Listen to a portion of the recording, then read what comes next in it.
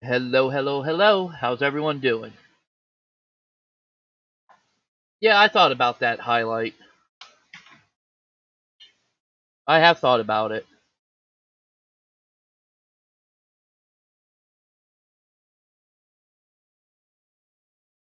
Not 100% sure though.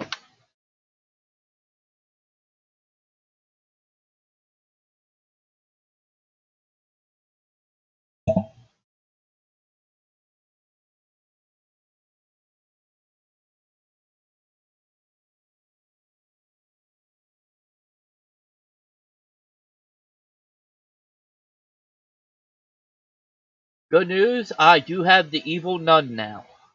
Bad news, we will not be playing it tonight because Daisy really wants to watch me play it. And she has to go to bed early, so maybe we'll do Evil Nun tomorrow? Who knows? But we will be doing Evil Nun.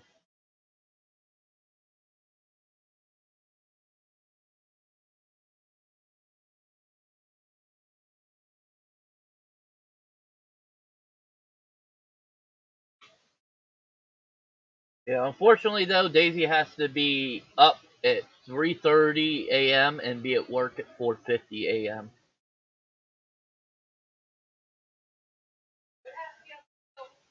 Oh, oh yeah, you and Chode are going together. That's right.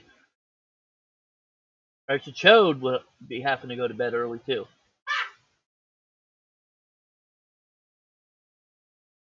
I mean, I don't see that happen, and Chode really isn't an early bed person. All right, let's get into Killer Frequency, shall we?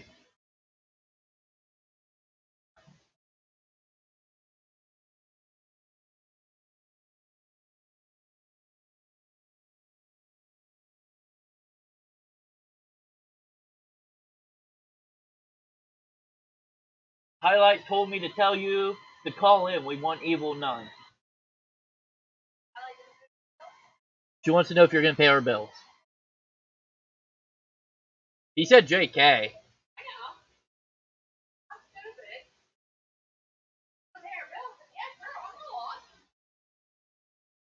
Oh shit, hold on. I forgot to unmute. For some reason, when I'm in that game, it will not let me go up to the top screen here for some stupid reason. Which I don't understand why. There we go. He says, I gotta go.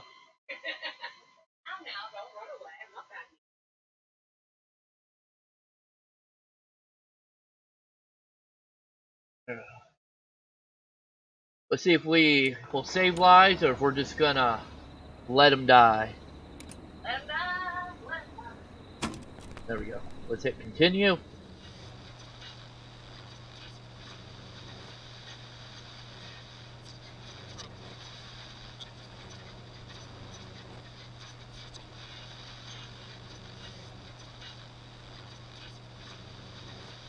Okay.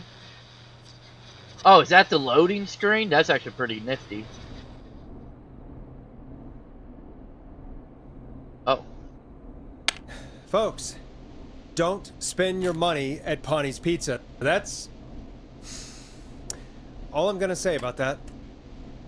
Moving along, I'd like to welcome another caller to 189.16 The Scream. With me, Forrest Nash. Who may I say is calling? Well, hello again, Forrest. Dawn. I bet I know why you're calling. I'm sorry I didn't play your song. There's a lot going on. But please? Never mind that now. Forrest, I'm calling because I need your help. Oh. Are you in danger? I sure am. Do you mean Yes, he's after me now. you? I think so. He must have heard me on the radio helping you.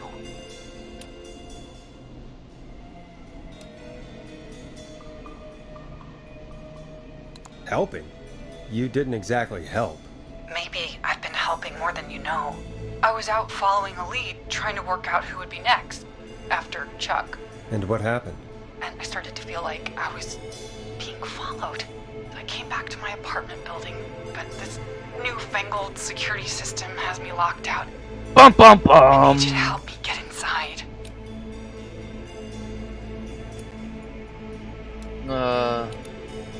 Can a neighbor let you in? I only moved in last week. I don't know anybody yet. There's not even a buzzer here, only the keypad for the entry code. I need that code to get inside. Which Well, how apartment block do you live in? Maybe one of our listeners lives there too. It's the New Woodside apartment building between the town hall and the trailer park, but I doubt any of your listeners live there. I don't have many neighbors. Sounds like a prime piece of real estate. The sound really carries at night. Shit. Oh, there's a doggy.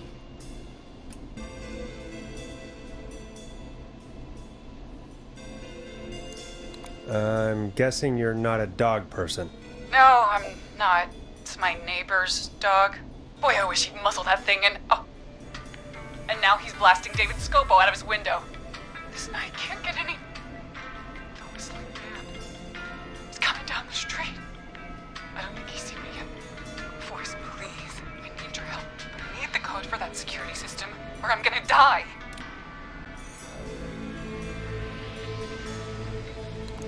What's the name of the security system? There's a sticker on the box. It says Starling Security 4000. There's a keypad, and it looks like it wants a 6-digit number.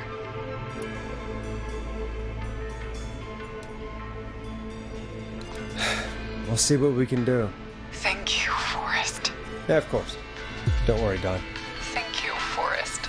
She needs to die because she's not a dog Count on you. person. I'll Okay. stay out of sight. Call me back soon. All right, folks. Here's a little tune for you all to enjoy while I try to break Dawn into her apartment.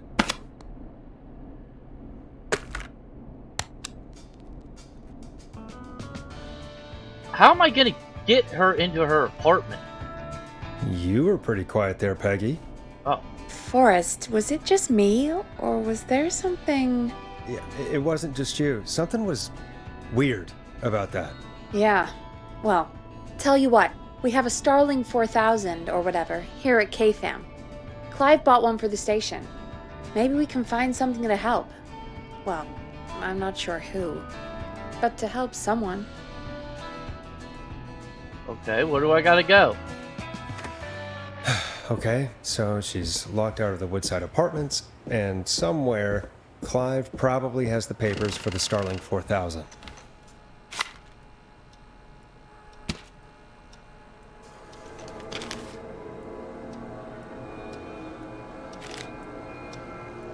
Okay. I wonder if that means it's down in his area. Probably is. Shit, it probably is. Mother of Christ.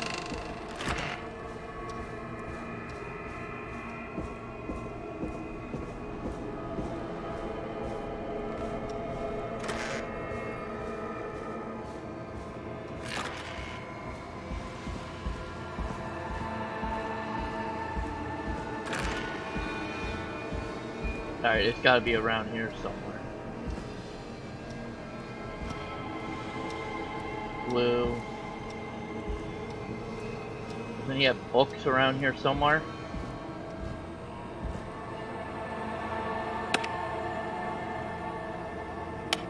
Hello, Peggy?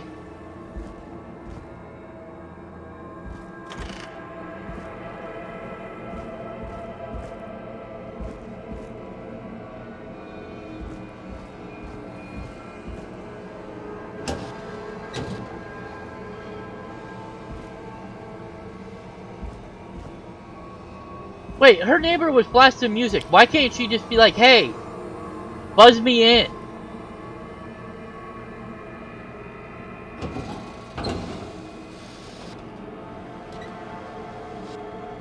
Starling 4000 user manual. Ah, these codes should come in handy. You think?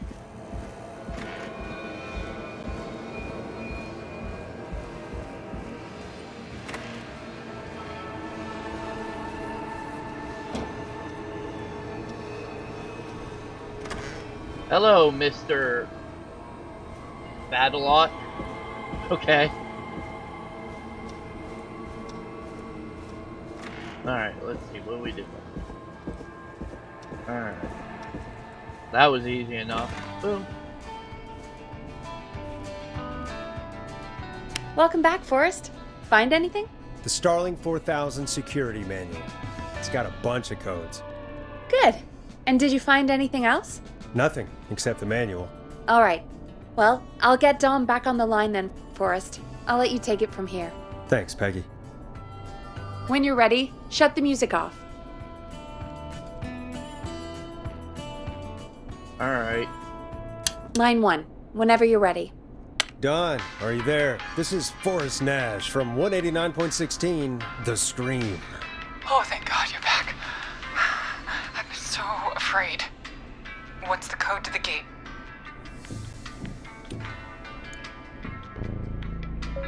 Give maintenance code.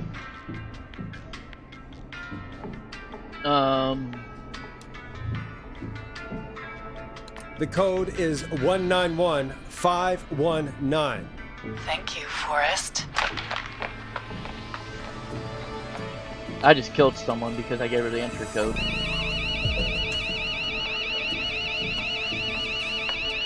Oh, fart. Oh, fart a lot. Okay, got it. Ah! My bad. Oh, shit, you're talking to me. Is she?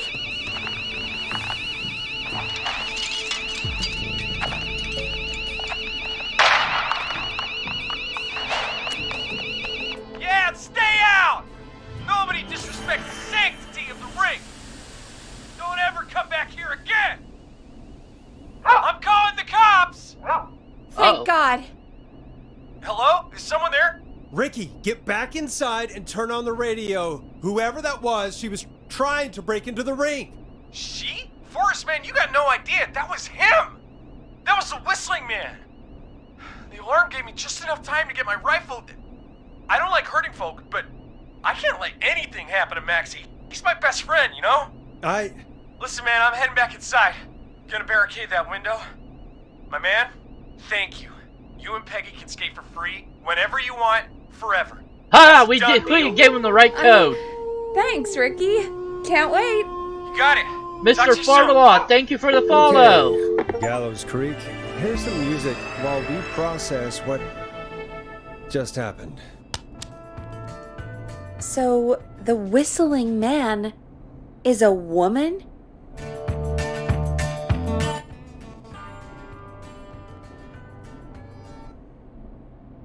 Oh.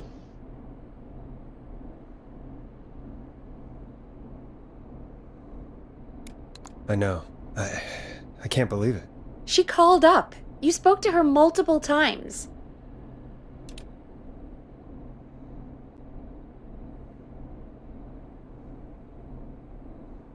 I knew she wasn't right.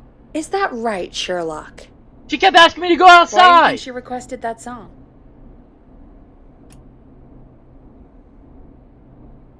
To get me outside? Maybe, but how? She didn't know the song was outside to start with. That's right. She never actually attacked me out there. So? What now? I guess I should make an announcement. We do have new info. Okay, kill the music and you can make the announcement. Okay, you're live in 3, 2... Hey folks, this is Forrest Nash here. I hope you're all safely locked inside. For those of you listening to that last call, you might be wondering what to make of it all. Here's our take. We now believe the killer is actually a woman. One who might manipulate you into letting her in before she attacks you. Oh.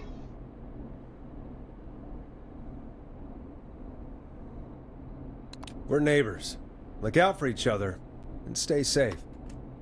The killer was calling themselves Dawn. This could be a fake name. If anyone needs help or you have info on the killer, please call in. You folks have my new number, right? It's 911. Hopefully, our next caller can help shed some light on our killer. Hey, we had a call come in. Okay, folks, time to take a call. This is Forrest Nash, and you're listening. Please help me. My name is Casey Moore. I'm at 25 Nancy Drive. My best friend's been stabbed. He's bleeding everywhere. I don't know what to do. Please help me.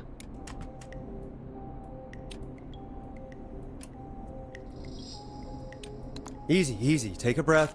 Relax. Okay. We'd been out at the reservoir. We were heading back to his place when we heard this whistling all of a sudden. He just started freaking out. He screamed at me, told me to hide. I'd never seen him like that, and I just panicked and ran and hid in a bush. Oh no. Forrest. Then what happened? He You went smell up the that? road and talked to someone. Smells I like couldn't bullshit. really hear or see anything. It sounded like he might have known the person. He DTA. just stabbed him. Don't trust anybody. Ooh. Casey, was he talking to a woman? I don't know. They had a mask and wore all black. That's all I know. Please, we need help here. I'll get you help, but I need to know. Where did the masked person go? They left. They left him to bleed out. I waited until they were gone, then dragged him into the garage and called 911. Wait, why didn't she make sure he was dead? I don't know. I think I heard them say something like, "It's not so funny now, is it?" Before they left, but Yep, that's bullshit I please, smell. he needs to get to the hospital. I can't drive, so we need an ambulance. Forrest, the ambulance was destroyed in the explosion at the gas station. You should get all the info you can. What's your friend's name, Casey? It's Jason Parker. Can you tell us where Jason was stabbed? They stabbed him in the stomach, and then stabbed him again in his leg when he was on the ground, and it's... Oh, the knife is still there in his leg. We'll be right back. Peggy, patch us through to the hospital. On it. Phoning St. Gabriel's now. Switch to line 2. Hello, St. Gabriel's Hospital. How can I help you? Hi, this is Forrest Nash from 189.16. We have a stab victim at 25 Nancy Drive named Jason Parker. He's been stabbed in the stomach and the leg. He's bleeding heavily. Oh, God, I'm sorry. But the ambulance is... well, you know. I know, but please, we need something, or he's going to die. Forrest, Listen, you're going to have to get him here. We need to see him, and we can't get there ourselves right now. We don't have any way to drive him right now. And even if we did, he's bleeding out fast. All right, listen. We need to buy him time to get here. That means stopping the blood first, and then finding someone to stabilize him. To stabilize him, you really need someone with first aid training. Do either of you have any? No. Me Nope. neither. Damn it.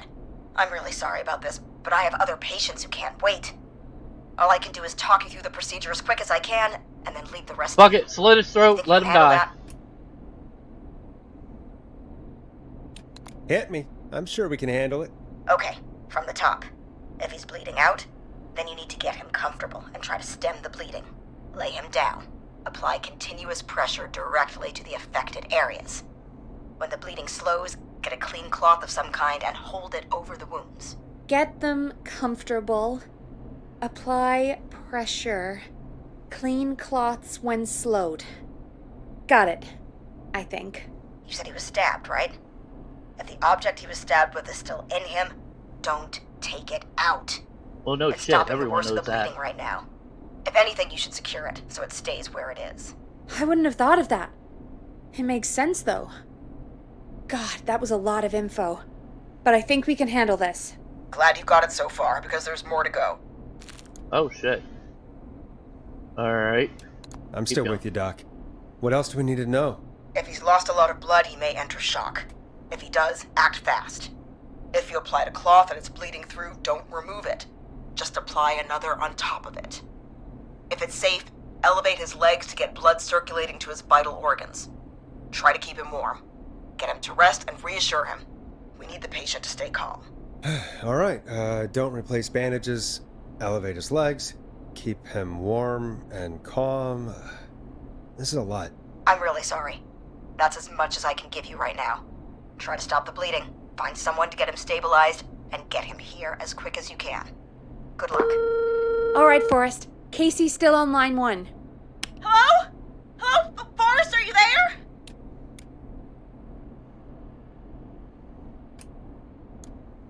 I'm here. How is Jason doing? Badly. He's still bleeding. I need help. I've been putting pressure on his stomach wound since you left, but he's still bleeding. I don't know what to do. That's good, Casey. The nurse said to do that. What about the knife in his leg? It's gotta be hell. Should I pull it out? No, don't touch the knife. The bleeding will get worse if you pull it out. Are you sure? I'm sorry. I'm gonna stop making suggestions. No, don't worry, Casey. We're a team here. We're all going to get Jason through this. Casey, is his leg wound bleeding right now? I hate looking at that knife. Yeah. It's bleeding. His stomach is worse, though. I think we need to secure the knife so it doesn't move around. Do you have anything you can tie around it? Yeah. There's some laundry piled up on top of the dryer, some cloths on the hood of the car, and what else? I guess I've got my jacket.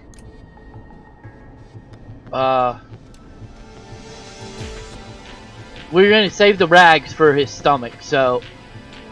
Or should we use the laundry for his stomach? Shit. Fuck it, use the laundry. Look in the laundry for something like a towel or a shirt. Hold that over the wound. Okay. Looks like I'm gonna have to buy you some new whites, Jason. Here we go. I'm sorry, Jason. It's secure. I'm putting pressure on his stomach again. I'm starting to think we might make it. Forrest, can I have a word? Casey, I'm gonna have a quick word with Peggy. Keep putting that pressure on and let us know when the bleeding is under control. You're doing great. But what if something happens? We'll still be here. Just shout if you need anything, and we'll be there. I promise. Okay. I'll wait. Jason, please be okay. What's up, Peggy? We can't stay on the line with her all night. Dawn is still out there. What if other people need us? You're right. She's probably on her way to her next target right now. Exactly. And you heard the nurse. We need someone there with training who can stabilize him. He's got to get to the hospital somehow.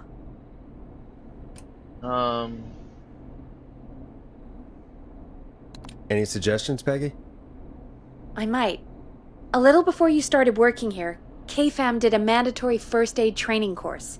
Me and Karen missed it because we were away on a producer getaway. You skipped it, didn't you? Never mind. So, how does KFAM's first aid course help us? Casey said they're at 25 Nancy Drive, right? Yeah? Why?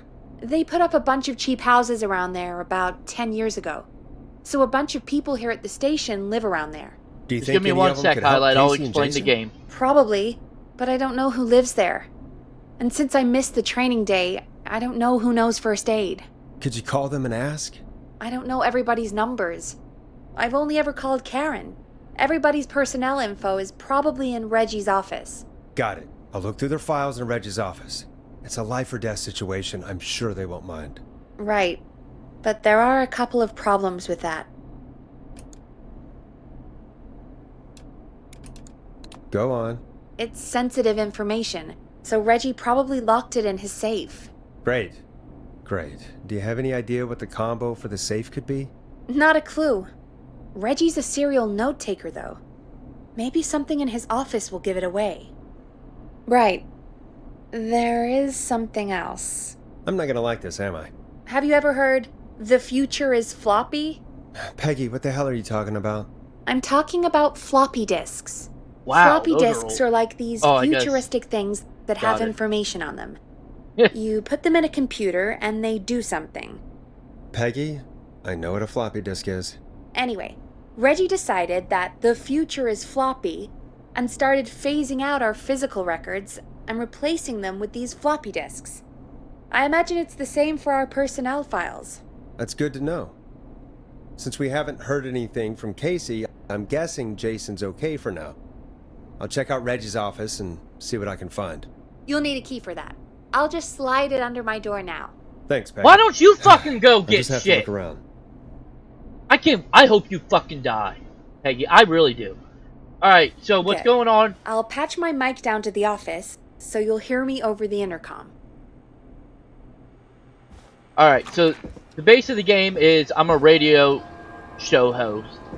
And apparently there is a killer on the streets called the Whistling Man that was big back in the 50s. Wait a minute. I think I might have went the wrong way. And I guess he's making a return and people are dying. And I pretty much gotta try to save their lives. Not getting in there tonight. Alright. I can choose whether they live or die. So technically I'm kind of playing God right now.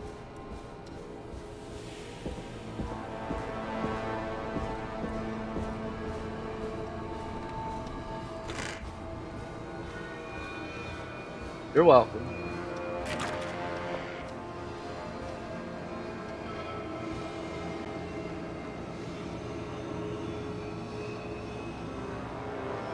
Okay. That's good to know.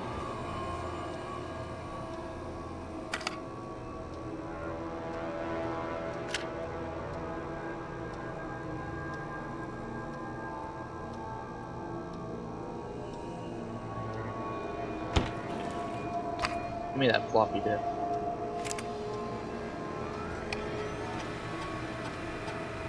Could this be it?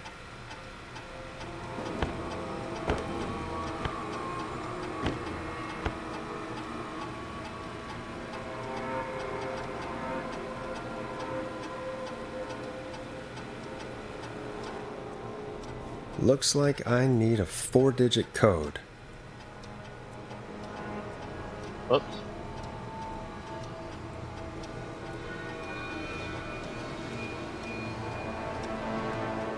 Four-digit code. Oh, there we go. Okay.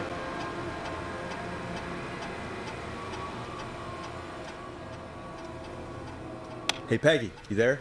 Yeah, I'm here. Did you find what we need? I can't figure out how to get into this stupid safe. No worries. We still have a little time. Reggie writes almost everything down somewhere. I'd recommend you start reading. Hint, I'll very have a look important around. date. You're probably right. I'll let you know when I find something, or don't. Very important date.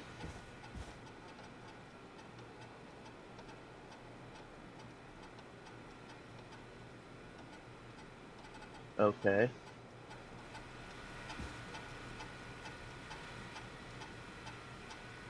$8/29/87. Let's see about that.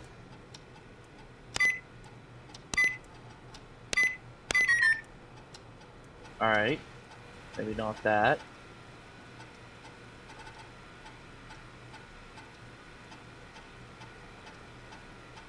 Eight two. But I can only put in 4. That's 5. 1982. Let's try that.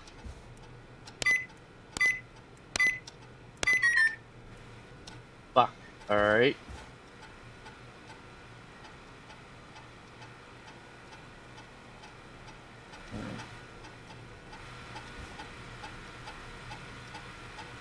Alright, no.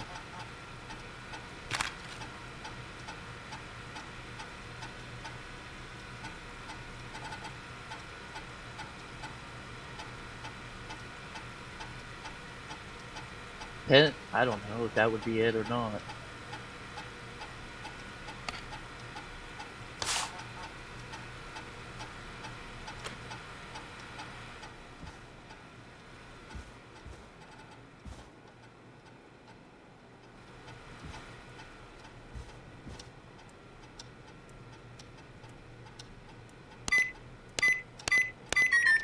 Nope.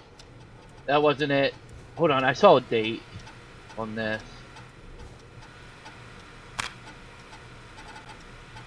1085. Alright, let's try that.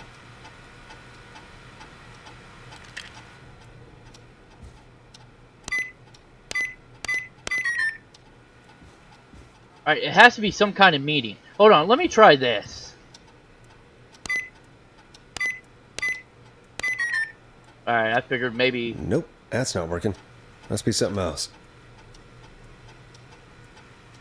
Very important date.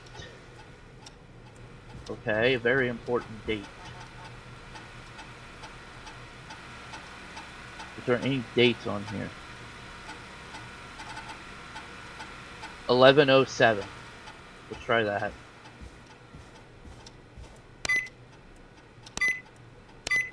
Nice.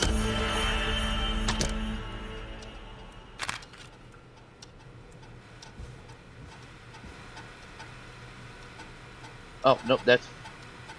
Motherfucker, that's mine.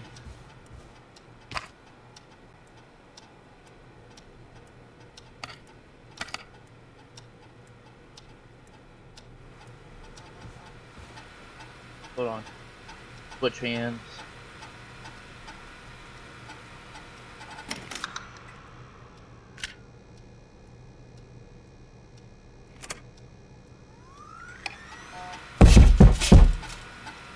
What the fuck was that?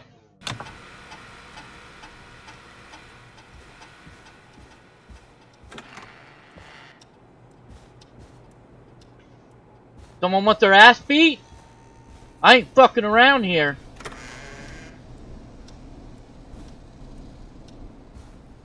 That's what I thought, pussies.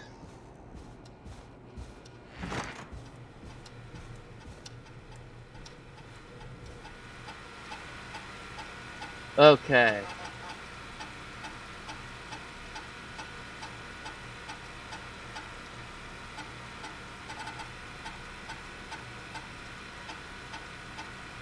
Okay, so John does have a bunch of medical equipment in his home.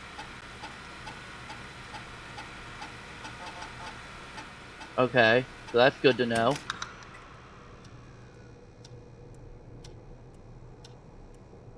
We'll hang on to that one.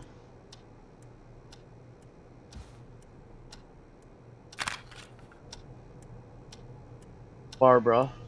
Okay.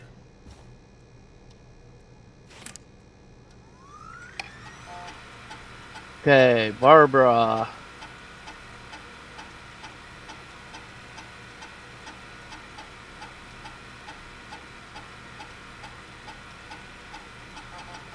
Alright, no.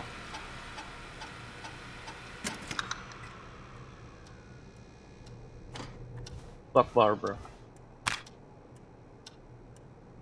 Karen skipped. Alright, so we got it. It's John.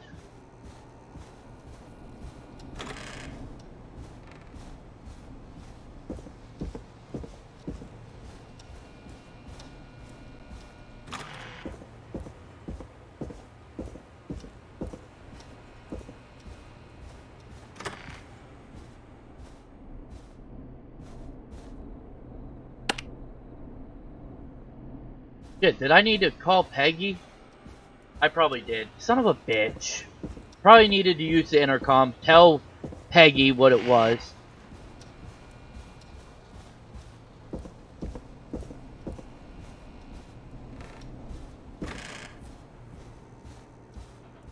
Son of a bitch.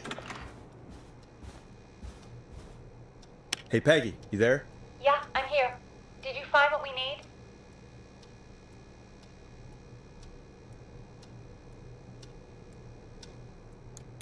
I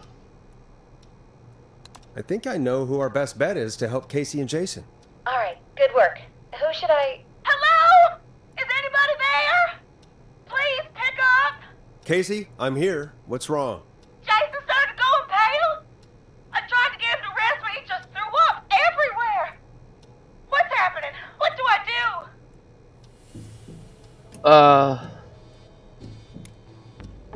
God, it sounds like he's going into shock. Casey, just stay calm. It's going to be okay. But the bleeding seemed to slow down. Did I mess up? Jason, I'm sorry. Casey, calm down. You've done everything right. I need you to listen to me, okay?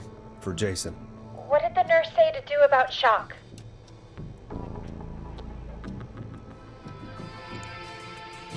Casey, I need you to elevate Jason's legs. We need to get the blood flowing to his vital organs. Got it. Jason, stay with me. I'm just gonna move you. This might hurt. Okay. I propped his legs up on some boxes. I'm looking at my notes. We need to get Jason as warm and comfortable as possible. Do you have anything you could use nearby, Casey? Her jacket! I still have some laundry next to me. I'll wrap him in some blankets. Just give me a second. Sorry. Jason's bleeding through his bandages. Should I get him new ones? Or... No! Oh, God.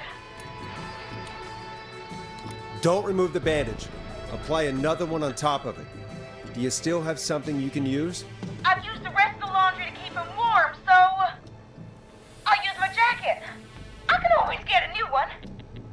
I'll fix his bandage and get him warm. Hold on, please.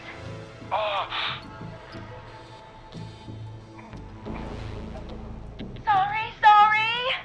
I'm done. You're gonna be okay, Jason. Just relax now, okay? Boris, I'm scared. He's not doing well. Is he gonna... Jason is going to be fine. Just make sure he knows he's going to be okay, okay? Okay. Please. I can't give him what he needs. Please, help. I can't lose him. All right, Forrest, we need to hurry. Jason doesn't sound like he's doing too well. You said you knew who to call earlier? Who was it? We need to call John Hedges. He lives on Nancy Drive. He didn't really participate in the first aid training, but he's a former war medic. He's probably the most trained person we have. Really? I never really spoke to him before. A war medic, huh? Yeah, and according to Reggie's notes, John keeps all of his old equipment at his house. He's something of a hoarder. All right. What's his number? 5420735. Calling now. Let's hope he picks... Who the hell is this calling me at? What time is it? John, it's Forrest Nash here at KFAM. We have an emergency and we need your help. Forrest, if this is a work emergency, then it can wait until the goddamn morning. Just leave me a note like everybody else. A man has been stabbed by the Whistling Man, or... Never mind. He's lost a lot of blood, and he's passed out. We need you to help him. The Whistling Man? What kind of joke is this? John, we're not kidding. A man is gonna die if we don't help him right now. Seriously? I haven't been called on for over 10 years. Where's the patient? What's his condition? He's at 25 Nancy Drive. I think we got his friend to stem the bleeding, but he's gone into shock. He's passed out right now. You say he was stabbed? Do you know the extent of his injuries? From what we were told, he has 2 major stab wounds. One to the stomach and one to the leg. The knife is still in his leg, and the stomach wound is open. Understood. Let me grab a few supplies and I'll head right over. Damned if he dies on my watch. Thank you, John. We'll let him know you're on your way. Good luck. Hello, Casey. Are you there? How are we doing? Bad.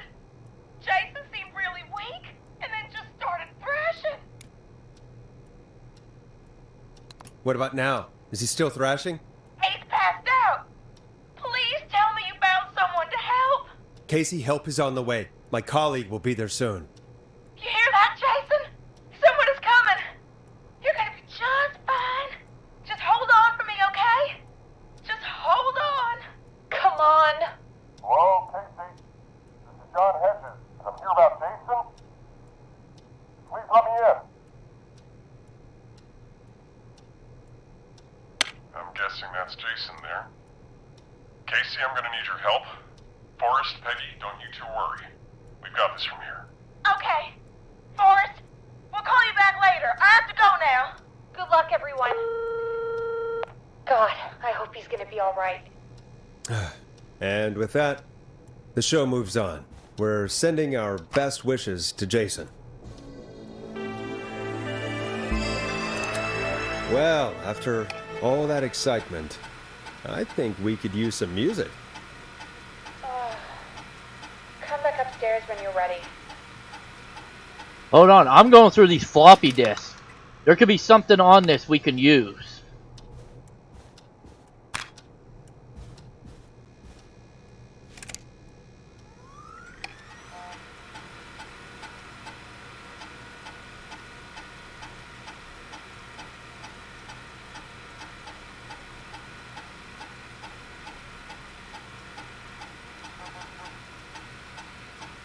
Okay. Yeah, that's right. I'm gonna be a nosy Nancy. Let's find out about Peggy. Come on, Forrest. Put some music on already.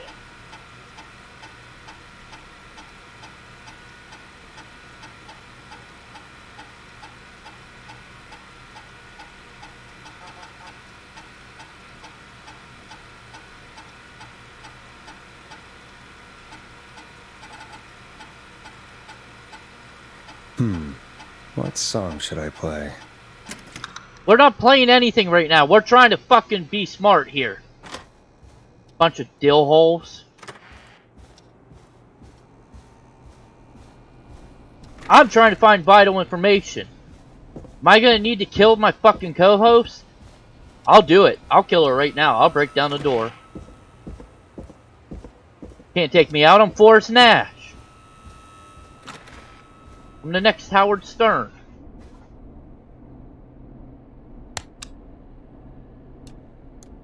A classic back by popular demand. This is Long Ride Home by the Barn Finds. It's getting pretty late. This might be your last break for the night, so try to enjoy it. Give me a buzz when you want to go back on air.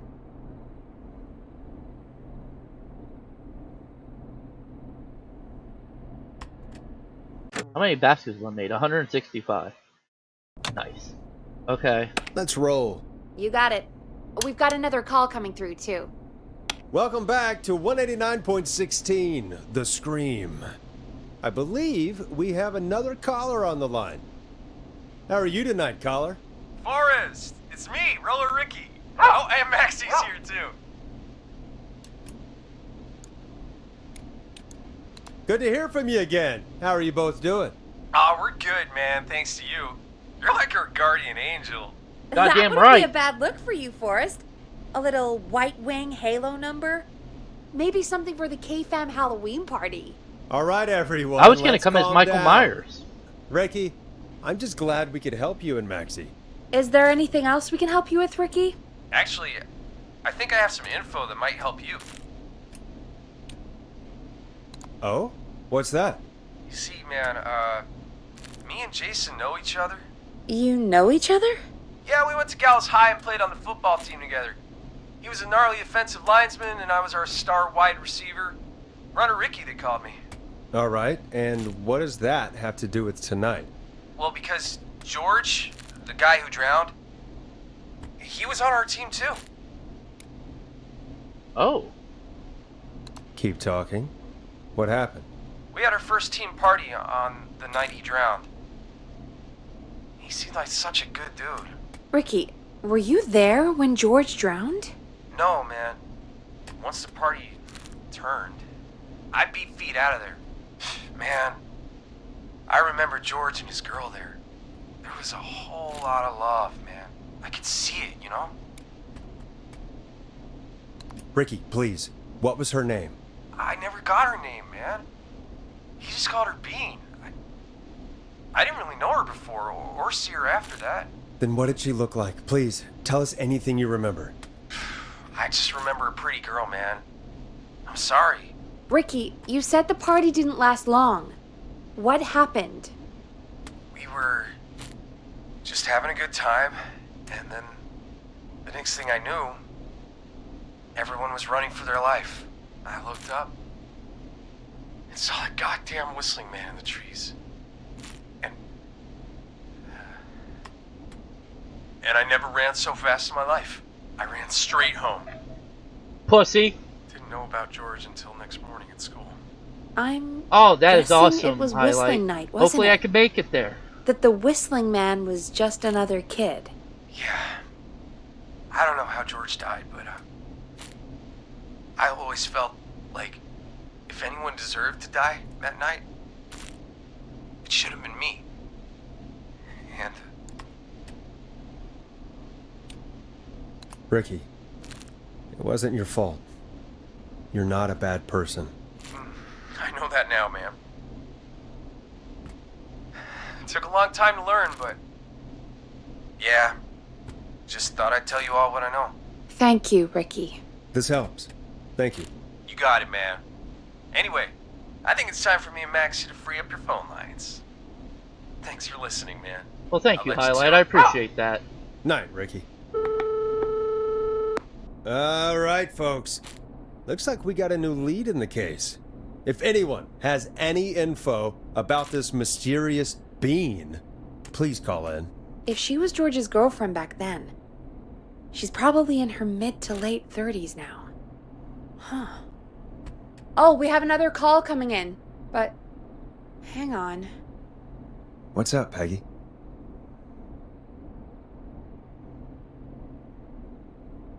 Peggy! Peggy? You're gonna want to take this call off the air. Who is it? Just do it. All right, folks, it's time for another track. Here's one to help you sit back and relax. I'm done switching We'll be right back records. after this. Fuck it. I hope this is good news, Peggy. Who have we got?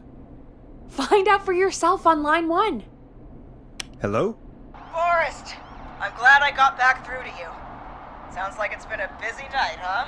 Surprise! It's Leslie, our 911 operator, leading the charge from Henderson to come save us. It's so good to hear from you. Are you okay? We're doing okay. Sarah and I are both happy to be headed back home. We're happy to have you too. Wait, Sarah? Oh, yeah, I mean Deputy Martinez. Anyway, we got back into radio range a little while ago. We've been listening in, but haven't been able to get through until now. Okay. Ever since you found Sheriff Matthews, it's only gotten worse. It's been a long night. Well, it shouldn't be too much longer now. I'm glad I got through to you. I wanted to let you all know what's going on. I made it to Henderson.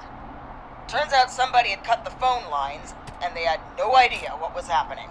After I told them, well, their sheriff sent a goddamn squad back with me to stop this. That's great news. That's crazy about the phone lines, though. I seen this outcome. This is the outcome of Halloween 4, The Return of Michael Myers. I seen this movie. Cops are coming into town while someone's going out of town, and the killer's right there. I seen it. Nice play. Caught ya. I know better. Do you think the Whistling Man cut them? I'm guessing so. I don't know how the Whistling Man did it. But that doesn't matter right now. Listen, we're coming in hot, but we need your help.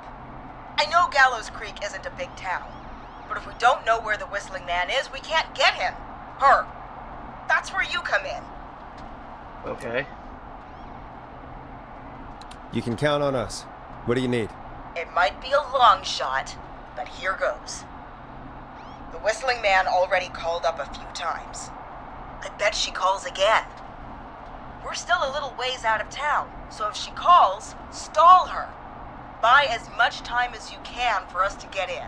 And while you're talking to her, try to figure out where she is. We'll be listening in, so once her location is known, we'll head straight there and end this nightmare. I'll do my best. I know you will. Heck, I can see the headlines now. Forrest Nash's interview of a lifetime. Anyway, I'll radio the other cars and tell them the plan is a go. Hopefully the next time I see you, it'll be with our killer behind bars. Take care now. We'll see you soon, Leslie. Oh, thank God. It sounds like this is almost over. We're nearly through this. I hope you're right. The sooner this is over, the better. I am right. Trust me. Anyway, we should get you back on air. Taking callers is the only way to see this through. Let's Time do to it, turn bitch. the music off. Bringing you back live now. Welcome back to The Scream with me, Forrest Nash. The line is lit up, but before I get to our next caller, I just want to say things are looking up. It's almost over. But for now, let's bring in our next caller. Evening, caller. This is Forrest Nash. Hello, Forrest. This is John Hedges. I'm here with Casey. I wanted to give you an update on Jason. John, is he going to be okay?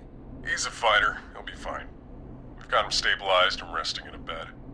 We're preparing to move him to the hospital. Thank you so much. If you hadn't been there, then... God, I don't even want to think about what would have happened. Of course, Casey. We're just happy he's okay. John, Casey, you two did all the work. Tell Jason to get well soon from us, whenever he's up for it. Well, why don't you tell him yourself? Is this Forrest? No, this is Michael Myers. Jason, we meet at last. It's good to hear you, Jason. That How achievement are was you? Jason Live. Oh, well, I've got a hole in my stomach, and there's a knife in my leg, but John gave me something to take the edge off. So, I might feel even better than either of you. Oh. Take it easy until you get to St. Gabriel's. I will. But, before that, I needed to call you. I'm guessing the Whistling Man is still out there? Yep. As far as we know, anyway. I was worried you'd say that. God damn it. Actually, I'm glad you called. I wanted to talk to you about what happened earlier. Go for it. We spoke to Roller Ricky not long after you were attacked. You spoke to Ricky? Is he alright? He is now. I mean, he was attacked earlier, but this call came after. Hey, guys, I'm really sorry, but there's a call on the other line. I just need to make sure we don't have another situation brewing. You fill Jason in on what happened. I'll be right back. Sure, Peggy. Sorry, Jason, where was I? Yep. Ricky's fine. You don't need to worry about him. That's a relief. He told us about George. Sounds like everything's finally coming out now. It's been tough to hold it all in. Sounds like you've been holding back about something awful, Jason. I'm part of the reason my best friend is dead, Forrest. And the few who knew about it said if I ever said anything, I'd find myself in jail. For a long time. It was hell. And then the town just moved on. Like he'd never existed. Who killed George that night? Some of the guys on the football team had an idea for a way we could haze the newcomers. We decided to plan a party in the woods and have the Whistling Man crash it. It was stupid. We each had a role. I was the stabbed friend. At the party that night, I left the group for a second, met our Whistling Man, pretended to get stabbed. Waiting for someone to come through that door and just come right over and started kill an him. almighty panic. Those screams. That was the last time I saw or heard George alive. How did George die, Jason? I don't know. I was playing dead. But when I heard her scream... Ricky mentioned a girl named Bean. Is that who you mean? Bean? Oh yeah. I guess George did call her that. Yeah.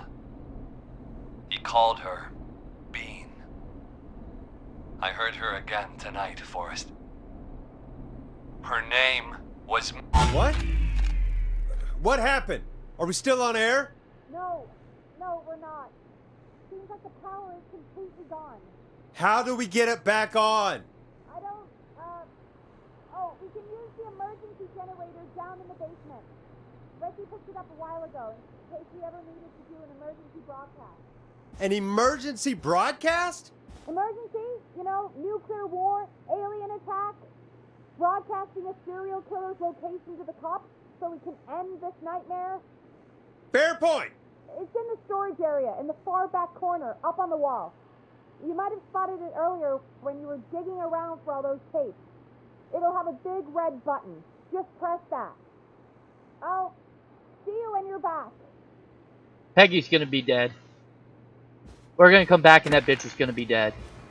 They cut the power so they could get in.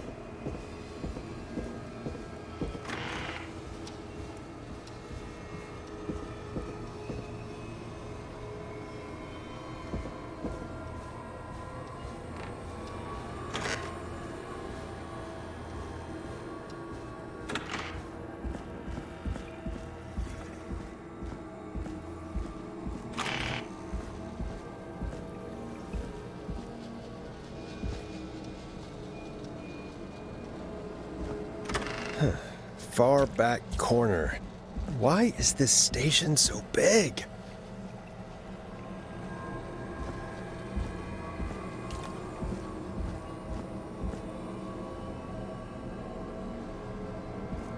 This would be a perfect time for a jump scare.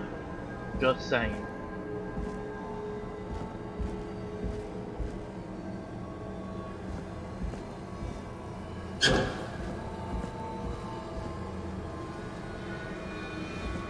That must be it. Boom! We've got power!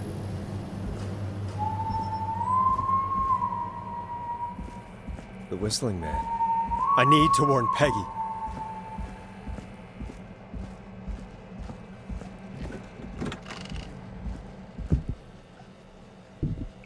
Peggy, are you there? Are you... Peggy! I need to get back upstairs.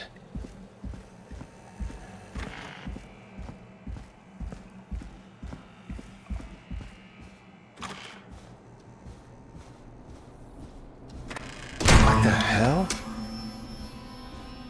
Told you. You weren't expecting a jump scare, you did now.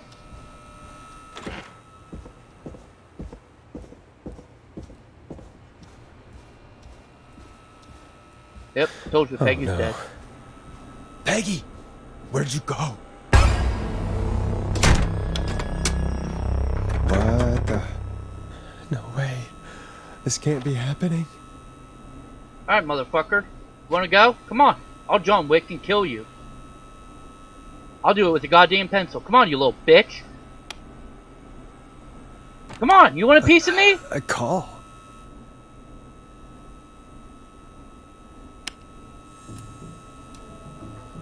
Where's Peggy, Don? Have some patience, Forrest. It's almost the end of the night.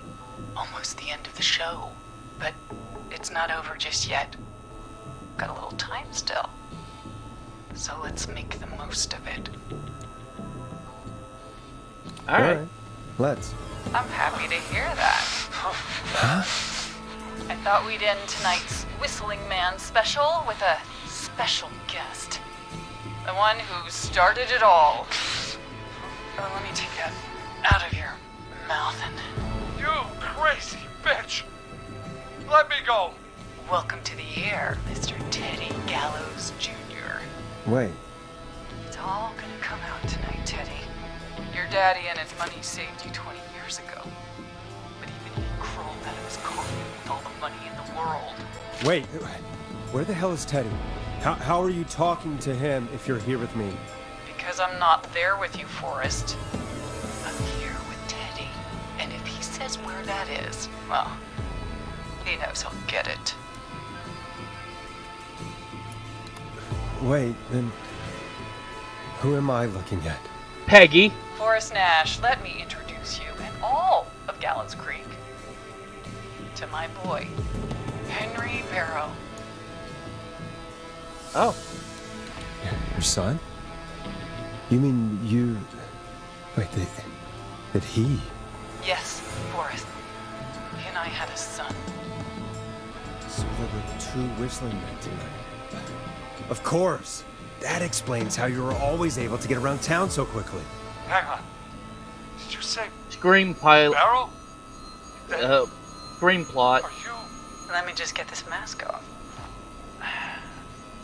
Damn uncomfortable thing. No wonder Mooney went crazy wearing this. There we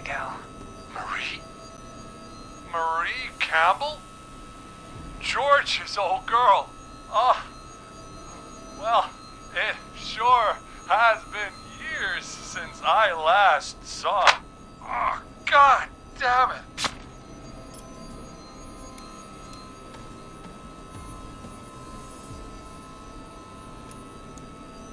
I'd be quiet if I were you, Teddy. But I'd listen to Forrest. Everyone's gonna know now what Teddy did. He killed George that night. This night. 20 years ago. Listen to me. You're gonna talk when I talk to you. And not a moment before. Meanwhile, Forrest, I'm gonna give you the chance to talk. You're gonna help me reveal what really happened to George all those years ago. Okay. Okay, Marie. I'll do it.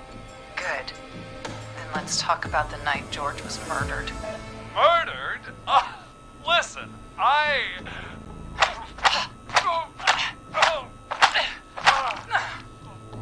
I said you speak when you're spoken to. Now, I know you've done some good work tonight in piecing together what happened to George 20 years ago, and that's why I want you to interview us. Okay. Interview you. All right. I can do that. Thank you. I want you to help me and Teddy tell the story, Forrest. Do a good job. And hell, you might be the only one to leave here alive. No wonder this bitch never had to leave. I need to drag this out. If I can buy Leslie time to get back to Gallows Creek, and if I can find out where Marie is, then this can end. Teddy, we'll start with you. Just, talk me through what happened that night. How did it start? how would I know? It was 20 years ago. Teddy, be honest with me or we're both going to die. Honest? Forrest, I'm trapped here with a psycho. Ow. What the hell? God damn it. Okay. Our first team party was coming up. And when I saw the date it was scheduled for, I had an idea for a way we could... I know. Guys. I wanted to pick it. It was the night Mooney, the original Whistling Man, vanished. Isn't that right? That's right. And, hell, it seemed too perfect to pass up. I was just surprised no one had ever thought to do it before. Wait. You mean this was the first Whistling night? Keep talking, Teddy. We went up near Whistling Point. God, who was there? Me, Jason, and George, of course. But George didn't come alone. He brought Marie. And Roller Ricky, he was there too, wasn't he? Yes, Ricky was there too. Runner Ricky, our wide receiver. I helped him off the bottle, you know. Because I'm a decent man. Is Fuck that you, so? Teddy. Yes, it is. He came apart one day. Some people do. He had some issues. Wasn't stable. I didn't want him to hurt his chances in life. So, I helped him keep himself together. You were afraid he would talk about that night, weren't you? Keep talking. About midway through the night, we put the prank into action. We looked up at the trees and saw Jason there. Bloody, like he'd just been stabbed. And the Whistling Man. Screaming. George and I and Ricky, we got left behind. But Ricky was in on it too. I know he was. He and Teddy were as close as anybody. Teddy must have told him the plan.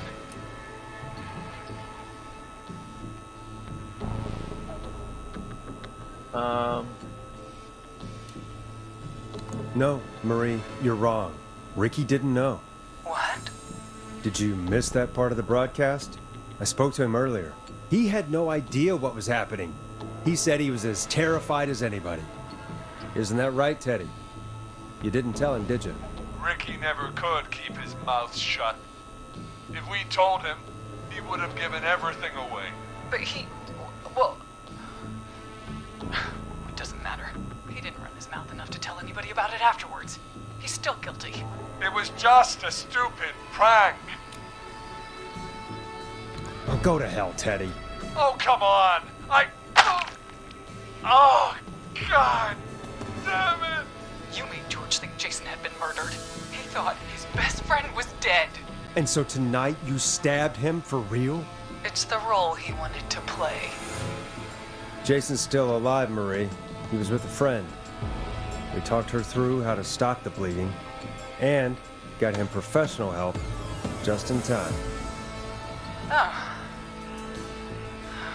Well, shame he didn't have the good sense to die earlier. He's gonna regret that. Enough about him.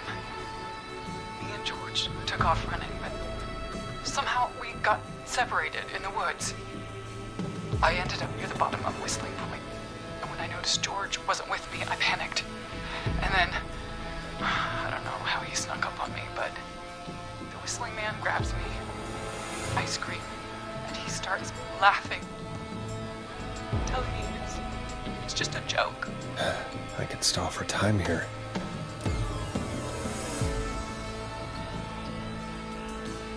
Tell me, what happened next? I suddenly recognized it was Chuck. Chuck Brody was the Whistling Man, laughing away. But then he stops, and he's looking up at the top of Whistling Point.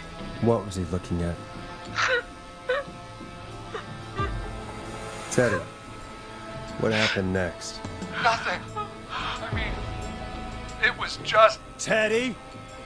George fell off Whistling Point.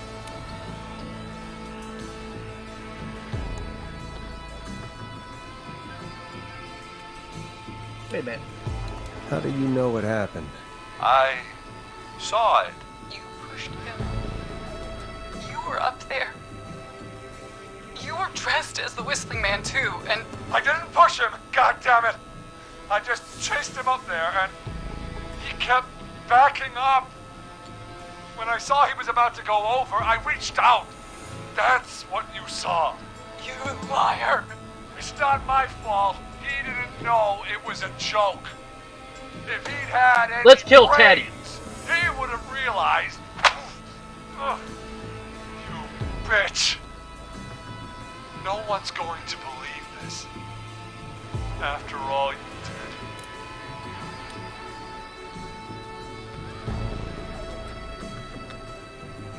I believe her. You... What?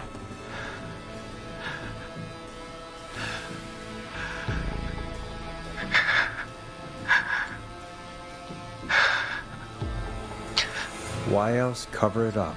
My future was at stake, Nash. You know what it's like.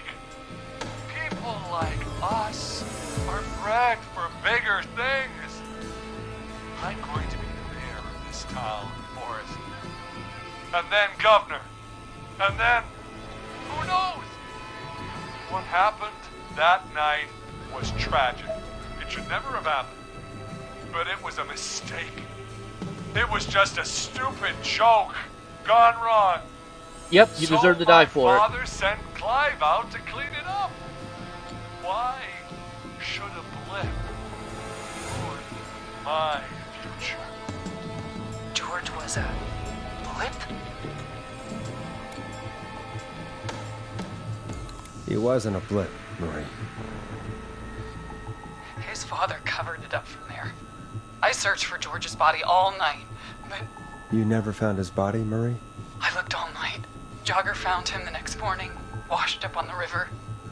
Instead of telling the truth, she lied. She said she found him in the reservoir. Our jazz runner, Sandra Sharp. Guess we'll never learn why she lied now. Everyone was in on the forest. Yeah, because I killed her. The coroner wrote a fake report. Said George was drinking. That he just got himself into trouble. And I saw. I'm sorry. For all it's worth, Virginia didn't have much of a choice. She had a sick sister whose treatments she couldn't afford. She played along with the gallows to save her sister's life. And her own. even still, she should have told the truth. I did my part. I tried everything I could think of. I even went to the newspaper, but no, that coward killed the story. But Maurice Russell is dead now. You've been through hell, Marie. I'm sorry. You've got no idea. Never should have started. You shouldn't have pushed my George off the cliff. He should have been punished. But he's coming to a stop. At least for now.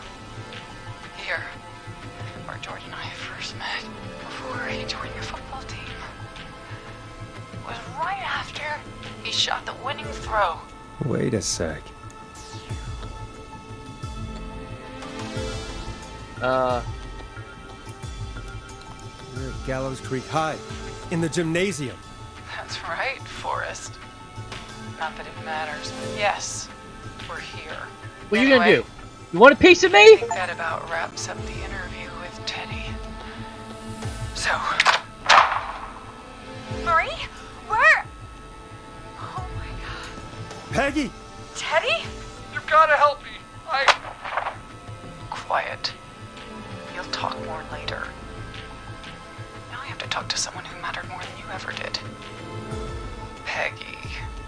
It's been so long since I've seen your face. I worried you wouldn't come. Marie! Oh my god. I thought you... And here I was, thinking you'd forgot me. I'd never forget my own sister. Sister? Peggy, what's happening? Why are you even there? Wanna explain, Peggy?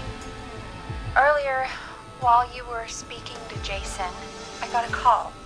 You remember? Well, it was from Dawn. She said that my sister Marie was there that night George died, and that I should come to the gym for a reunion. And when you walked in, you found out.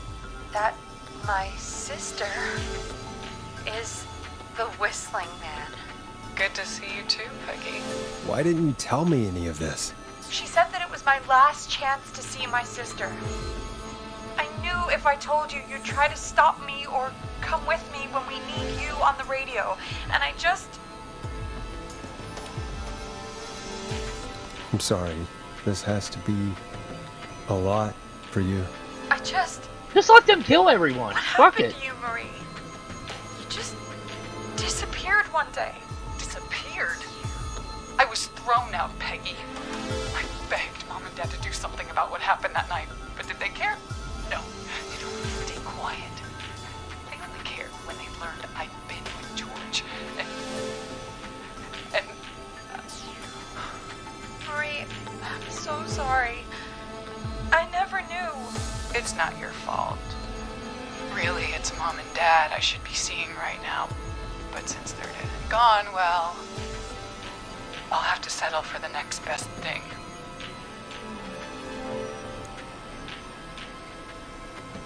You mean Peggy, don't you, Marie?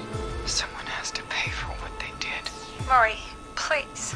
Mom and Dad are gone, Peggy. Besides, you forgot me. Just like the rest. You forgot. Marie, Peggy never forgot about you. Keep your mouth shut. She kept a card from you. She kept it here on her desk. What card? The card you made me for my 8th birthday. What does it say then? Happy birthday, Peg. Now you're great and 8. Love, M. Well, I... Henderson police! Freeze! Get out of there! Peggy! We have 2 wounded, and we're in pursuit of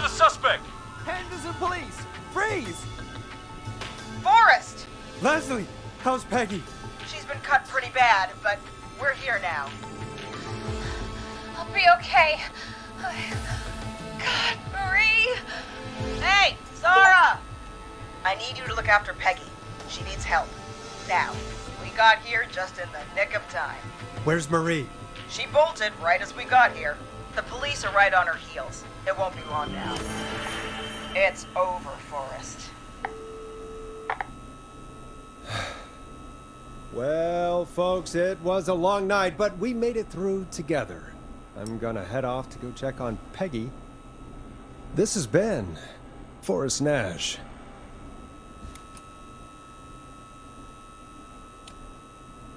And it's been a scream. I love it.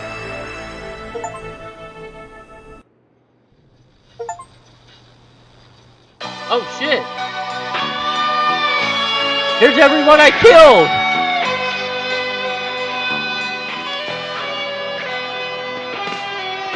In the dead of night, I can hear you calling for me, and there's nowhere to run.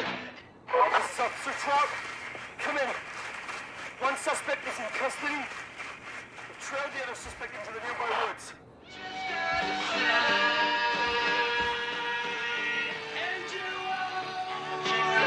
Let me go.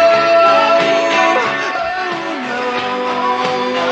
Here in the darkness, I've got this feeling. It's growing stronger inside of me. It's a killer frequency. Don't forget your Pony's Pizza. Pony's Pizza, whatever. Alright.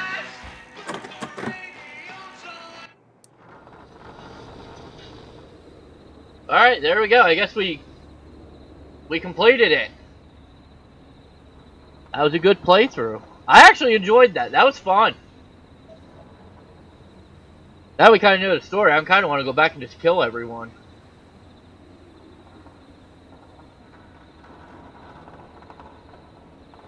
I don't know what to do. I don't know. Should we load up another session of this and just go through and kill everyone?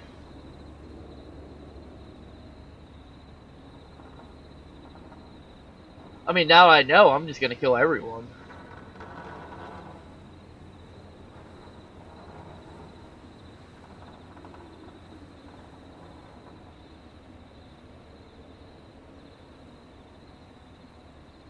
Alright, let's do it.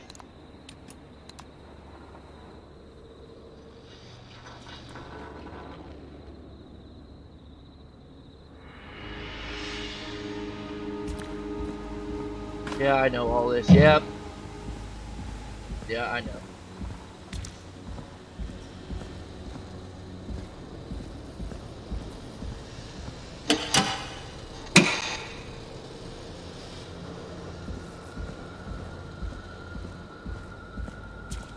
Time to let everyone die.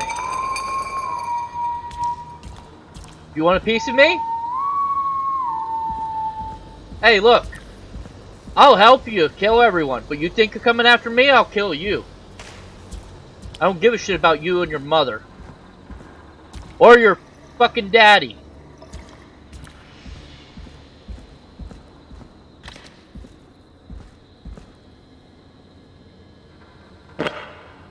Oh, yep, I inspected an item. Yep, inspected. Oh, I missed that part. Okay, there we go. I will. I'm gonna be a smartass with every single person I come across now.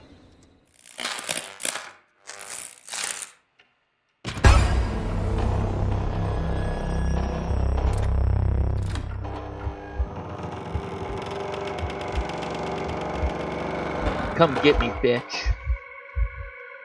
You don't scare me.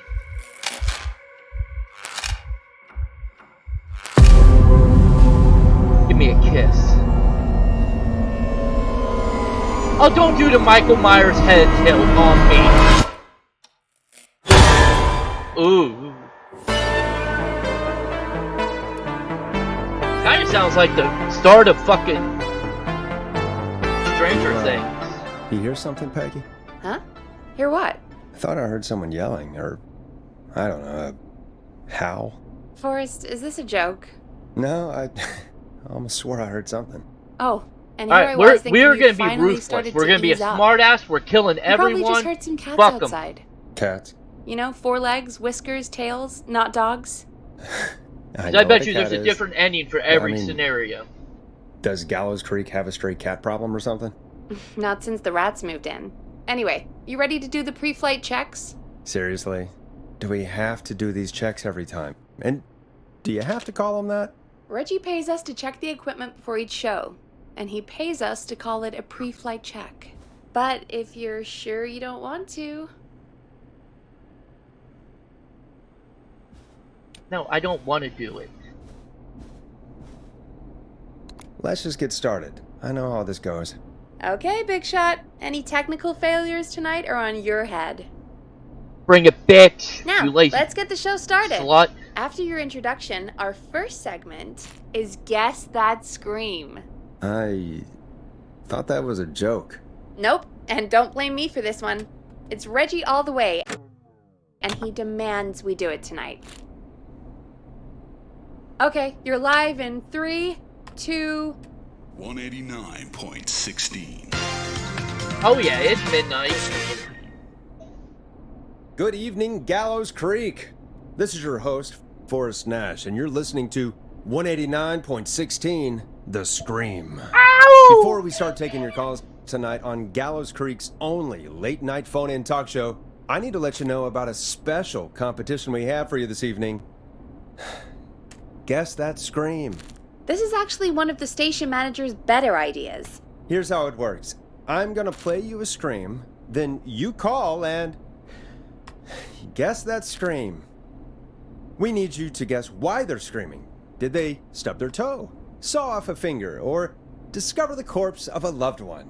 Got a That's dick in good. the ass. Now, Forrest, hit them with the tape. We'll play that scream in just a second.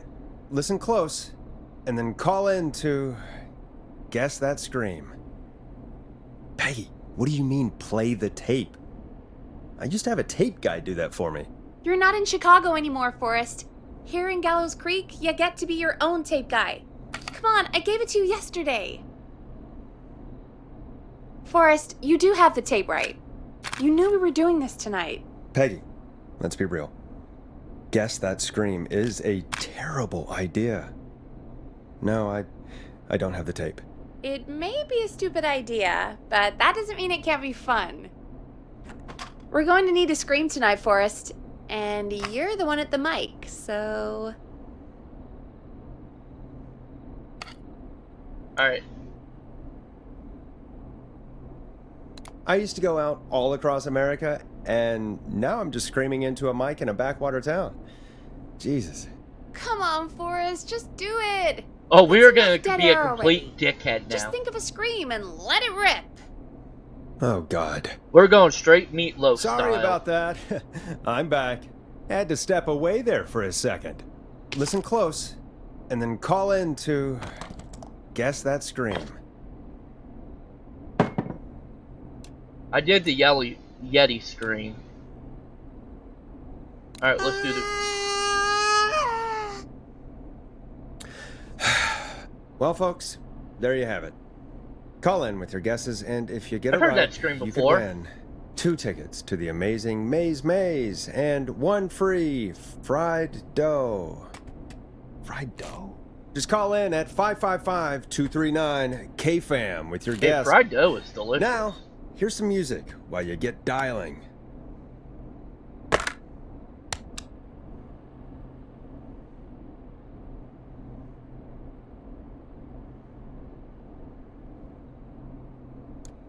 Oh.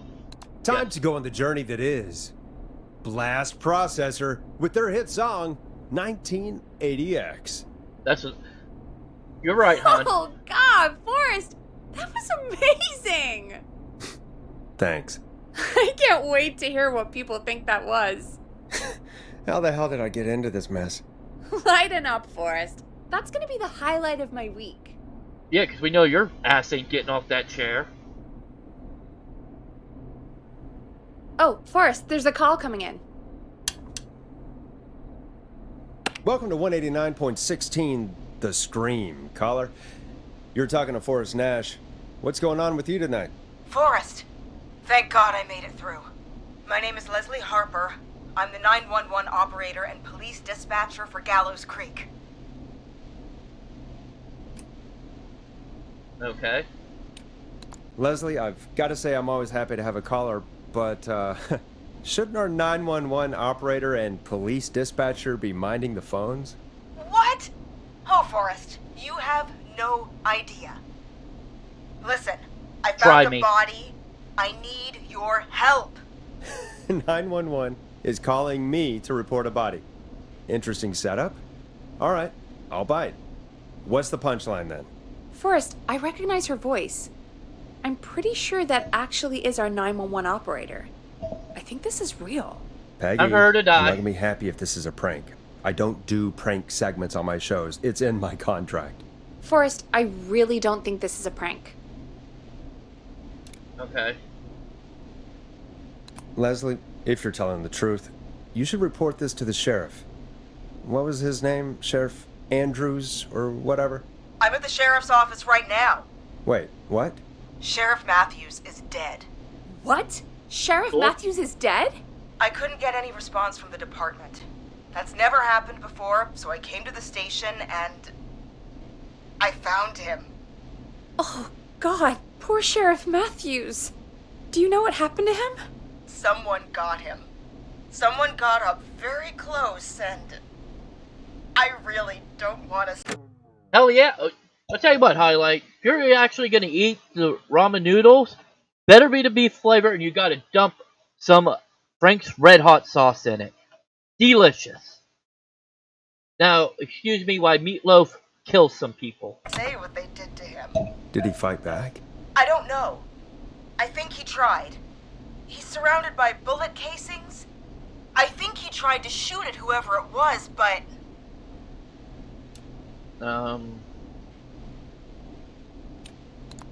I don't understand. Where are the other officers? Do they know? Have they secured the scene or whatever cops are supposed to do? no. I checked everywhere. Deputy Martinez is here, but she's knocked out, tied up, and locked in a Damn holding right it's cell. beef. I called you right after I found her. God. Better fucking Wait. put some Frank's Red Please Hot don't tell me sauce that in this that. hit I'm town telling you, only it's has 2 delicious. cops. Don't be ridiculous.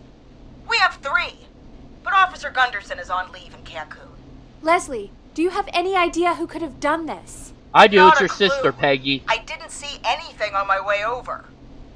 Leslie, you need to call over to Henderson or Quiet Ridge. They need to send someone over from their department. I tried, but I can't call anything but local numbers. Something's wrong. I'll have to go there myself, let them know what's going on, and bring help back with me. But if you leave while there's a murderer on the loose, who's gonna man the emergency line? That's why I called.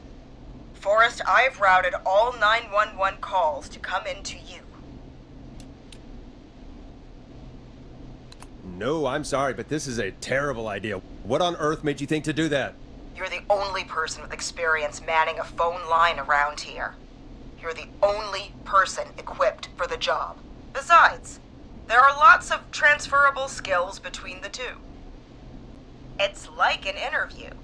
You ask questions to get information you can use. Keep people talking, you know? Guide the conversation and know when to jump in.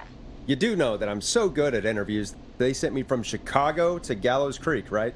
So I've heard. But that doesn't matter. And besides, there are 2 of you. You can talk to each other, discuss ideas. Work Actually, together. there's only one. Peggy doesn't do Well, shit. Let's have some on-the-job training right now. I have an emergency. I need to get an unconscious Deputy Martinez out of that holding cell. It looks like whoever attacked her threw the keys into the cell after they locked the door. Is there any way you can reach the keys? No. There aren't any bars to the cell, and the door itself only has a food tray slot. And that's too narrow for me to reach through. There's gotta be another way in. Let's see. Any chance you could break down the door? It's a holding cell, Forrest. These doors aren't budging for anybody. Is there another way into the holding cell that you can see? It wouldn't be much of a holding cell if it had a back door. So There's I gotta really be have another to set do of keys somewhere in this. that office. Fuck. Those can't be the only ones. Of course. Yes, there must be another set. Where might another set be? Have you looked around the officers' desks? That's the first place I'd check. That was the first place I checked too. I couldn't find anything useful though. Maybe Sheriff Matthews had a set of keys on him when he... Why? You know. Why, I couldn't Forrest? see any at a glance, but I didn't really look up close. 1 second. Oh, I think I might be sick. Sorry, Sheriff. I'm just gonna turn you over and... Oh, I can't believe that actually went in. Yeah, Please you would don't definitely stare like at it. me. Highlight. Oh, wait. That might be them. I think I got the cell keys. Looks like Sheriff Matthews might have saved his deputy. Do the keys work? They do. Give me a minute to untie Deputy Martinez. I'll be right back. So far, so good, I suppose. How are you feeling, Forrest? I swear to God, Peggy, if this is some sort of joke, I'm leaving this town. I've never heard of anything like this happening in broadcast. I've never heard about anything like this either. But we're here now, Forrest, and we've just got to see what happens next. Come on, Martinez. There we go. Just gonna sit you in your office chair. We'll head to my car in a minute. I'm back. Deputy Martinez is still out cold. I'm taking her in the car with me to get help in Henderson. If the killer came back now, Martinez would be a sitting duck.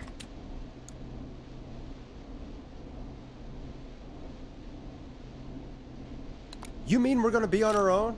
Just Peggy and me, and no one else, responding to emergency calls. You'll be fine. You and Peggy just work together like you did earlier. You can do this. Now I'll be back as soon as What? My car! My car is on fire! What do you mean it's on fire? How the hell? Did it just go up in smoke? What happened? Wait. What?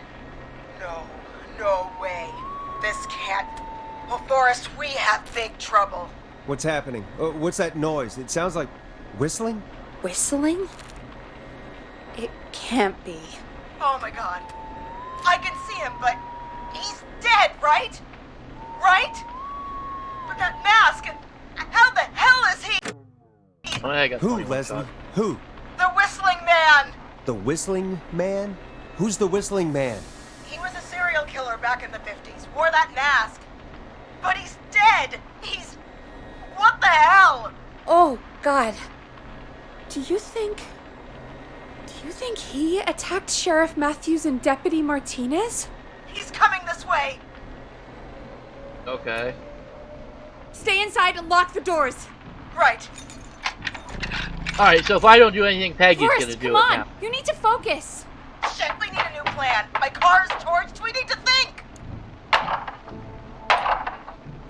You need to run for it. The Whistling Man might break through the door.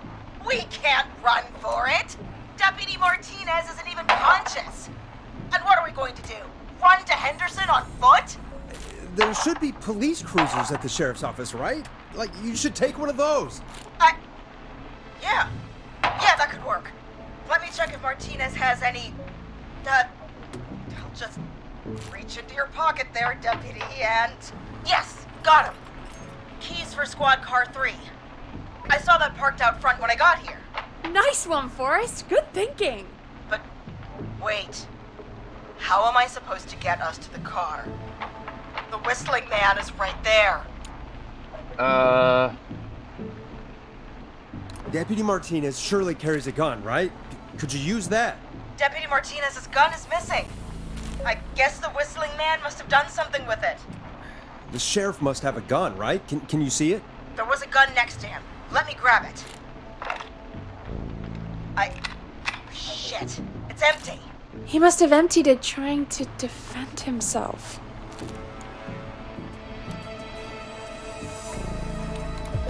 Are there any other weapons lying around that you could use? I didn't see anything earlier. Let me check Deputy Martinez's belt.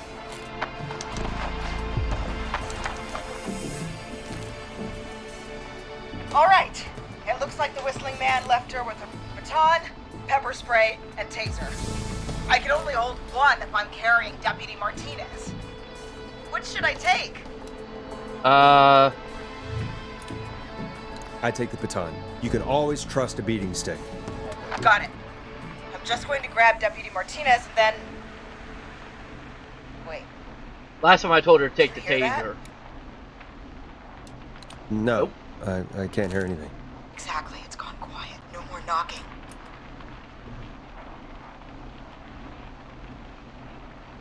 Maybe the freak decided to up and leave. Maybe.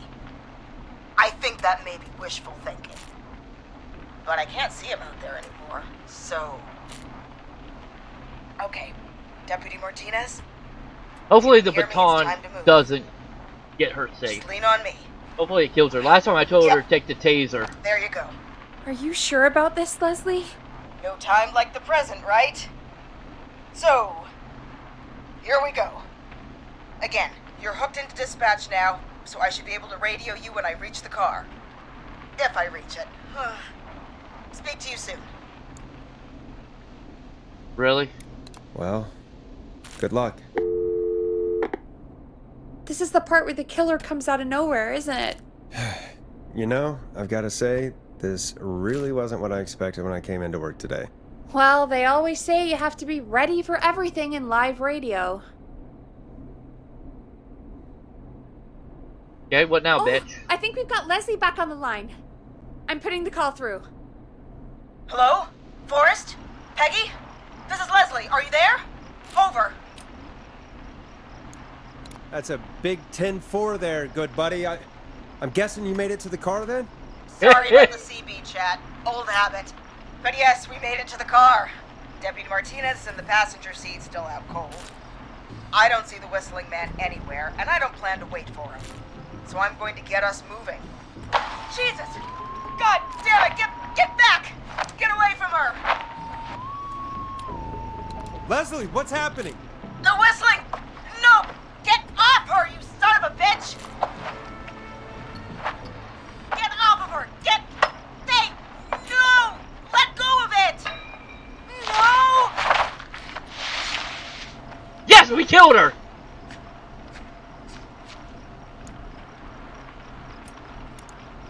Leslie, go! Martinez! God damn it!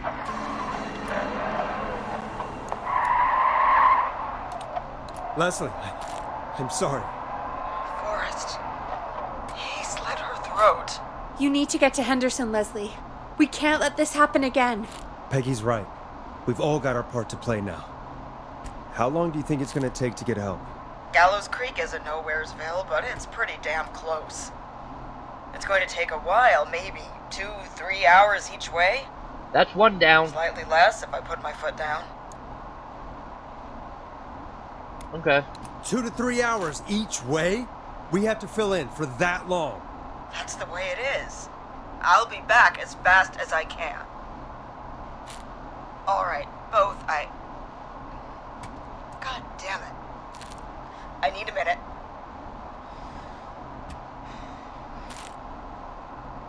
I'll be out of range soon.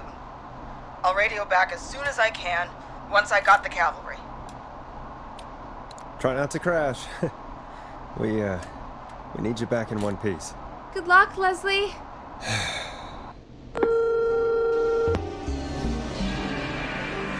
Folks, you heard it here. We've got a killer on the streets of Gallows Creek tonight. Please make sure to stay safe. And Leslie, we're counting on you. We're going to get back to the show, meanwhile. Alright, so no matter what, Leslie if you have escapes. anything on your mind or have any information about this Whistling Man character, then give us a call. We'll talk here on 189.16, The Scream. For now, here's another hit record for you all to enjoy.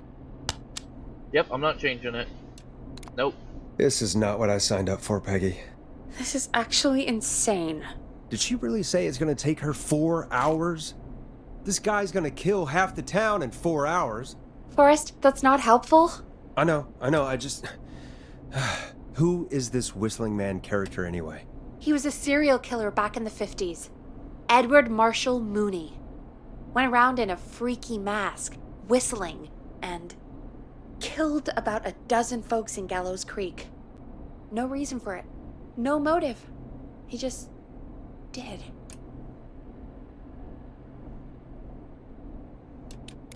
So we're screwed? Because it sounds like we're screwed.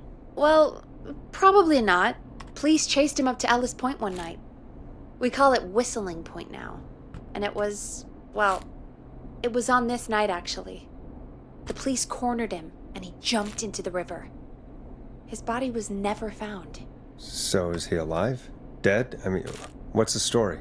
Story is he's biding his time, waiting to take revenge on the town. Alright, that's the story. What's the truth?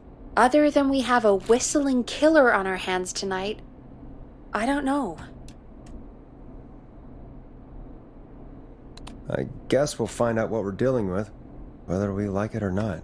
I guess so. At least we got the word out, I guess. What kind of listening figures do we get at this time? On a Thursday after midnight? Could be around 35? 35? Isn't 3,500? Huh. I didn't realize Gallows Creek was that large. No, 35 people. At best.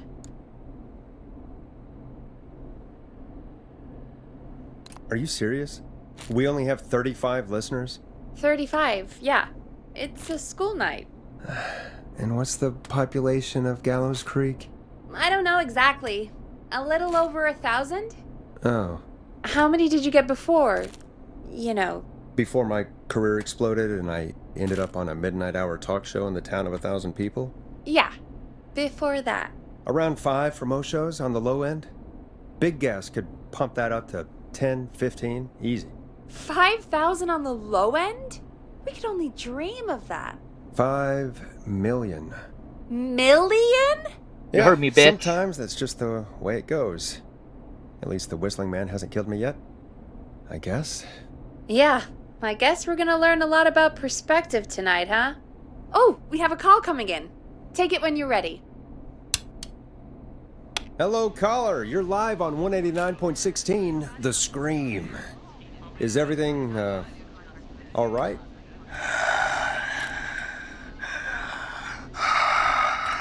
Talk dirty to me, why don't you? Okay, who is this? Are you, hello?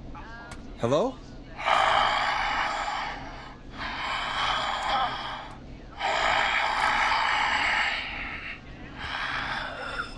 Okay, what's your name and why are you calling in?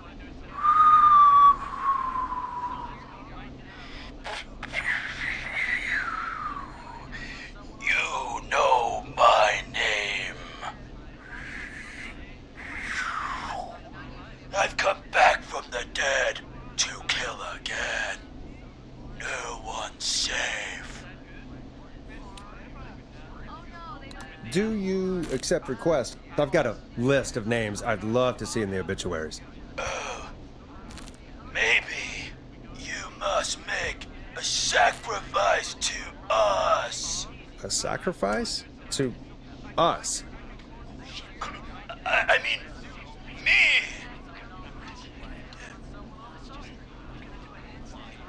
We want cheese-dusted pretzels. I mean, I want cheese-dusted pretzels.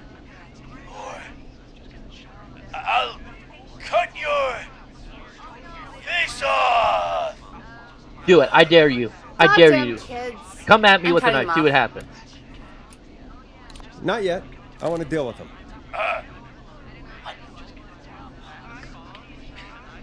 We also want a mega gulp. You're little shits, you know that? There's been death tonight. What the hell is wrong with you? Man, suck it, old man. Gallows high for lunch. Woo! For anyone just tuning in, we do Peggy, in get my fact gun. have an actual killer out on the streets tonight. Where did I put my gun? Anyway, this next one's dedicated to all of you staying inside with your doors and windows locked. Okay. Let's see, what can I put in?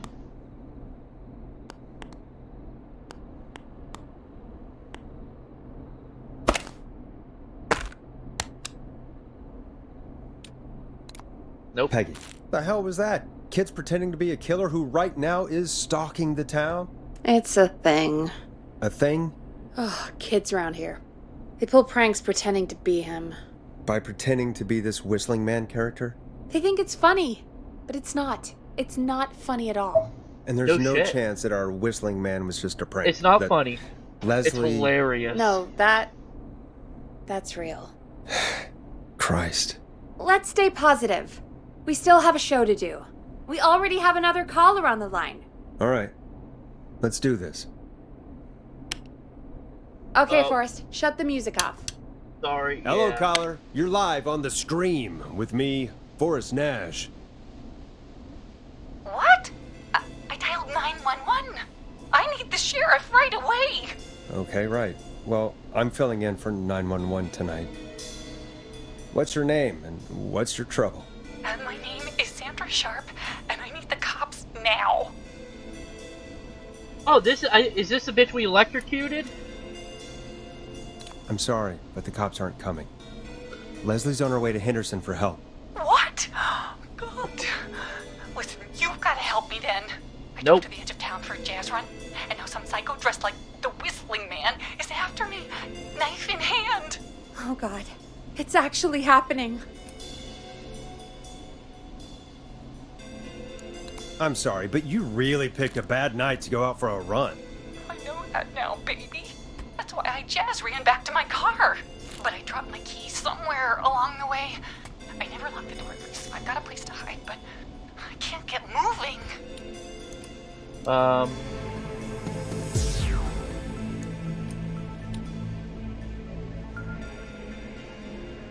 Sounds like you lost him. I think you'll be fine. Oh, shoot. Oh, he's back. Look, I don't know a thing about cars, but I gotta start this engine without the keys. And you're gonna have to help me. Wait, I don't... If it helps, I've got a toolkit buried beneath my spare sweatbands. I'll call you back when I find it. You're listening to 189.16, The Scream. Hosted by me, Forrest Nash, your friendly neighborhood radio host. Your friendly Mechanic neighborhood Spider-Man. and Savior. Sit tight while the record spins, folks. This one goes out to you, Sandra. Nope. Doesn't the station have a show about cars? The Tamora twins or something? Timberline twins talk motors. Yeah. You know they're not even brothers. Really? They look the same, though. I know, but they're not even related. It's weird. I asked them about it once, and they got really sweaty and defensive. Anyway, go see what you can find. The offices are out the door and down the hall. Do do do do do.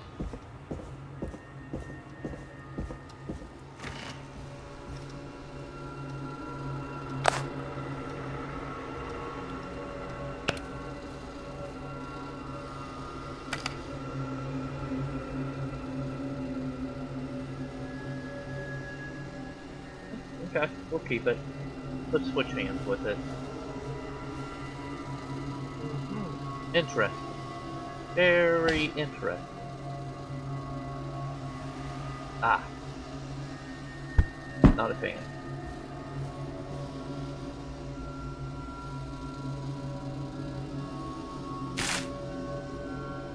Launch it. Nice. Nope. Now this has to be important.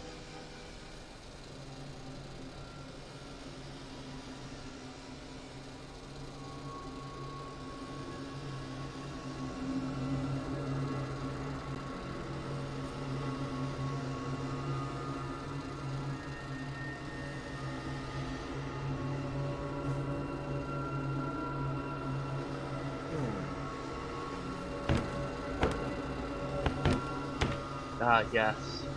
Indeed.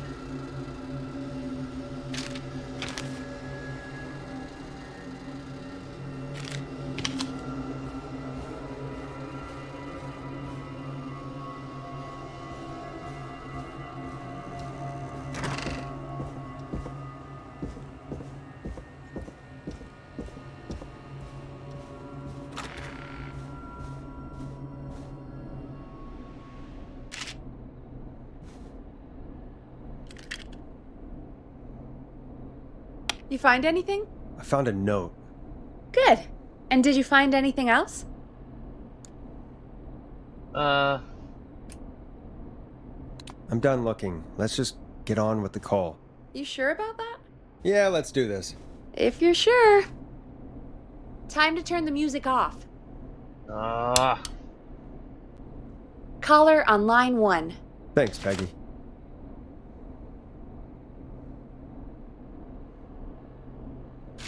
Oh, the book was in the fucking toilet. We're back with 189.16. That's why I couldn't The find it last Scream. time.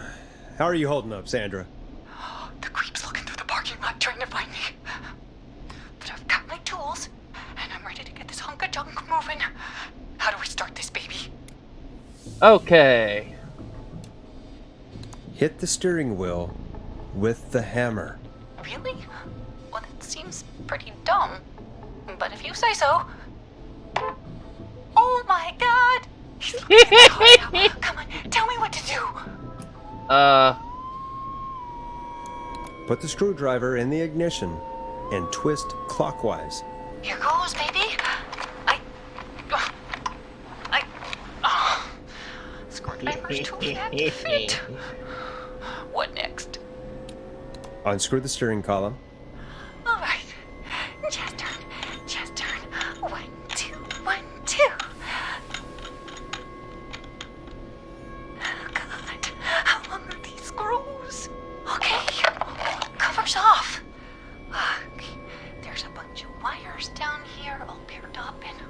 Oh, God, my heart is pumping.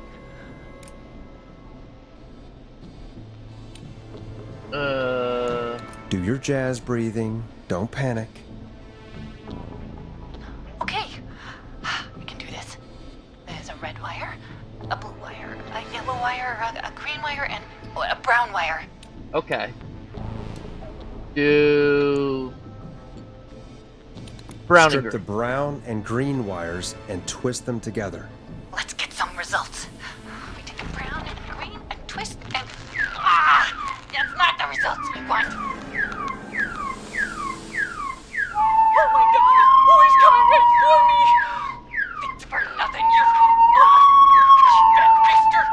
I do a mean kickball change and I swear I... Got her!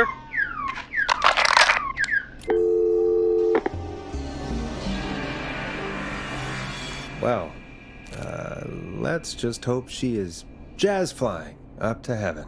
Forrest! Sorry, couldn't help myself. I love this! Folks, Gallows Creek just lost one of its own. Everyone, please stay home. Stay home, stay safe, and stay tuned. This next track is dedicated to Sandra. Taken too soon.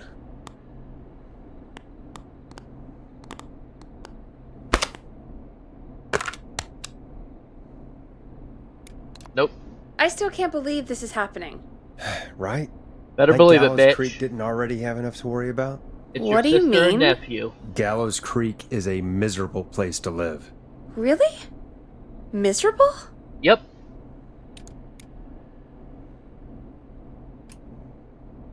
That's right, Peggy. Miserable. It's a sad place on Earth. Well, I like it here. People are polite and, Stab happy? don't be awful, Forrest. Come on, there must be something you like about this place. After a while, you don't even notice the smell? I guess that's nice. Smell? What the? There's no smell. You've lived here your whole life, Peggy. You wouldn't recognize it by now. Anyway, I hope the killer is done for the night, and that Leslie gets back soon. Me Nuh-uh. too. We still got a couple more assists we got to do. Can we at least call off that stupid Guess the Scream contest now? Yeah, that'd probably be a good idea.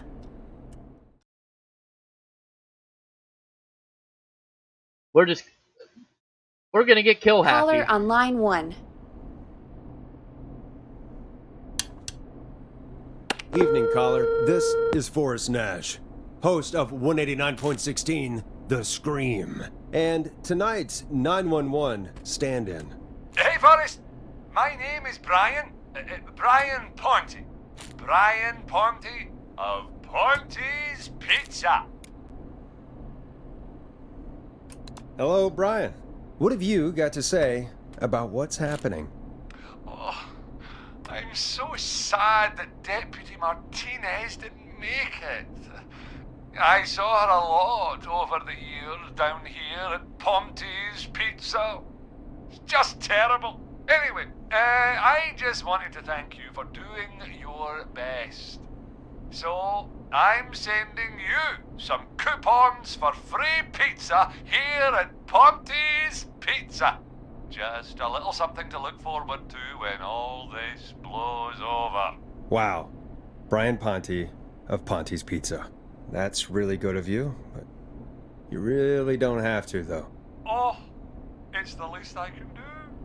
And if you like it, well, you're in luck, because we're always running great deals that'll have you eating for pennies. Sounds great, bro. And let me tell you, the pizza we have is to die for. No. Poor choice of words tonight, I guess. That was pretty tasteless, I have to say. I'm sorry, Forrest. Well, I just hope I didn't put you or anyone else off coming on down to Ponte's Pizza. We've got a great special this weekend. Our famous beer and pizza deal. Wait a minute. Come on down to Ponte's Pizza this weekend. You've just got to pay for one slice to get yourself. God damn it, you're just calling in to advertise your shop. Peggy, hang up on him. Done. Oh, real quick, before I forget, it's probably time we played a paid ad. Now, Okay. a word from our sponsors. You know how to play an ad, right? Sure. Done.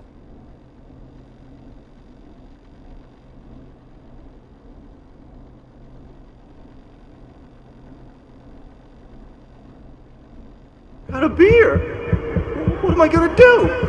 The party is going to be over.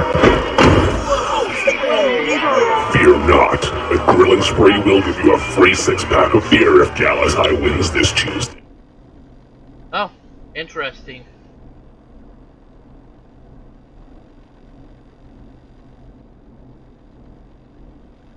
Alright. Peggy. Peggy.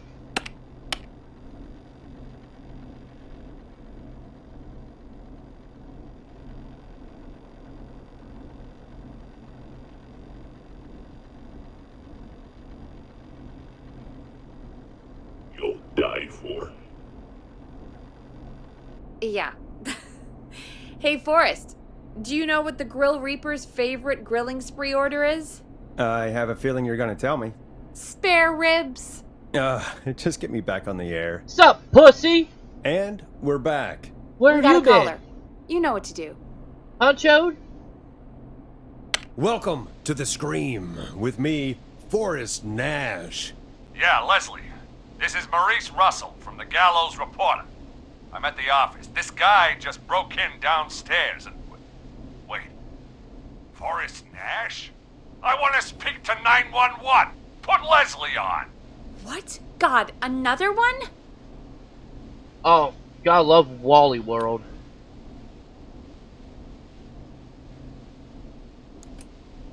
I am 911, at least for tonight, anyway. Did you go Damn it, grocery son. shopping? I don't care. who Hello, you are. Ashley. Just put me on with Sheriff Matthews. Oh, you Chef guys didn't get to Matthews is see the dead. end of the game. Ted?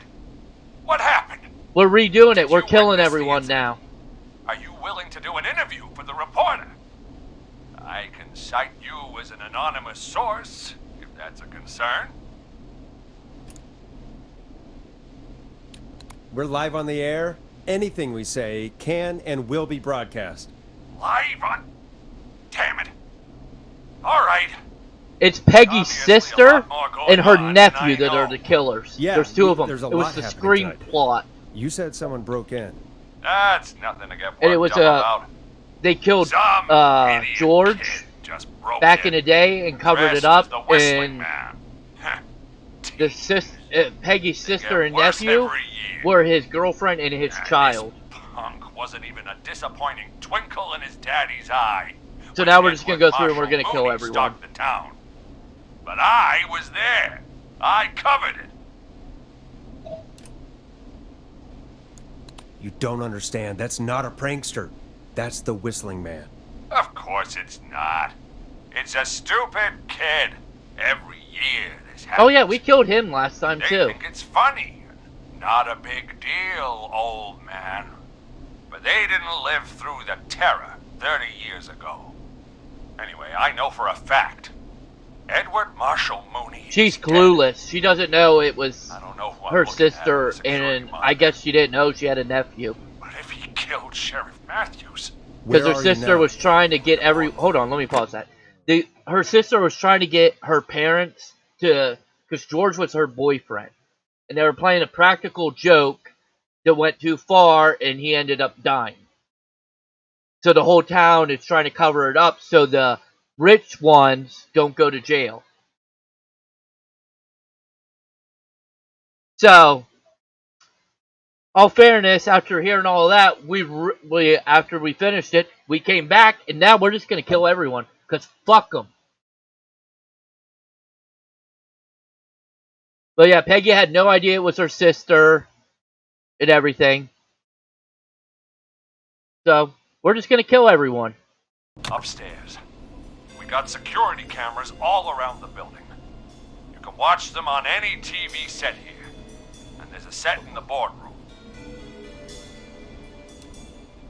Think you might be up for fighting the Whistling Man? Son, I am 55 years old. If this freak killed Sheriff Matthews, I don't like my chances.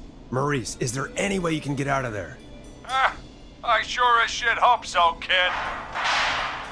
But I'm not sure how I'm going to do it. That crash you heard was him tipping over my filing cabinets. He's blocking the stairs. I'm guessing the stairs are the only way out. Oh, another thing. I know you guys missed it. Dawn, the one who keeps calling, have me go outside and get the record. That's the killer. That's Peggy's sister. She's using a different name. That's right.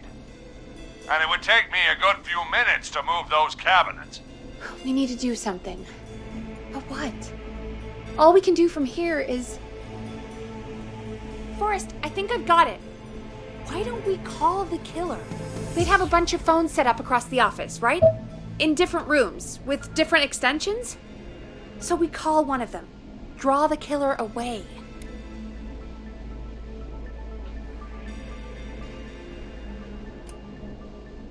And get an exclusive interview with the killer. That could be interesting. No, I mean we just make a distraction. It's worth a shot. I can hear you, you know. The son of a bitch hasn't killed me yet. Oh, he Sorry, will. Maurice. He Peggy will and I were soon. just trying to figure out... You realize how stupid that plan sounds, right? For that to be successful, you're gonna need every phone extension. Plus, a plan of the entire office floor. All delivered while the killer is en route. I've got it. And thank God I've always been cool under pressure. Don't go anywhere. Kinda can't. This is my job. I can't go anywhere. Not when it's You my don't job. think the killer got him, do you? Mr. Russell, I'm here. The freak's going to be here any second, too. Go check your fax machine. Don't let me down. Okay. We're gonna kill you right away. Wait, what do you mean there's more for me to do? Oh. Go, Forrest! The fax Whoop. machine's in the office on the other side of the hall. thanks, Peggy. Be right back.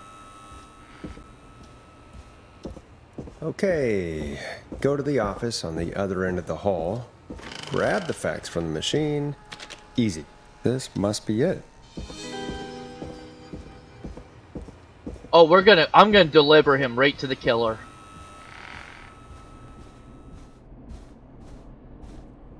Hey, did you get the fax? I lost it. How did you lose it? The fax machine is just down the hall.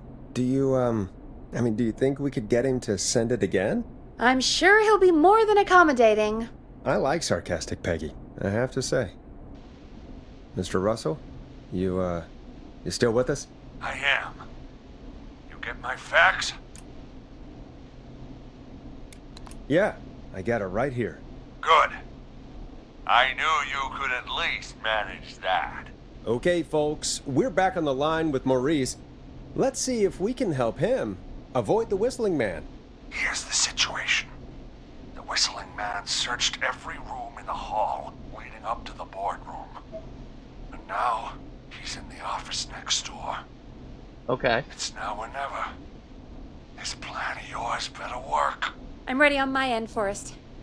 Again, we want to draw the killer away by dialing an extension number, and then move Maurice somewhere safe. So, what extension should I call?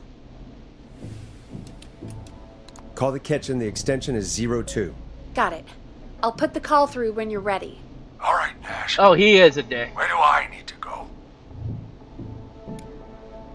You're moving to the kitchen. The kitchen?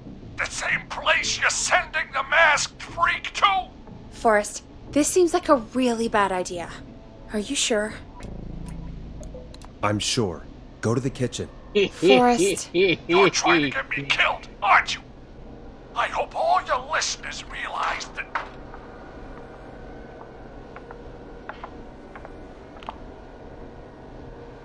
Damn it. Never thought I'd go out like this. Gallows Creek, here's a last word from me. If not...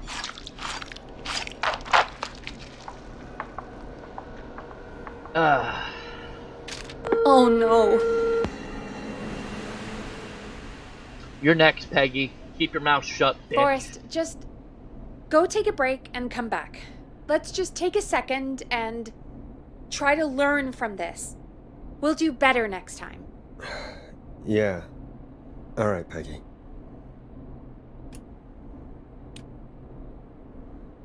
I guess Maurice is like his newspaper now. Red all over. Forrest. Let's put on a song. Give us some time to recover. I think that would be for the best, Peggy. Folks, we'll be back soon. If you have any stories about Maurice that you'd like to share, give us a call after this next track. Well, this is gonna be a long night. Oh, really? I feel like it's going pretty quickly to me. I could ask you some questions to speed things along. You're gonna interview me. You sure about that? You're not so scary. Besides, we've been working together like a week now, and you're still all shrouded in mystery. Did it occur to you that maybe I like being a mystery? Too bad. Question 1. Tell me about your family. What? Come on, Peggy, that's too general. Okay. Did anyone move with you to Gallows Creek? Nope. Now that's too specific. Too specific? Do you have any siblings? I don't. I'm an only child, and my folks are dead. Oh, I'm sorry, Forrest. You're sorry, why? Did you do it? Of course not. I'm just messing with you. Anyway, what about you? Any siblings? Your mom and pop still around? I thought I was asking the questions. You were. I'm just making conversation now. Oh. Well, my folks went the same way as yours. Huh.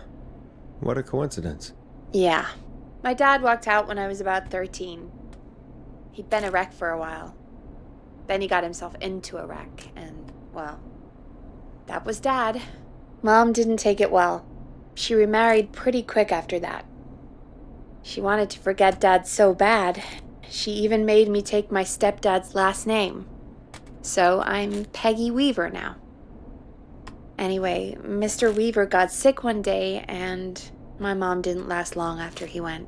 I'm sorry to hear that, Peg. Don't call me Peg. Yeah, sorry. I was just trying to be... It's okay, I know. I'm sorry. I'm defensive about that name. Any siblings? Oh, Funny we're you gonna kill mention that Peggy now. too. No. I'm gonna lie to her sister. Not anymore. I had a sister, but I haven't seen her since before my dad. Hold on.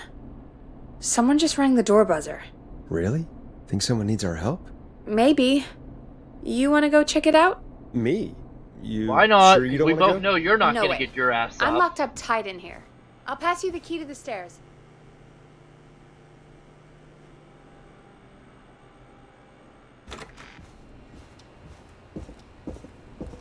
Okay.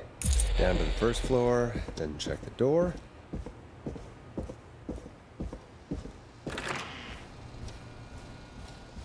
Wow. That was ominous. I saw Hey, someone. Ow! Tape. Alistair!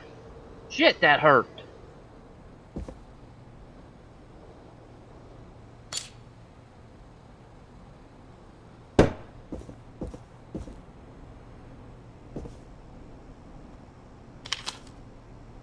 We're just gonna... Oops. My bad.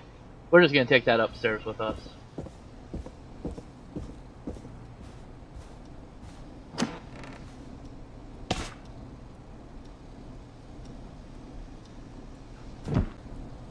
So many locked doors, so few keys. Not good, kitty. What did I do?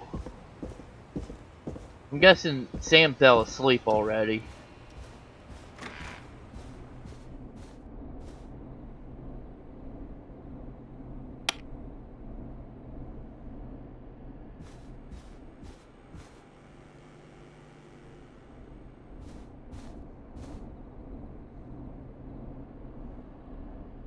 Where's it? What?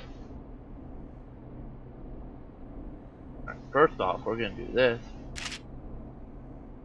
Apparently, I didn't do what I was supposed to do down there. Okay.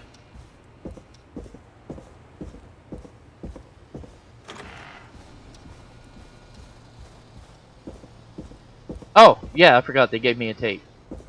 Play on air. I forgot about the tape.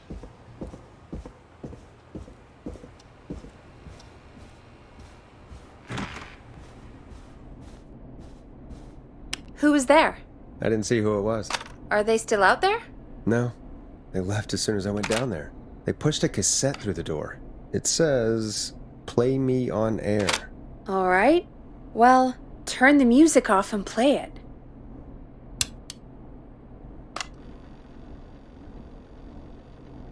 Hello, Gallows Creek. Time to Pay the price.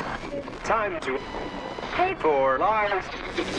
Time to sit there. I will punish you. I'm going to enjoy this.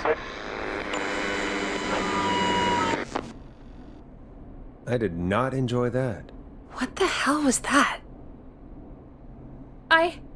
Oh, Forrest, we're still on air. Say something. That, wasn't the ad tape we meant to play. Sorry, folks. It won't happen again. There's no way the killer got from the newspaper to here so quick. I know.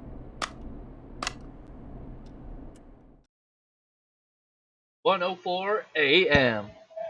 You're watching The Screen. Thank you again, Mrs. Mackenzie, for the helpful tip. The bagger at the grocery store cannot whistle. We'll remove her from the suspect list. Let's go to a break. I need you for a second. All right, folks. That's what I'm talking we about. We need to take a Gonna quick give break. up that ass. This one's for all those folks out there keeping the hatches battened. Yeah, you know what? We'll just play you. I'm done. No. All right, Peggy, what's up? I pushed a cassette under my door. Go play it. You Fucking bitch. How can I go? Oh.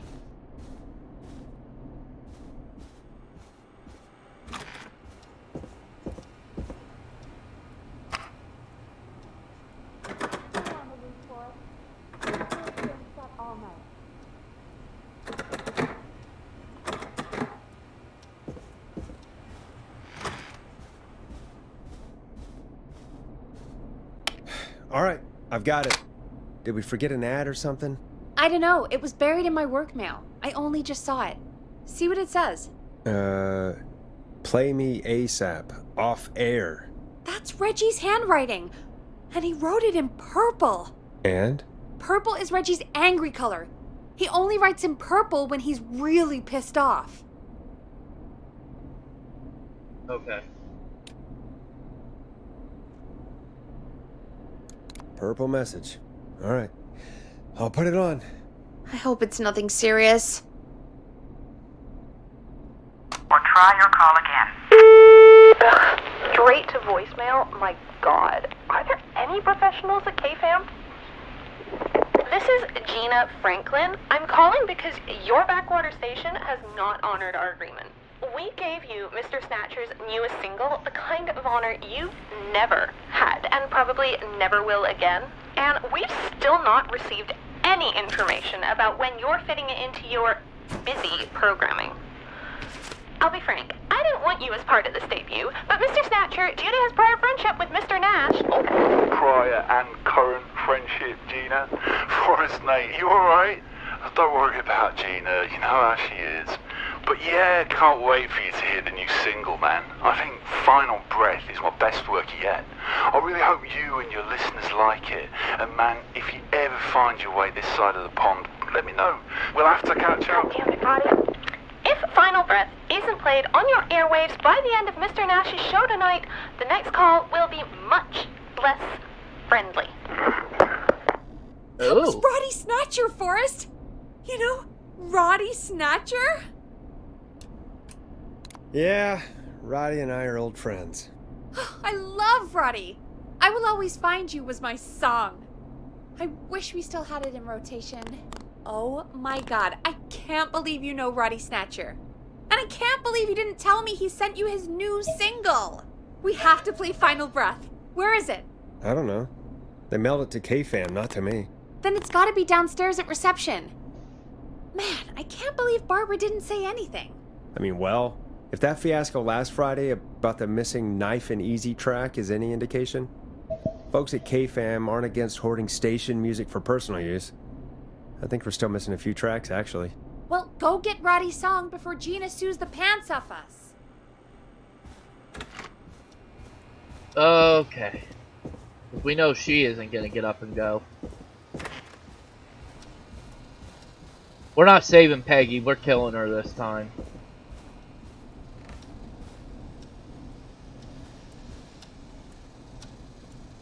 This must be it. Final Breath. My tiny selection grows.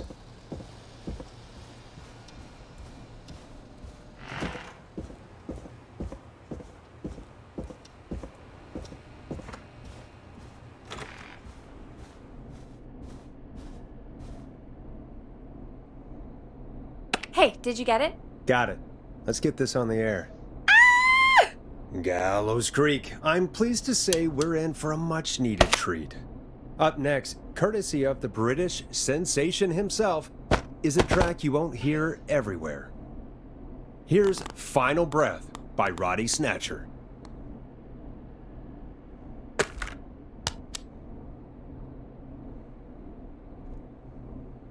Wow. God, Roddy's the best. He is. And more importantly, we should be safe from the worst of Gina Franklin.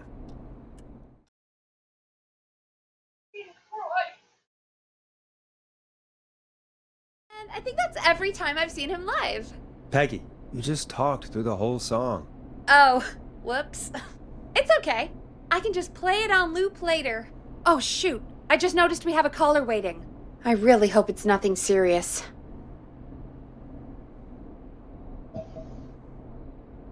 Hello, everybody. Okay, Forrest, shut the music off.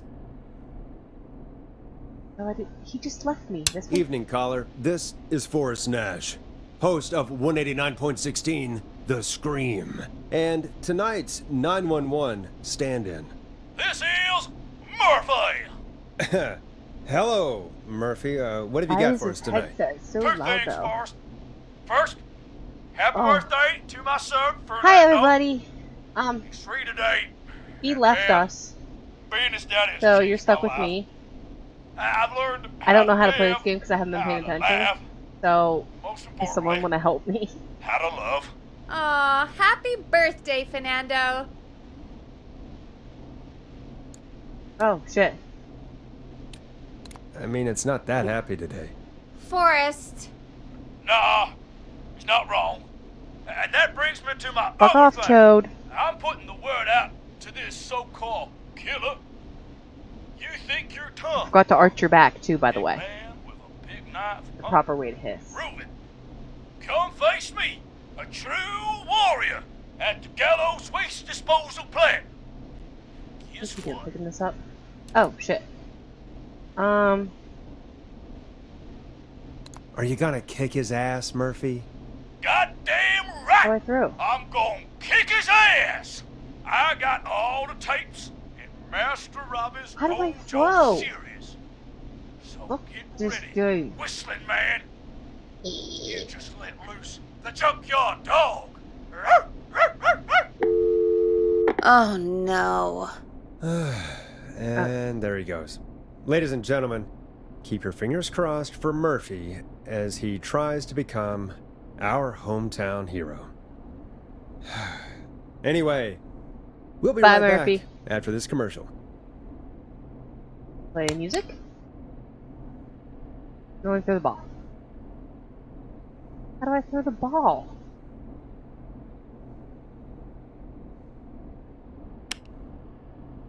I don't know what to do. No music. Time to play a commercial. How do I do that?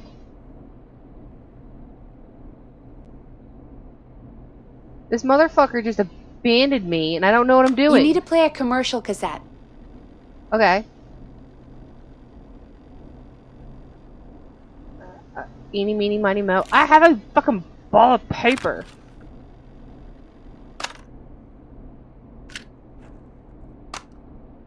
Oh wait, that needs to close. Fuck. Close it.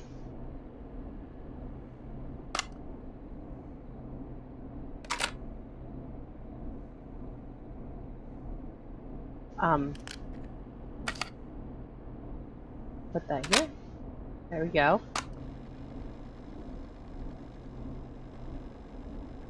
Did I do it? I have no idea. Do you want to double your power? I did it. I did it! Step into Master Robbie's deadly dojo of kung. It's stupid and boring, but whatevers. Hey Meatloaf, I know you can hear me in the bathroom. How do I throw this paper ball?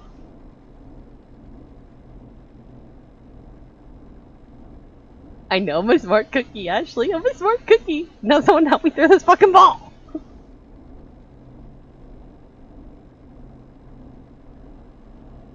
Oh. R. Oh fuck, I missed. Woohoo! I got it! Oh, that's not that hard. Fuck. This is boring. If you buy today, you'll receive 2 additional VHS tapes. The Tornado Technique and Karate Love Gonna keep your own paper balls. Call today. Oh, motherfucker. Do people really buy this kind of thing? Don't Yes. pretend like you're not interested. I mean, I wouldn't buy them, but I might watch them, I guess. Yeah, I bet karate lovemaking sure is something. Is Forrest Nash at a loss for words? Let's just get to the show. Wow, what a deal. Only $24.99. And I'm not just saying that because they're paying for the airtime. Just ask Murphy. But unless they pay us more, then it's time to get the show moving along with our next caller. We got a caller. You know what to do. Do I? No, I don't. Hello, caller. You're live on the stream with me, Forrest Nash. Ooh. Who's there? Who is this? Marco.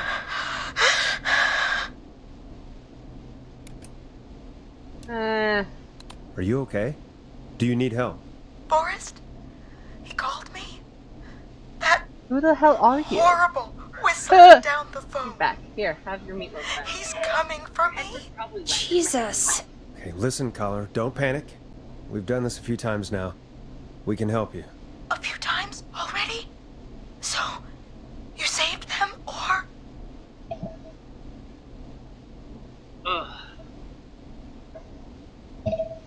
Alright, I'm back. Sorry. Hey, when nature calls, nature calls. Well, you know, we learned a lot. Oh, God. Bitch, it made my radio What can I help desk you? a Can you mess. tell me your What name, the hell? caller? I'm Dr. Sullivan. Virginia. Sorry. Take some deep breaths, Virginia. You're gonna be okay. Please don't let me die. I won't. Just calm down. Tell me where you are right now. You're welcome. What's your address? Oh, God. Can you run out back? No. What if he's outside, waiting for me? Oh, God. Is there a neighbor you can call for help? No. Everyone's away tonight. There's just a fraternity down the street. You live by a frat house. Yes, they're having a party. That takeout coming in all night. One covered in beer cans. It doesn't smell that bad, Daisy. And I'm about to get... You know, all I was doing in there was making brownies. Virginia, what's the name of the frat? Oh, God. I can't think. I can't... Any idea what the frat might be, Peggy? If I knew where she was, I might know, but... Wait, the takeout! If we can get takeout to the frat, we can get a message to them to go and help. Virginia, who did they order takeout from? I don't know. Don't be a child. This is life or death. I can't do this. Well, folks, seems like our Virginia hung up. While we try to figure out what takeout to order, I'm sure you here's did. some music for your own midnight snacks. Peggy, what places do takeout in Gallows Creek? Off the top of my head? Well... There's the barbecue place, Grilling Spree, and you can order from Chalupa Cabras. Oh, and of course we have Ponte's Pizza. That's it, I think. All right. We'll call each place and ask who they deliver to tonight. That's not going to work. Takeout client privilege. What? There was a lot of competition back in the day. Things got ugly. It's a long story. But what we can do is this. We figure out where the frat boys ordered from, call the takeout pretending to be from the frat, place an order, and include a note asking them to call the station. There's no other way, is there? Not that I can see. You know, it's things like this that make me hate this town. Complain after you save her, Forrest. Oh, I'm not saving Got her. any She's suggestions on dying. where to look? Check the offices for anything food related. And maybe the kitchen downstairs. You'll need a key for that. I'll just slide it under my door now. Thanks, Peggy. I can't wait to kill everyone. God, where to start? What would make me order from somewhere if I were a partying frat boy? We have a food critic, right? Chad or Brad or... I'll just have to look around.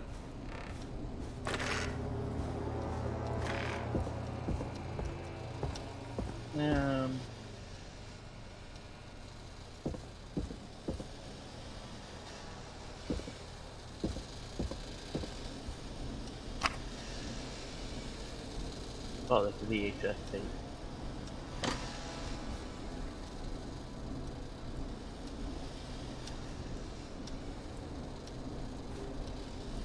Alright, I guess we'll go get digging the garbage. I was hoping there was gonna be something in here. Rooting through trash. This is a new low. Ooh. Interesting offer.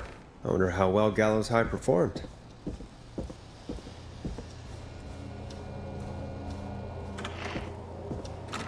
I know I'm a trash monster.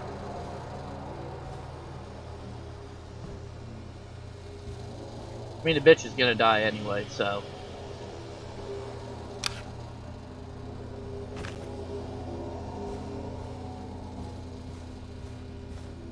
Oh yeah, I want to go in the bathroom real quick. I wanted to look at it, see if that thing was. Oh, wrong door. But then this one. Nope. This one. Nope. Yep, right there.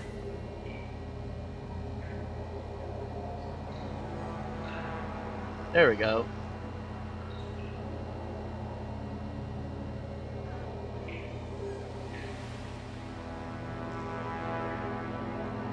Ah, cool. Alright, there we go. So if we decide to go save everyone, we know what to do.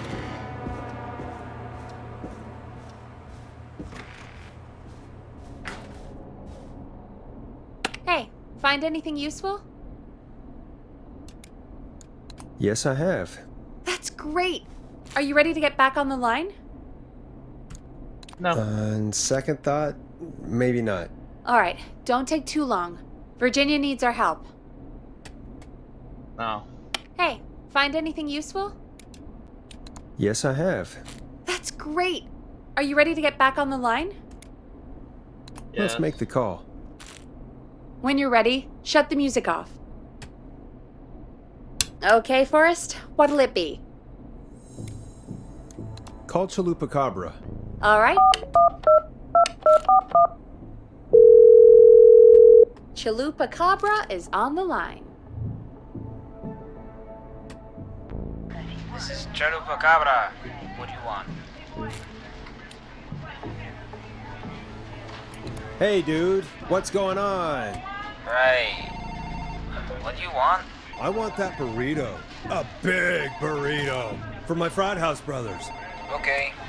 Address. Same place as before, you know. The frat house. Same place? Oh yeah, I have it here. Oh, and one more thing. Can you add a note to the order that says to call K-Fam? Yeah, we'll do it.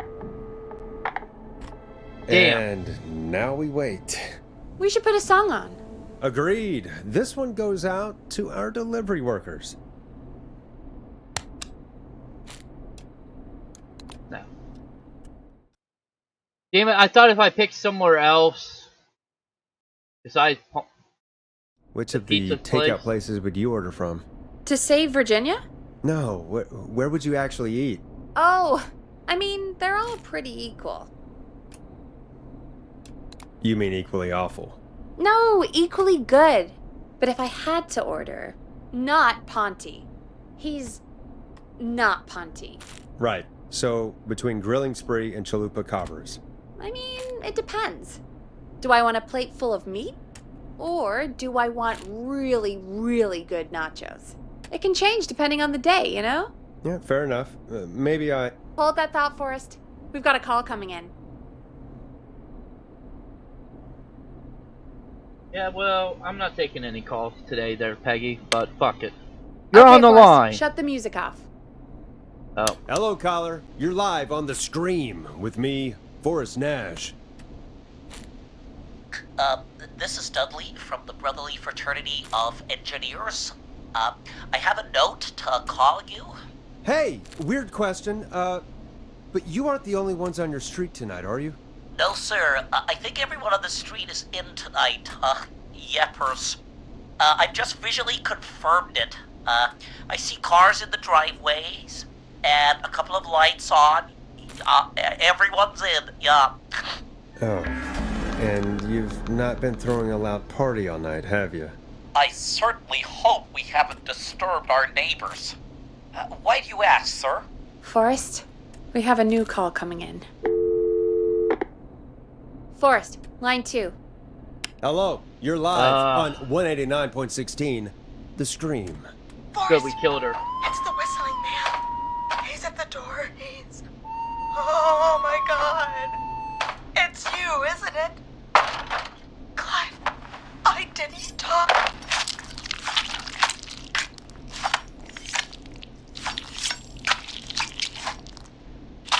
And Virginia is dead.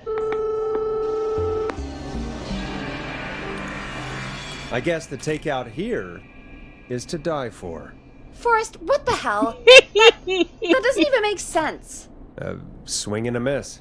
To everyone listening, I know things look bad, but please don't lose faith.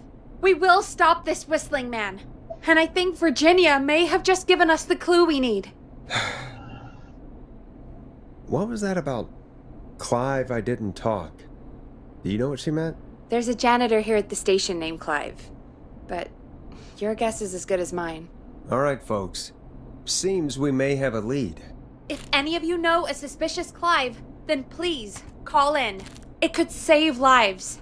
In the meantime, looks like we have another caller. Hello, caller. You're live on The Scream with me, Forrest Nash. It's great to speak with you, Forrest. As a local small business owner, I find this all horrifying. A killer roaming the streets of our fair town? Ooh, terrible. I hear you there. It's a scary time for everyone in Gallows Creek. How are you holding up? You somewhere safe tonight? Yes, Forrest, I am. I'm here at work in my small business. It's a safe, family-friendly place. It's the pizza place! You sure are up late. I guess you must love the work. Oh, I sure do. You know, we're at it all day, every day. And that includes major holidays we've got coming up, like Halloween, Thanksgiving, and Christmas. Oh, it's my life. You must really, really love your work. Oh, I do. My small business really is my whole world. What's your small business? Oh, well, I'm not really big on promotion, but since you ask, it's Ponty's Pizza! The best and only pizza place in town! Come on down and get yourself a cracking deal on our 2-for-1. God damn it, Ponty, no! No free ads! I wonder what would have happened if we called Ponty's instead. Look, he's gone now. We already have somebody else on the line. Just take a deep breath. Oh, because she was part of the cover-up. That's why, actually. Evening, caller. Everyone they're killing was part of the cover-up. Host of 189.16, The Scream. And tonight's 911 stand-in. Hi. Hello? Am I on air? Sure are, caller. What's your name? And what have you got for us tonight?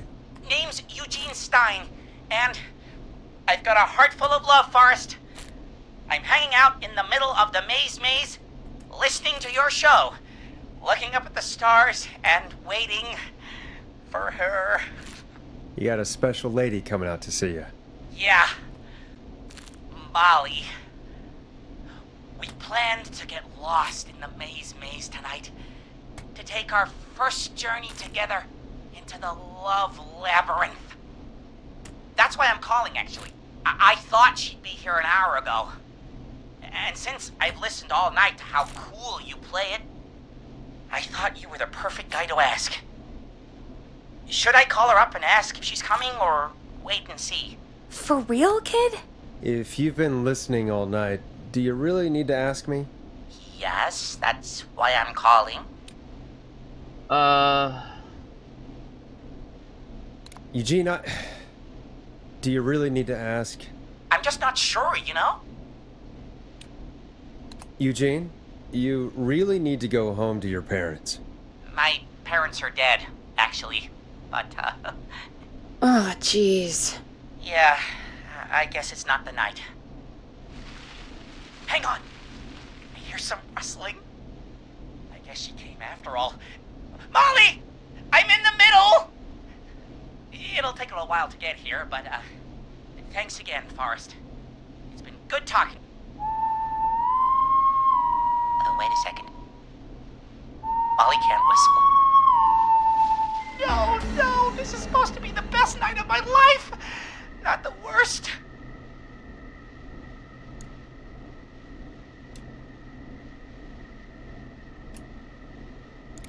Can't you just run through the walls? It's only corn. It wouldn't be the maze if you could just walk through walls, Forrest. She's right! Listen, Eugene, breathe, hide, and call back in a minute. We'll get you out. I'll do it for Molly. But please, hurry. Well, listeners, while Peggy and I deliberate, here's a track for all you lovers out there. How the hell am I supposed to get him through the maze? You know Barbara, our receptionist? She's a maze fanatic. Shame she isn't here. I was supposed to go with her last week, but she changed her mind. You were gonna go last week. I thought the maze was for kids. It's not just for kids, Forrest. The maze is fun for kids and adults. Maybe we should call Barbara then? If she's so big on the maze. We could, but I don't actually know her number. But she probably has maze stuff somewhere. Go and see what you can find. That'll hopefully be enough. Which one is Barbara again? Barbara! You know, Barbara! Forrest, I've seen you speak to her. Help me out, Peggy. She's the receptionist. Sits at reception. Never does any work because she's talking to Brad all day. Ring any bells? I'm gonna kill you. Sorry, I guess it's just the stress of... You're gonna die, excuses. Peggy. Just go and find something to help us.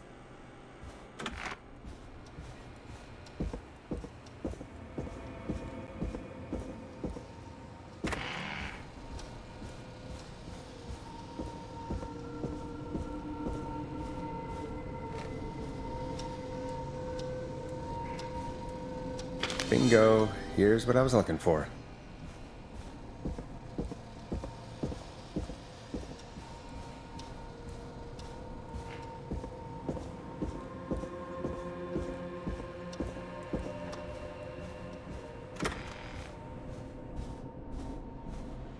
Any luck? Yeah, I found a map for the maze in the trash. Why was it in the trash? Never mind. It doesn't matter right now. That's a question for Barbara later. Eugene called while you were away. He's on line 1. Oh, alright. Welcome back to 189.16. I'm sorry, but when I hear the name Eugene, I think of Eugene from Hey Arnold. I hope you lovers like that track. And I hope we can help our lover in the maze. Eugene, you're back on air. I'm lost, Forrest. I just ran and I don't know where I am. I'm at a crossroad, facing a tractor statue. There are hay bales painted gold on my right. Okay.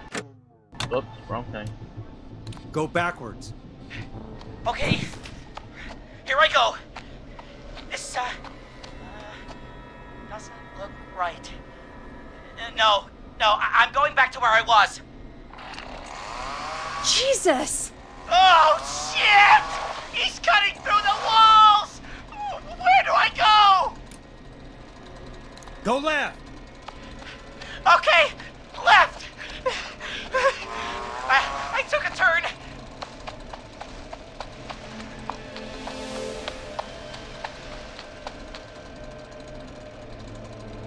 The big statue in front of me. Messed up rocking horse on my left. Oh, good.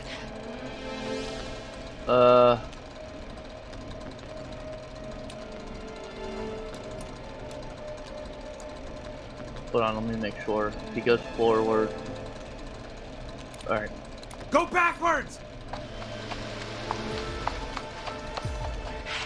Crossroads! Pitchfork statue up ahead! Where do I go? Go right! Okay! I'm going! Please! No! You don't have to do this! Okay, there. Good. He's dead. I think I'm gonna be sick. Okay. I guess that's what love does. It makes us fall to pieces. I just... Don't, Forrest, okay? Don't. By the way, why do you think Molly missed their date? Do you think she's okay? Unfortunately for Eugene, I think she probably never left home.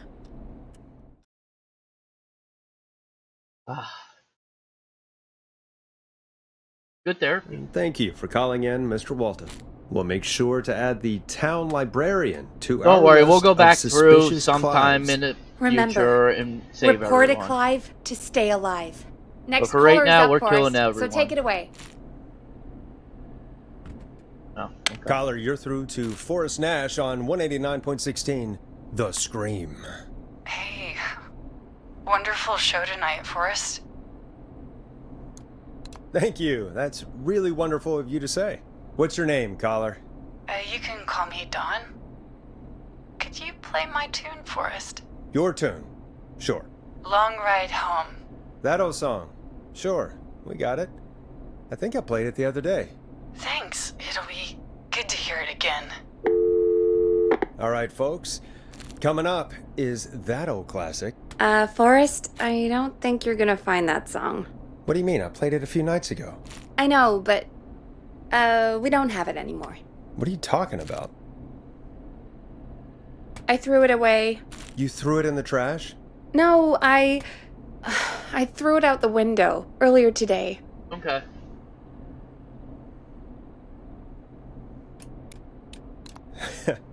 Fair enough. Can't say I blame you. Thank you. It's a terrible song. And Brad had it on repeat all afternoon because he knows I don't like it.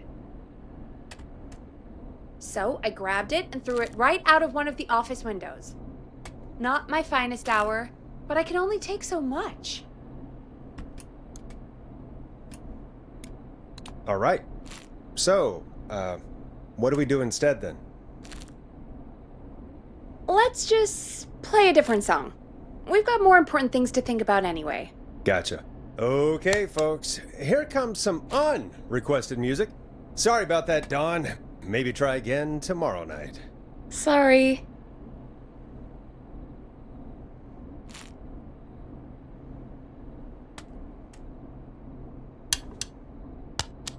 Of all the songs to request, why'd it have to be that one? Gee, Peggy, what did the barn finds ever do to you? Wrote that song, for one. It gets real old when you're forced to listen to it on repeat for years. Why couldn't they just request Roddy? Oh, Forrest, scrap the song. We have another caller. Oh, alright. Sorry to cut the music short, folks. Callers take priority tonight. Welcome to 189.16, The Scream. This is Forrest Nash. Forrest? Oh, thank God. It's me again. Murphy. Hey, how'd it go, Mr. Dojo? Oh, the killer got me, man. Why did I ever trust a guy named Master Robbie? That's not important right now. Just tell me what happened. Goddamn Gleason. He came to the Gallows Waste Disposal Plant. Beat on me, man. Carried me inside and locked me in a dumpster. I got a flashlight, but... Oh, goddamn. I smell smoke. I think he started a fire. Hold on, Murphy. We'll call for help right now. You gotta hurry, man. I need someone here now or I'm gonna die. You're gonna die. Hey, get the fire department on the line. On it. All right. Now just... Come on, pick up. Hi. Yes, I'd like to report a fire over at the Gallows Waste Disposal Plant. It's an emergency. What do you mean it's not operational? Why is there no backup vehicle? Oh, god damn it! Forrest, that evil son of a bitch slashed the tires on the town's only fire engine. They can't do anything. but I have a few friends who live nearby. Maybe one of them can save Murphy. Where do they live? My friend Alex lives on the corner of Haddonfield and Romero Street, and Catherine lives on the west end of Myers Lane. And there's Jericho on the east end of Myers Lane. But he's old. Really old. Okay, I'll check the map, see who would be best to do this. Let's see.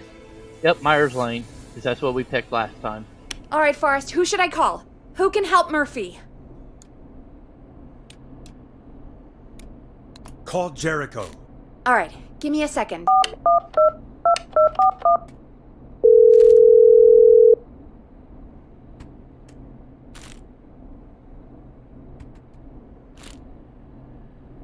They're on the way. They'll call from the plant. You can direct them from there. Well, let's hope they get there in time. Damn it. I was trying to play basketball here! Forrest, I'm getting a call.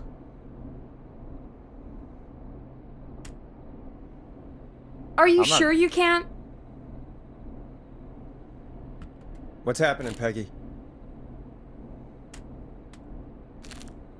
Old man Jericho wasn't fast enough. I don't know why I even mentioned him. But I did. The plant burned down. It collapsed. So Murphy is... Poor Fernando is gonna be crushed. Yeah, Fernando will be crushed. Just like his dad. So, poor kid. Forrest, I wasn't trying to set you up for a punchline. No, I know. Ugh. Murphy, I promise we will stop this. For you, and for Fernando. Peggy, it's going to be our... Forrest, we have another caller. Let's not waste time. I really don't care. But alright, let's do it. Oh, I don't got anything. Alright, folks. Another of our good citizens is on the line. Let's see what they have to say. Welcome to 189.16 The Scream, with me, your host, Forrest Nash. Forrest, Teddy Gallows Jr. here. I just want to say that my thoughts and prayers are with my Gallows Creek neighbors during this awful time. Oh, it's mayoral candidate and scion of the town founders, Mr. Gallows. Are you in danger? We need to be a town of law and He's order. the dickhead of this. We need cops who have the tools and funding they need to keep us safe. Okay, Teddy. How many baskets have I made? 199. You're an outsider to our little town here, Forrest. But you're really stepping up to bat for us all tonight. I just want to say thank you for taking a swing for Gallows Creek. Jackass. I want to make sure I get this out on air to all of Gallows Creek. You're a real prick, Teddy. I just want to make sure our town is safe and prosperous. That's why the Gallows Family Factory, founded by my father, Theodore C. Gallows, God rest his soul, which employs over 200... Teddy, unless you've got an emergency, I'm cutting you off. You know what? I do have a problem. What's that? Problem that's ruining our town. You know what it is? Your family waste plant just burned down, so now we have nowhere to dump our garbage? The problem is that woman, our current mayor, Linda Cartwright. Oh, here we go. She just isn't one of us. Linda Cartwright is un-American, unstable, and... You're not better than anyone, Teddy. Just because you inherited half the town. Your producer sounds a little unstable, too. Don't you dare speak to me that way. Cut him off, Peggy. I can guarantee this kind of thing will not happen when I take office. The moral decay of... And that's enough of Teddy Gallows Jr. for one lifetime. I always feel disgusting after hearing him talk. Just play an ad, Forrest? I need a minute. We'll be right back after these messages. Oh. Oh, I can't play that one. Never mind.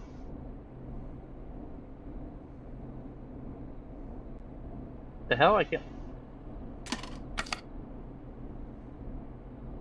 Grab a cassette. We need to play a commercial. I am playing it. Trying to. It won't let me. Fuck.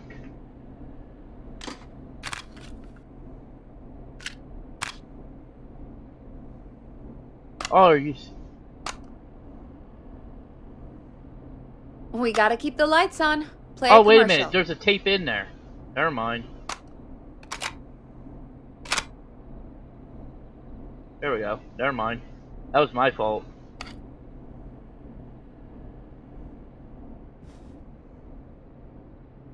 Whoopsie. Come on, Forrest. Play a commercial and we can move on. Oh, Jesus Christ. Fuck you, Peggy. Should be one of the ads. Master Robbie, Harvest Festival, and the Teddy Gallows political ad.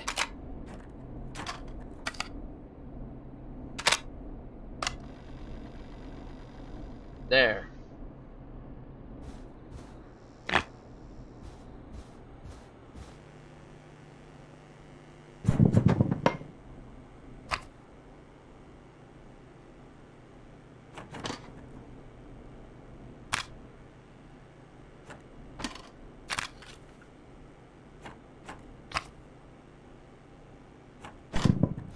Bitch.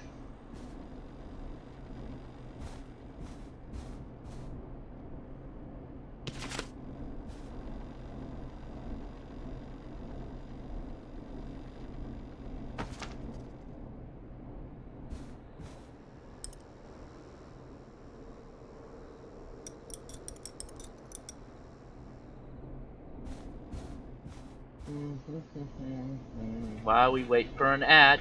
So, chat. Tomorrow is Caller probably... on line 1. God, never mind. Hello, caller. You're live on the Scream with me, Forrest Nash.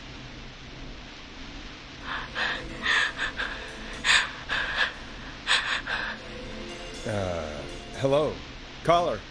Who is this? I need the police. I'm Forrest Nash. I'm standing in for 911 tonight. What's wrong? There's a guy hunting me and my friends. I think he's killed some of them already. That's him. He's just outside. I can see him from up here. Friendship What's quiz. up, Brown Shadow? This might work. God damn it. She's just a kid. Do you have any kind of weapon with you? Something that might let you fight back? Oh my god. Oh my god. You stay with me, kid. Focus. Brown Shadow, have you been here the whole stream? Yes, you can. Focus. Tell me, what's your name?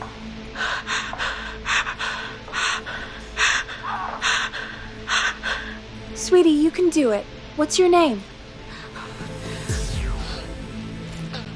Carrie. Good, good. Carrie, listen to me. We're gonna get you out of there. All right? Now, where are you? The old murder house. Upstairs. I'm at the end of a hall. There's a bathroom, a couple bedrooms, a closet. Oh, he's coming. Where should I go?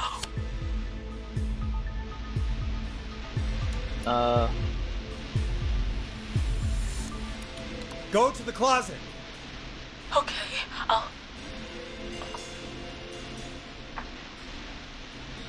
Did you see the end of the game? He's here. He's here. He's gonna kill me. Forrest, I don't think we can... Run!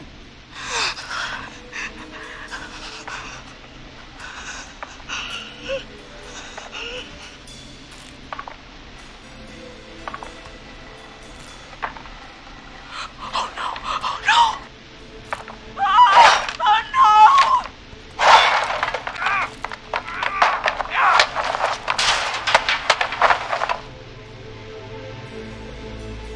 Forrest!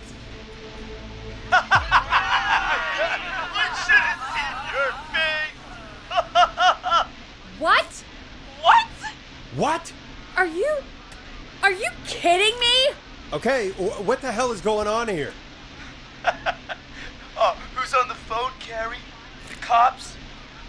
It's just a joke, jeez. Wait, isn't that...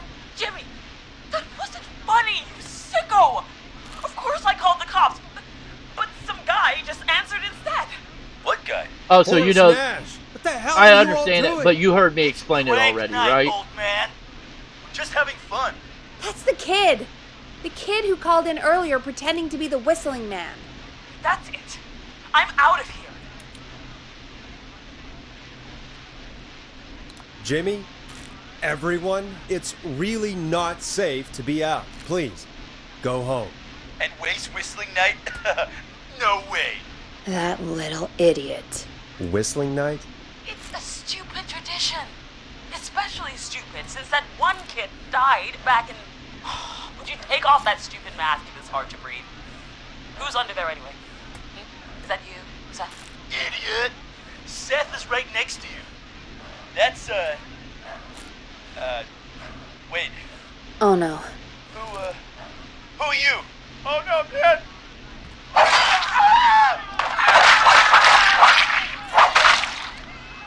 Everyone, get inside! Oh, everyone's dying. Oh, holy shit. You two, barricade the door. Scott, Heather, you barricade the back. As long as he's out there and we're in here, we're safe, right? You bought time, but not much. Forrest, we have to... Heather, I already called the cops. Forrest picked up. He's the best we're gonna get. Who is with you, Carrie? My friend, we drove out to the old murder house and... Oh, of course! The van! Who's got the keys? Jimmy had them. Jimmy.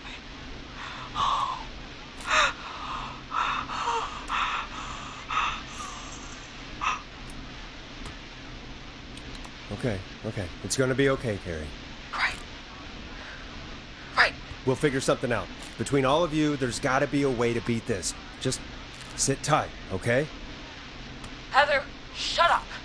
If we do that, we're gonna get killed. Oh, you all are gonna die. Jeannie? Jeannie McPherson? Our intern Jeannie? Yes. She's my best friend and the smartest one out of all of us. She stayed in tonight. Forrest, listen. We'll see what we can come up with, and, What? Scott, you're not any good at... And, no, Chad. Out of all of us, you're not the one to... Everything okay? No. We're figuring out a plan, but everyone's volunteering to do things they're just bad at. I think we can figure out what to do, but I don't think we can agree on who should do what. I think you'll have to be the tiebreaker, or else these idiots are gonna get us killed. But okay. Shut up, you... Ugh. Forrest, I'll call you back. But I don't know anything about your friends. We're killing everyone. These damn kids never learn. They're just dumb kids. They do this kind of thing every year, Forrest. People get hurt. All right, folks. We're gonna work out a way to save Carrie and her friends. This next one goes out to all the trapped kids out there.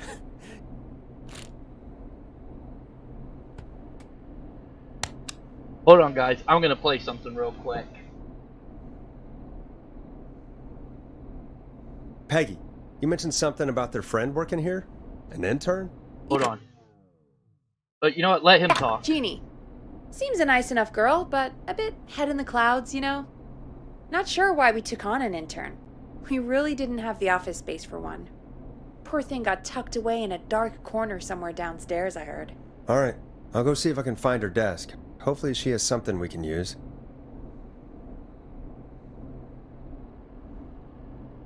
There you Peggy go. said her desk is down.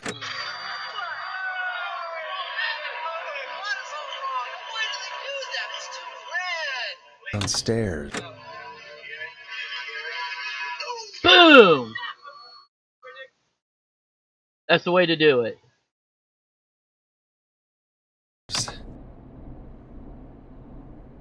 How we're gonna do it.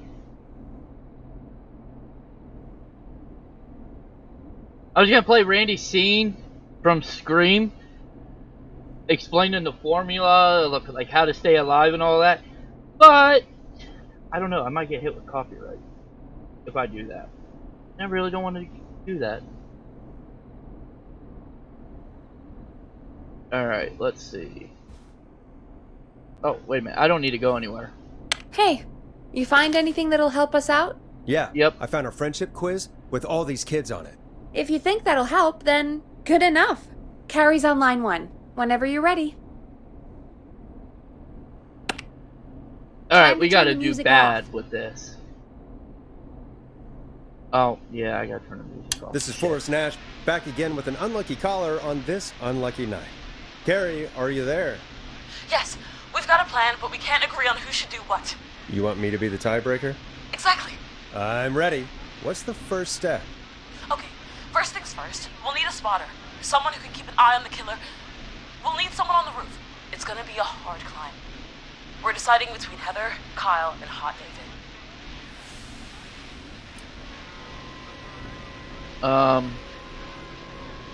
Let's see. Most likely to win an honor. Most likely.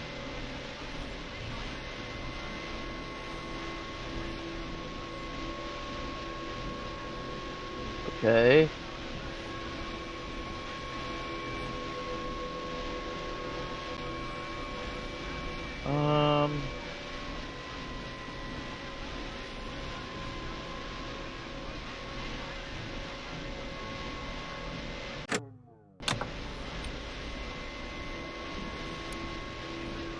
We mean you gotta go see everyone tomorrow. Heather's got this. Yes, Heather, he picked you. Now please, stop talking about all your cheerleading trophies. Part 2.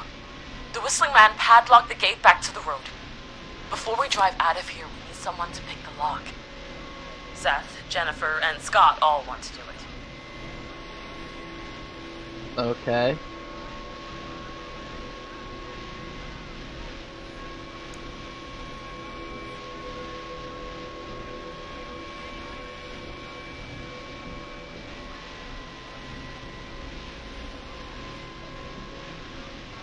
Oh, alright, that's fine, Mom. Okay, let's see.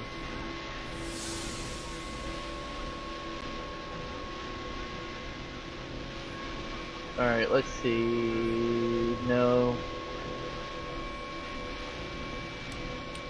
Jennifer. Jesus, Jennifer, you carry a bump key? Why didn't you say so earlier? Anyway, that brings us to part 3. Getting the van keys. I'll volunteer for this. I don't know Jimmy as well as you guys, so it'll probably be easier that way. Then it's part 4. Okay.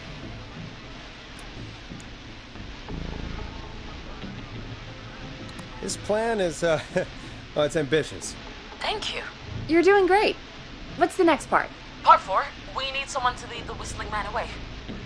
We need a fast runner. For this one, we're trying to decide between... Who was it again? Hot David, Cynthia, and Scott.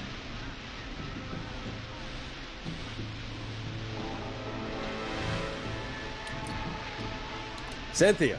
Cynthia, I don't know what zombie movie you're talking about, but, yeah, do it just like that. Hey. Sweet. Okay, let's recap. We get the eyes on the roof.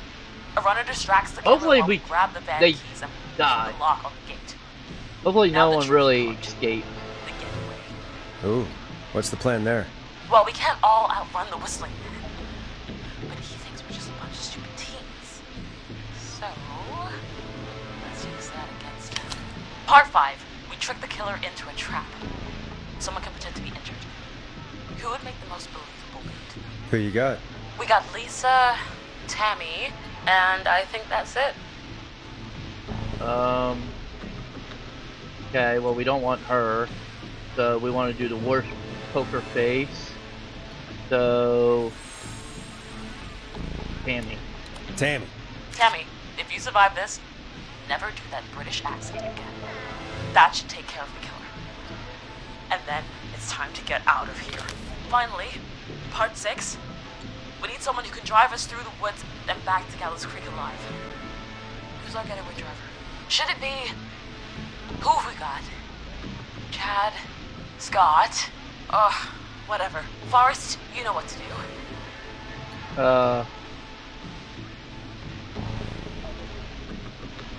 Perfect. I do know what to do. Scott. I know we all love watching American Skid. Yes, yeah. Just do what they did in the movie. Thanks, Forrest.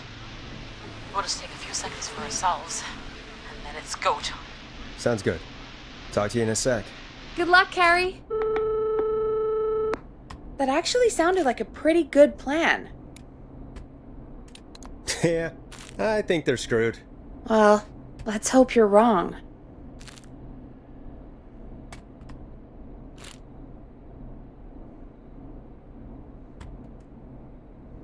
Yeah, now what? Oh, the kids are back already. Line 1 again. If you're just tuning in, we're coming to you live with a bunch of teens about to flee a madman. Listener discretion is advised. Are you ready, Carrie? We're good to go, Forrest. Don't die, okay? You got this. Here we go, everyone. Spotter, to the roof. Go, Heather. She's off and away. All right, Renner. Get ready. Wait for the spotter's signal. Spotter says go.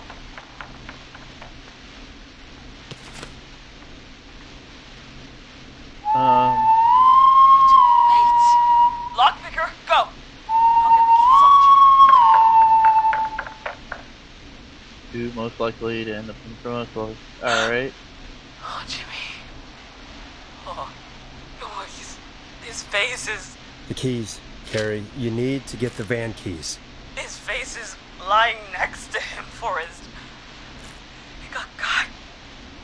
Oh, God.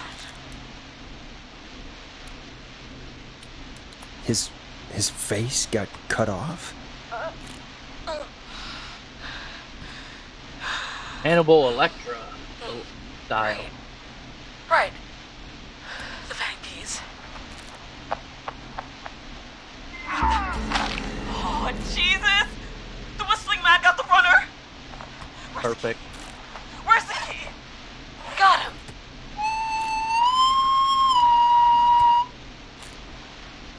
God, hurry up, lockpicking! Oh my God! Oh. Oh. Oh. Oh. It's going terribly! You have to keep going. Don't give up, Carrie. Don't give up. Right. We just gotta keep pushing on. Time to trap the killer. All right. Bait, get into position. Everybody else, hide.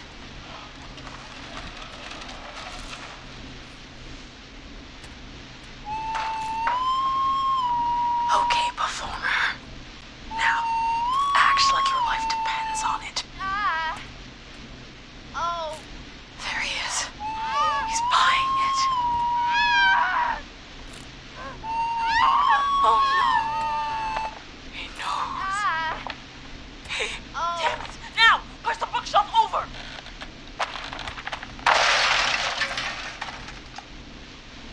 Oh my God, they both went through the floor. Spotter! You need to climb down now. We gotta go. She's coming down. Yes! Heather! Quick, everyone to the van. Driver, take the keys.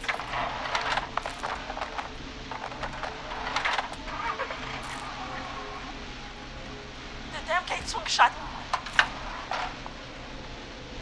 Whoop.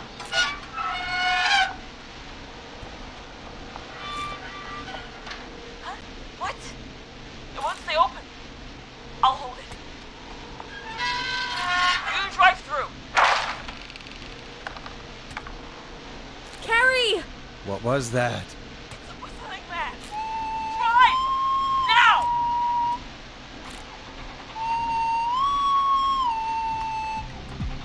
Come on, Scott. You're more part of will end up in a car crash. I need you to fuck up.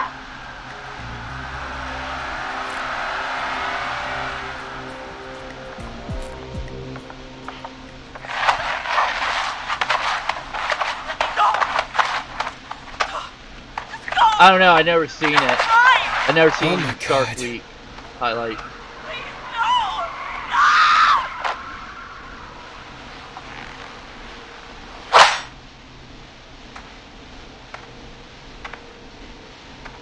Carrie?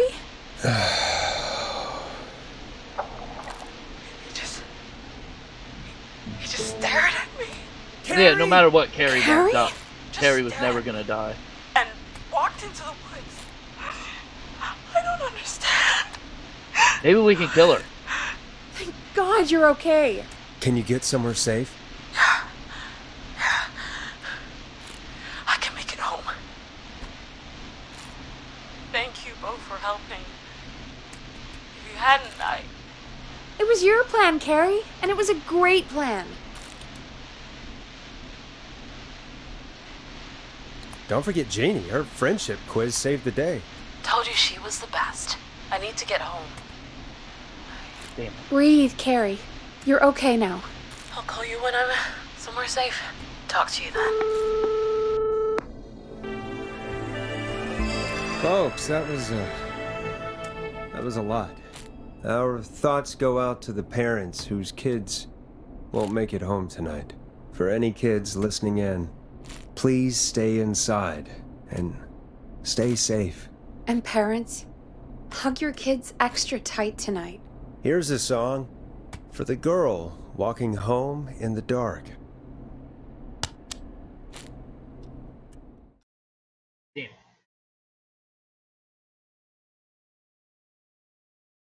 Hey, we had a call come in. Forrest Nash here. Listeners, we've got another caller live on 189.16, The Scream. What's on your mind, caller? Hey, Forrest. I just wanted to phone in and say that I think I speak for everyone when I say that you're providing a real service for Gallows Creek tonight. It's cool what you're doing, man. Well, I'm just doing my job, friend. Anyway, tell me about yourself. What's your name? Are you keeping safe tonight? Yeah, man, I'm good, thanks. I'm at my roller rink, trying to get everything ready for the Harvest Festival tomorrow. I had a guy from Starling Security here earlier installing the Starling 4000 system, so I'm a little behind.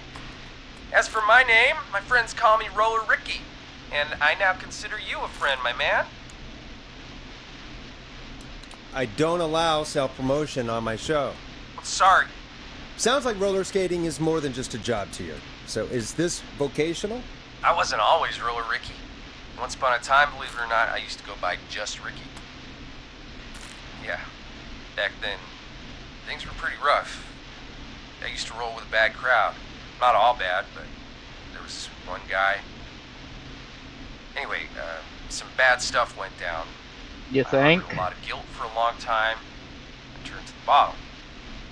I didn't really talk about it or even know how to talk. It's just how it was. That bottle took the best years of my life. Or so I thought. It's never too late, Roller Ricky. How did you turn things around? I joined a support group. I opened up about my problems. Sharing that burden just took so much weight off. It's a long story from there, but I found roller disco. I learned how to have fun again, cutting loose and making shapes. Now whenever I get down, I get down. I'm finally free from it all, man. It's important just to talk to somebody. That's the first step. Ain't that right, Max?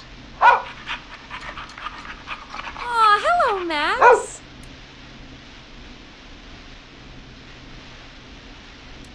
There it is, folks. We've officially gone to the dogs. Come on, Forrest. Max is the best guest we've had. Yes, he is. He's not even here, Peggy. Max is my emotional support dog. He's a rescue dog, but I always say he's the one that rescued me. He's the best dog a guy could ask for. Of course, the first thing I did was teach him how to skate. He's better than me now, a real pro. Max can skate. Yeah, man.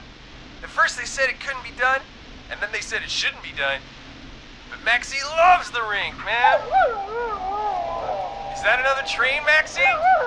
Maxie loves trains, man. He's even got that special how to greet them. You don't say. I'm sure your neighbors must love that. Maxie appreciates all the positivity you're throwing out, my man. You know, I'm actually hosting free skating lessons tomorrow at the festival. I think it's a great opportunity to give back to the community. Man, all this talk of skating has got me itching for a boogie. Before I switch my radio off for the night, could I request a song for us? Something I can groove to, you know, something funky. It'll be me and Maxie's final boogie breakdown tonight. Then I think we'll take it down a level. I can do that. Thanks again for calling. You and Max, be safe now, okay? Bye, Maxie. You got it, man. Peace. Well, folks, this next one goes out to Roller Ricky and Max. Enjoy.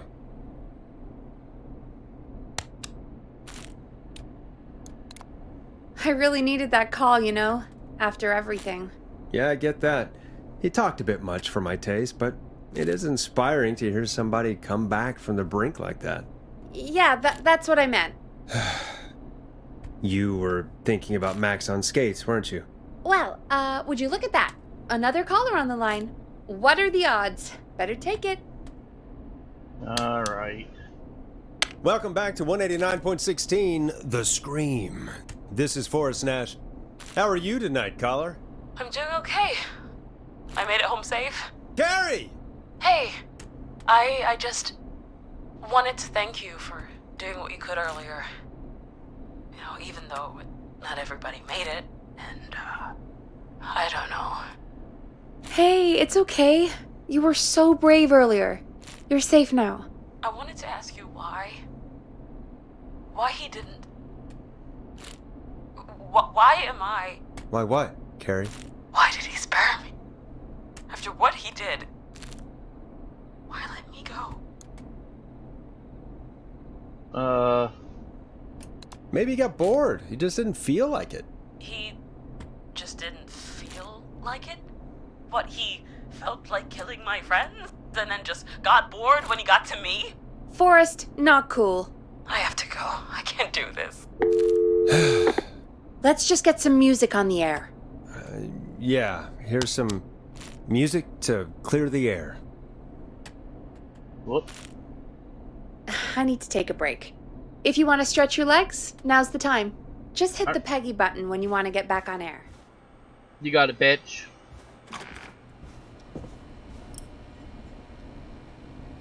Alright, I'm good. Oh, yep, Peggy button. Let's get going, Peggy. Alrighty, we could run another segment or... Scratch that, Forrest. We have a caller. You're through to 189.16, The Scream. What's your emergency? Hello again, Forrest. Oh, that call with the teens was awful. Those poor kids. Still, I'm glad the girl didn't get hurt. Thanks for your concern. Are you in trouble? What's on your mind? I wanted to ask you again to play my song, Forrest. You said you were going to play it, but you didn't. Your name was Dawn, right? My Peggy, yes. Oh, well remembered. My name is Dawn, and I wanted to ask you again to play my tune, Forrest. Long Ride Home? You know, the one that Peggy said she threw outside the window? I'll play a track for you, Don, but maybe pick another one. We don't exactly have that one in rotation right now. No, Forrest. You do have it. It's just outside the window. There's a serial killer on the loose. I can't just go outside hunting for a record. I'm really sorry, Dawn, but we just can't get it right now. But wasn't the Whistling Man just at the old murder house? It's miles from the station. It won't take you a second to grab it.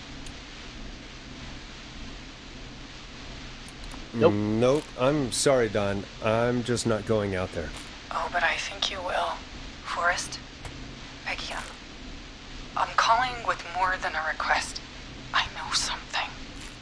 I think I know who's gonna be next. What? Are you serious? Play my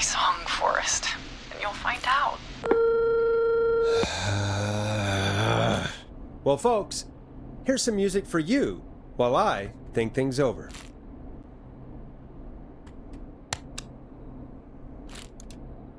No. Is she serious, Peggy? She's serious about hearing that song, that's for sure. Peggy, I mean, is she serious about... I don't know, Forrest, but we don't really have a choice, do we? If she's telling the truth...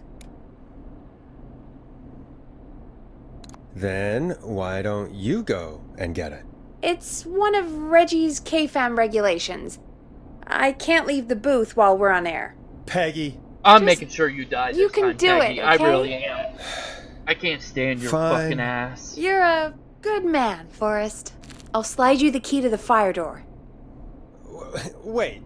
Our fire door has to be unlocked? Yeah, you know, I never thought about it, but yeah. We should talk to Reggie about that later. Anyway, I'll hold the fort down while you're out. Maybe I'll even get a caller. That could be exciting. 189.16, The Scream. With me, Peggy.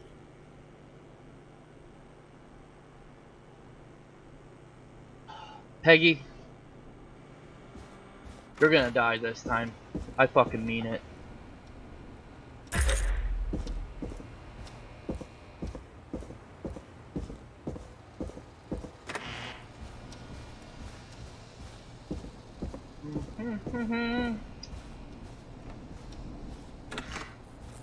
Lazy bitch. You know, I hope she'll be happy when I'm brutally murdered by the Whistling Man. Me too. Out here, in the open, alone.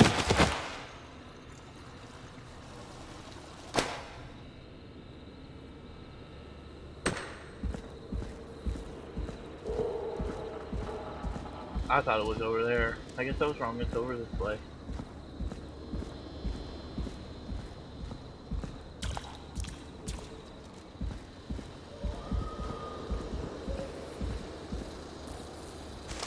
Here it is. Long ride home.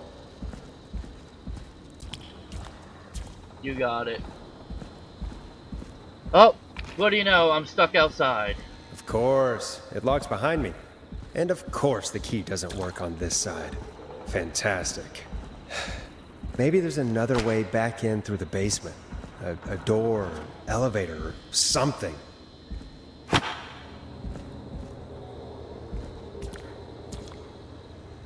And that's broken too. Only the best for KFAM.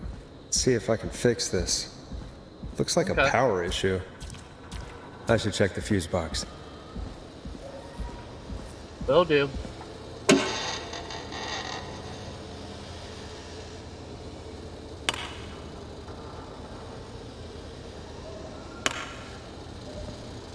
Looks like I'm gonna have to hunt around for some new fuses.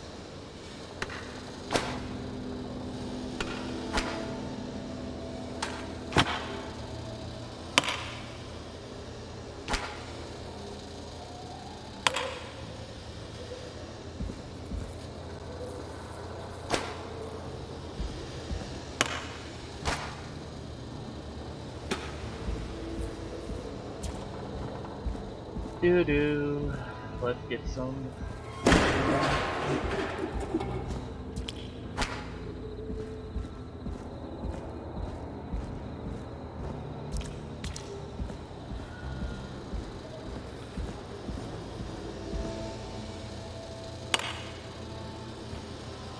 Bingo!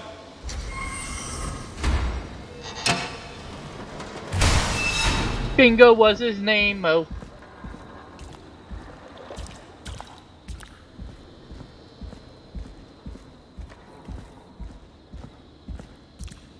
I could probably survive that fall. Looks like the janitor's closet. What did Peggy say his name was? Clive? There's a key. I'll just take that. Might be important. What the hell? Peggy is not gonna believe this.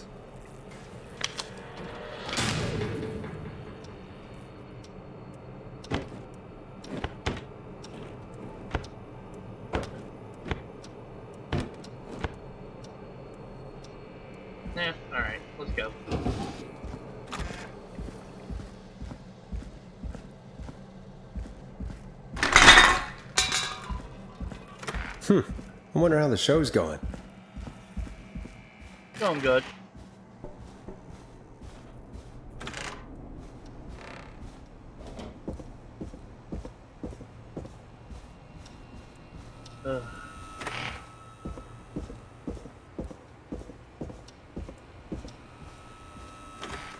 Isn't that such a good song, folks? And now for... Jesus, Forrest, you've been gone for ages. I thought something had happened. Something did happen. Clive, the janitor, might be Clive, the murderer. What? I'll start from the beginning. The fire door locked behind me, so God damn it.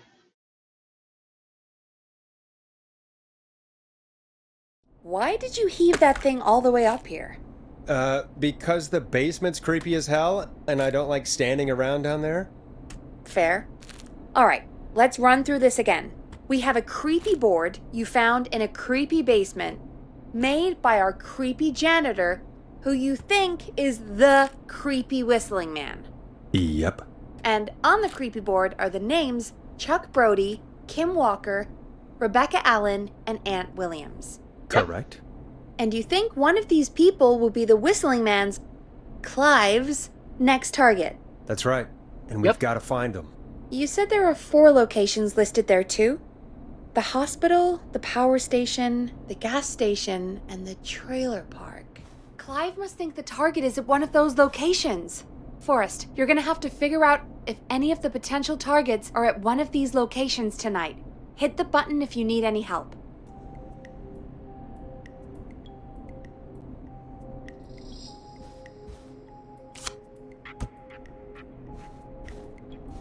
How's it going? I'm ready, Peggy. Are you sure? We've only got one shot at this. I'm sure. Let's do this. Okay, name first. Who do you think the target is? Chuck Brody. And where will I find them? The power station. Okay, I'm dialing. One moment.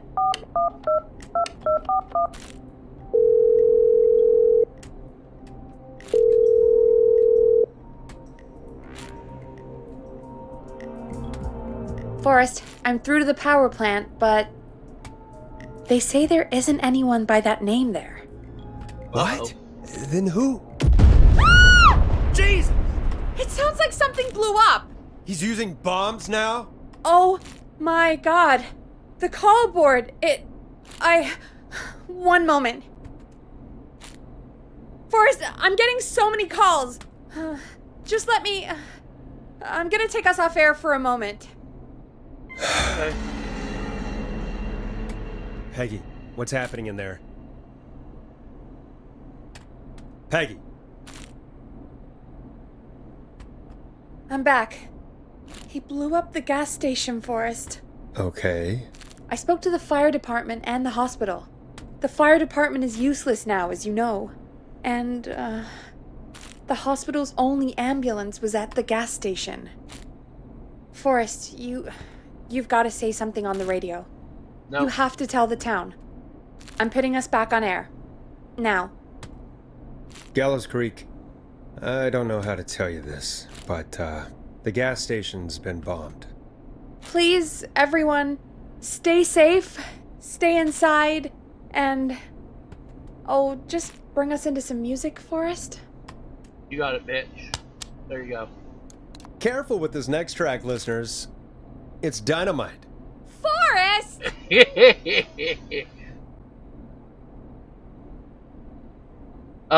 The town only has a few... it has 1,000 people. Peggy said that. So...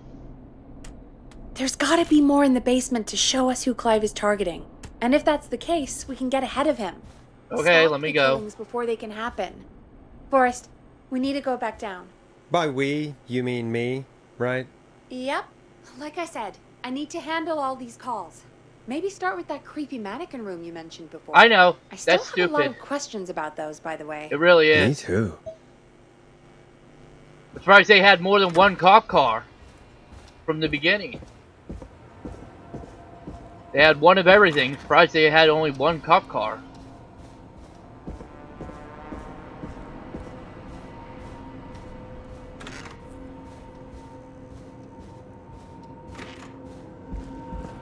But at least we know what we're doing this time. For this. Oh, wrong way.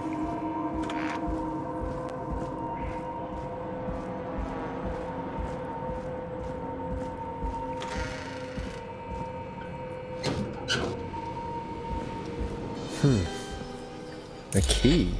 Oh, that was this not always there here? earlier. I must have missed it when I brought everything upstairs. Oh, I see. I was supposed to come down here, figure out where they were gonna be. Got it. Hey, Forrest! Peggy, give me some warning before yelling down the intercom. Sorry. Buzz the intercom when you find something and want to discuss it. Peggy, I've found a tape and a map down here. A map of what? Looks like it might be to somewhere in this storage area. Weird. What map? Well, maybe the tape will give us more information. Give it a play. I still don't know where that map is.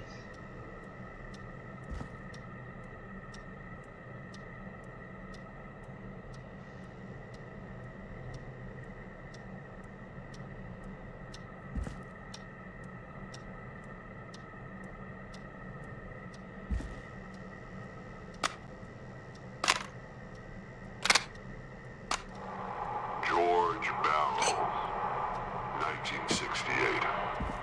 That's when this all began for me.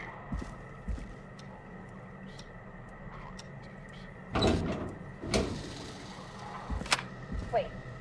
George Barrow? We all heard that he drowned after a night out drinking. Was it actually Clive? Has Clive really been the whistling man for that long? He says I need to follow the maps and find the tapes. I guess that's what this map is about.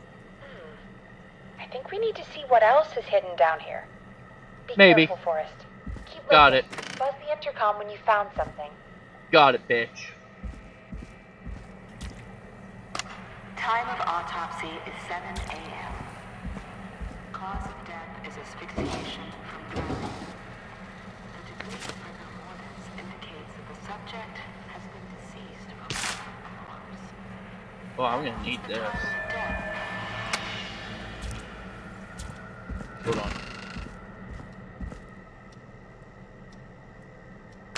I know I'm gonna need that. So, we're good. Small lacerations to arms, legs, and face, typically obtained by running through foliage. Severe blistering to the feet, as though the deceased had been This looks running useful. without stopping.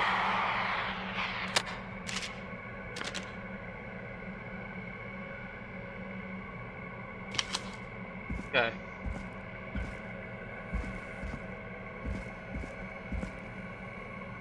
Oh yeah, my bad.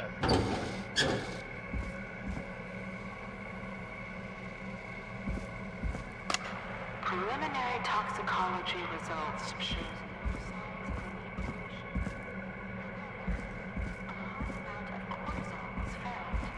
indicating elevated levels of stress in the immediate moments before death.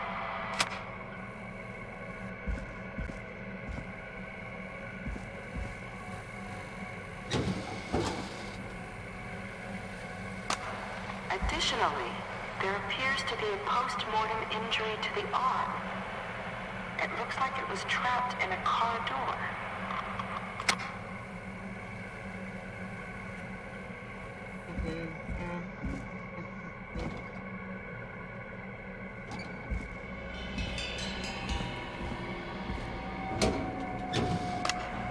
It is the coroner's opinion that the subject likely feared for his life and was chased, resulting in a fall from a height This has to be into important. a body of water, where he hit his head, was knocked out, and drowned. Following that, he was moved. Dr. Sullivan, we need to have a talk. Is that recording? Okay. If you're listening to this, then I'm probably dead. What the? I'm a man who likes to stay informed. I've got subscriptions to newspapers all over the country. Few weeks ago. A new vinyl for my collection. Lines cropping up in those papers, one after the other. Each headline about a murder. Each murder, the death of someone I knew almost 20 years ago. And each one drawing closer to Gallows Creek. Drawing closer to the anniversary. None of us are innocent, but I don't think we deserve killing. All I hope now is that I can save some folk from the worst, and I can. I don't know. Do something to make up for what I did back then, I guess. I didn't kill anyone, mind you, but that's past mattering. Now, there's more I could say, that I should say, but my employer made it clear that my family would pay a high price if I ever spoke out. So, hopefully I've said enough for you, listener, whoever the hell you are, to start putting the truth together. Okay. What the hell? Peggy is not going to believe this.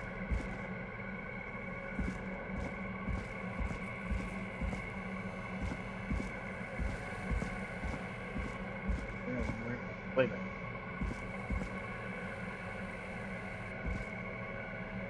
I thought I... Okay, it's just 8 on the bar. What have you found, Forrest? It's an autopsy tape. Doesn't say for who, but I think it must be for George. Poor George. He was so young. Something's bugging me, Peggy. What do you mean? I swear I recognize the voice of the woman talking on the tape. I just can't place it. Seriously? Do you think you've met her before? I don't know. I mean, I just got here recently. I don't know. Found another tape that talks more about how George died. What did it say? It sounds like he was running for his life. Sprinting through trees and bushes, getting cut up all over. What would drive someone to do that? I'm not sure yet. There's also a tape about a toxicology report. There were no signs of drinking or that he was on anything. What? But Shit everyone happens. said he went swimming drunk and drowned. It was in the newspaper and everything. I found a written autopsy report. What does it say? According to that, it's just like you said at the start. George drowned after getting drunk. Said he liked to fight, too. But that contradicts the tape. I know. And I think I know why. There's a note with the report that says, "I'm sorry I made you do this, Virginia." If it was on the autopsy report, then Virginia must be our coroner. Wait, the caller from earlier, when we had to call the takeout restaurants, wasn't her name Virginia? If only she had made it. Then we might have learned more about what's going on. It's okay. We did what we could. The takeout idea was a long shot as it was. I found a tape that introduces a new detail to the story. Post-mortem injury. Apparently, his arm got caught in a car door. A car door? Yeah, after he died. How do you suppose they can tell? How can they tell? I'm a radio producer, not a coroner. The written report I found doesn't mention it at all.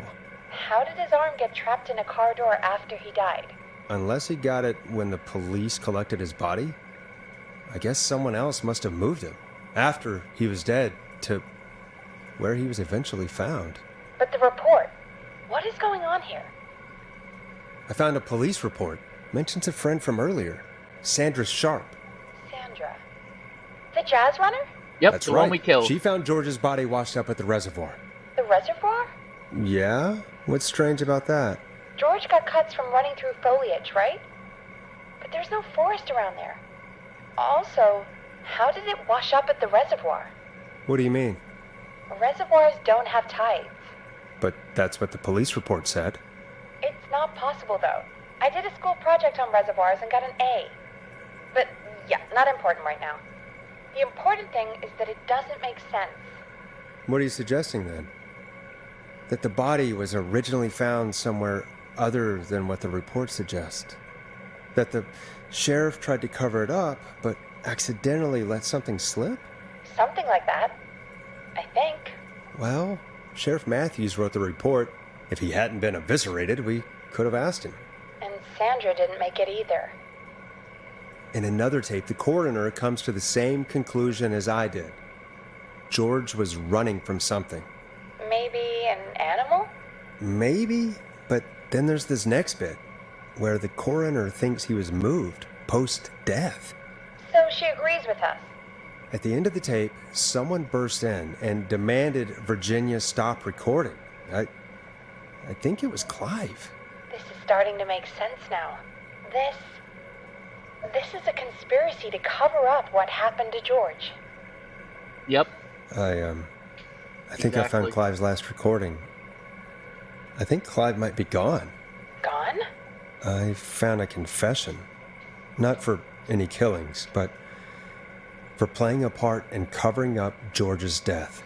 He left this behind in case he died. He hoped someone would find it. Do you think the Whistling Man already got him? Yep. Possibly. We've had a lot of callers tonight, but maybe not every victim made it to the phone, you know? We don't know how many there really are. Christ, Forrest, that's dark. I know, but Clive said he had read about other murders in other towns, and that the murders were all folks who knew about the incident. And the killings were getting closer to Gallows Creek. He said he wanted to do something good for once. The board in his office. He wasn't tracking people down to kill them. He was tracking them down to save them. Ugh, why didn't he just come out with all of this? He said his employer threatened his family if he spoke out about any of it. His employer? The one who orchestrated the cover-up? Oh, Clive. I'm sorry for thinking you'd killed all those people. Do you think you found everything? I think so. Forrest, what's going on here? Someone wanted that boy's death to seem like an accident. And they hired Clive to make it look that way. Come back upstairs when you're ready. We need to figure out our next step. Well, no shit. Why do you think I'm letting everyone die? Thank God you're back, Forrest. I've been running out of stuff to pad our airtime with. Peggy, you work in radio. Forrest, I'm stressed. I mean, really. How are we supposed to keep a show going with all this happening? Oh, you want me to... This is our job, Peggy. We gotta do it. You're right. So, what's the plan now? If only Sandra had made it. We could have talked to her, too. Well, you know, we win some and we lose some, I guess. I guess. Looks like we've got a call coming in. Alright. We got a call. Welcome to 189.16 The Scream, with me, your host, Forrest Nash. Hi, Forrest. I know this is really out of the blue with everything. How does he not recognize his fucking caller, but he recognized Carrie right away? Special birthday message to my uncle. No, I don't wanna. Oh, come on! It's his birthday. I won't have a chance to do it again until next year. May as well, Forrest. Fine. What's his name? Thank you, Forrest. He's my Uncle Ronnie. His first name's Peter, but he never liked his name. But since he always had salt and pepper hair, even as a kid, can you believe it? Folks always called him Pepper. Thanks for the history lesson. Is there anything besides happy birthday you would like to say to Mr. Pepper? Oh my god damn it! Yes! Tell him he can get the best birthday deals and party packages here at Putney's Pizza. Starting at You son of a bitch! Stop calling us! God damn it, Peggy, this is your fault. My fault? I said I didn't want to do it. Don't blame me because Brian Ponte can't control himself. Don't worry. We've already got another caller on the line. Just pick it up, okay? This is 189.16, The Scream. I'm Forrest Nash. You're on the air, caller.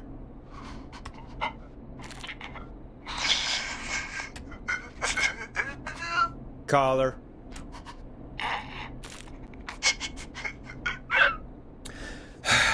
What a crybaby. Ponty. Ponty's Pizza always delivers! Come rain or sleet or whistling man, we'll be there! Why did I almost sound like fucking Krusty the Clown laughing? Forrest? Forrest? Are you okay? Forrest? I hope the Whistling Man gets in with his own pizza slicer. Jesus, Forrest?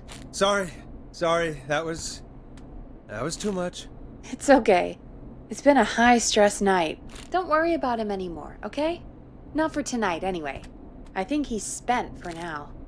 We've got another call, whenever you're ready.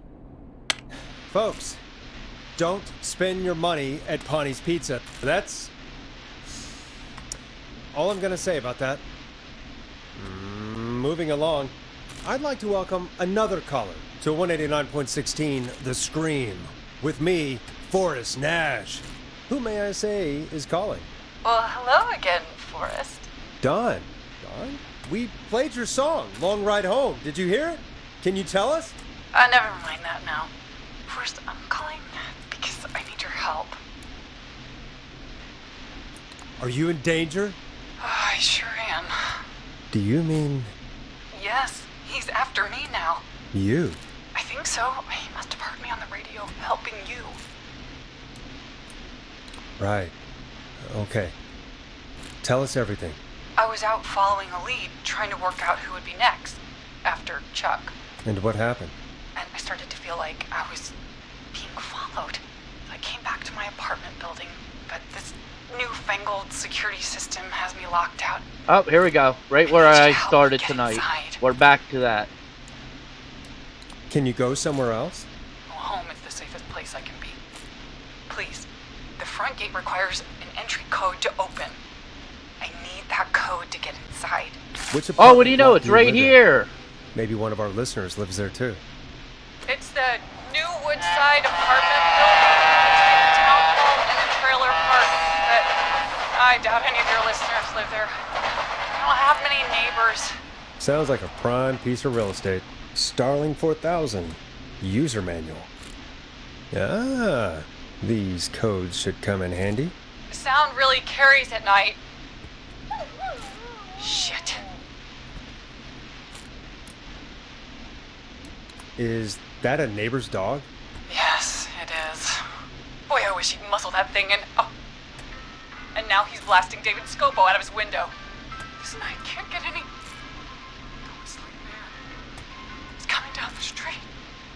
I don't think he's seen me yet. Forrest, please. I need your help. I need the code for that security system, or I'm gonna die. What's the name of the security system?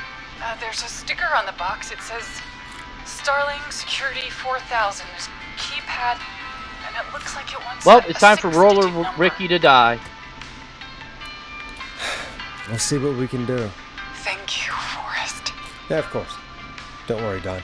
Thank you, Forrest. I knew I could count on you. You're I'll welcome. sit out of sight. Call me back soon. All right, folks. Here's a little tune for you all to enjoy while I try to break Dawn into her apartment.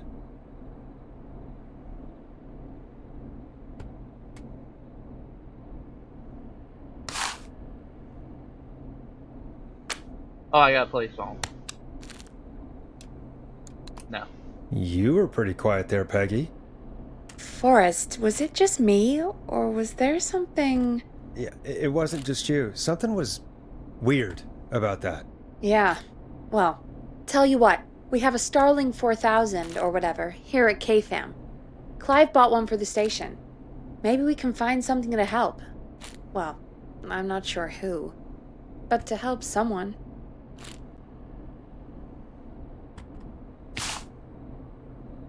Okay, so she's locked out of the Woodside Apartments, and somewhere, Clive probably has the papers for the Starling 4000.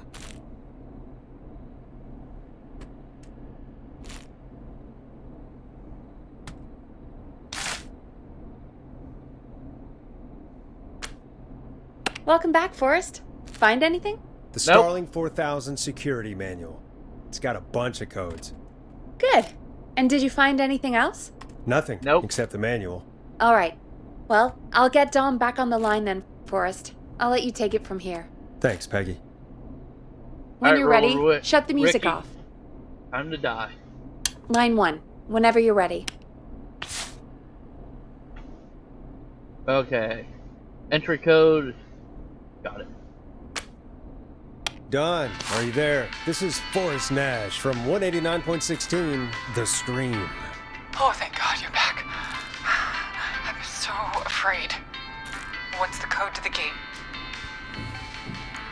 The code is 715914. Thank you, Forrest.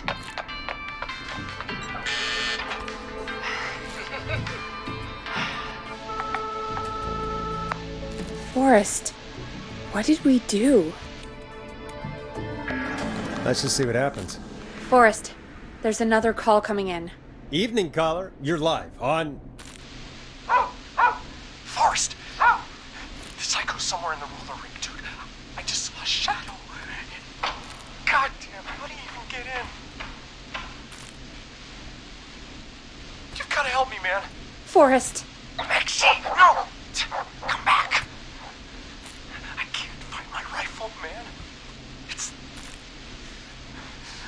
I don't want to hurt anybody, but I can't let anything happen to...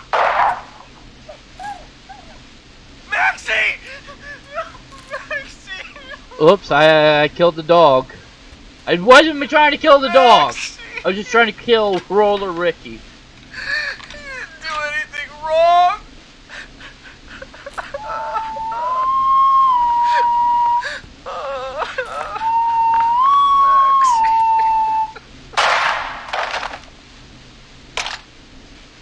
Thanks again, Forrest. Oh, God, poor Ricky. Okay, Gallows Creek. Here's some music. I didn't mean while to, we Ashley. process what I thought she was just gonna happened. kill Ricky.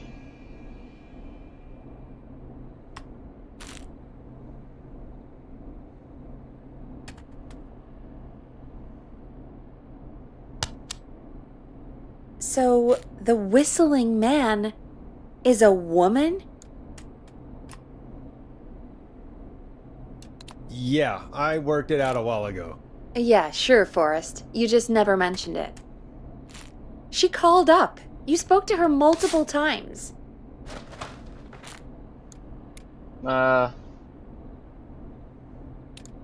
Yeah, she seemed pretty normal. Why do you think she requested that song? To mess with us? Yeah, maybe. So, what now? I guess I should make an announcement. We do have new info. Okay, kill the music and you can make the announcement. Okay, you're live in 3, 2... Hey folks, this is Forrest Nash here. I hope you're all safely locked inside. For those of you listening to that last call, you might be wondering what to make of it all. Here's our take. We now believe the killer is actually a woman. One who might manipulate you into letting her in before she attacks you. I'm sad to say, but it's time to trust no one. The killer was calling themselves Dawn. This could be a fake name. If anyone needs help or you have info on the killer, please call in. You folks have my new number, right? It's 911. Hopefully, our next caller can help shed some light on our killer. Hey, we had a call come in. Okay, folks, time to take a call. This is Forrest Nash, and you're listening. Please help me. My name is Casey Moore. I'm at 25 Nancy Drive. My best friend's been stabbed. He's bleeding everywhere. I don't know what to let him die. Is he still breathing? Yeah, but he's bleeding out fast. I really need help, please. Take a breath. We'd been out at the reservoir. We were heading back to his place when we heard this whistling all of a sudden. He just started freaking out. He screamed at me, told me to hide. I'd never seen him like that, and I just panicked and ran and hid in a bush. Oh no. Forrest. Then what happened? He went up the road and talked to someone. I couldn't really hear or see anything. It sounded like he might have known the person, and they just stabbed him. Casey, was he talking to a woman? I don't know. They had a mask and wore all black. That's all I know. Please, we need help here. I'll get you help, but I need to know. Where did the masked person go? They left. They left him to bleed out. I waited until they were gone, then dragged him into the garage and called 911. Wait, why didn't she make sure he was dead? I don't know. I think I heard them say something like, "It's not so funny now, is it?" before they left, but please, he needs to get to the hospital. I can't drive, so we need an ambulance. Forrest, the ambulance was destroyed in the explosion at the gas station. No. You should get all the info you can. What's your friend's name, Casey? It's Jason Parker. Can you tell us where Jason was stabbed? They stabbed him in the stomach, and then stabbed him again in his leg when he was on the ground, and it's... Oh, the knife is still there in his leg. We'll be right back. Peggy, patch us through to the hospital. On it. Phoning St. Gabriel's now. Switch to line 2. Hello, St. Gabriel's Hospital. How can I help you? Hi, this is Forrest Nash from 189.16. We have a stab victim at 25 Nancy Drive named Jason Parker. He's been stabbed in the stomach and the leg. He's bleeding heavily. Oh God, I'm sorry. But the ambulance is, well, you know.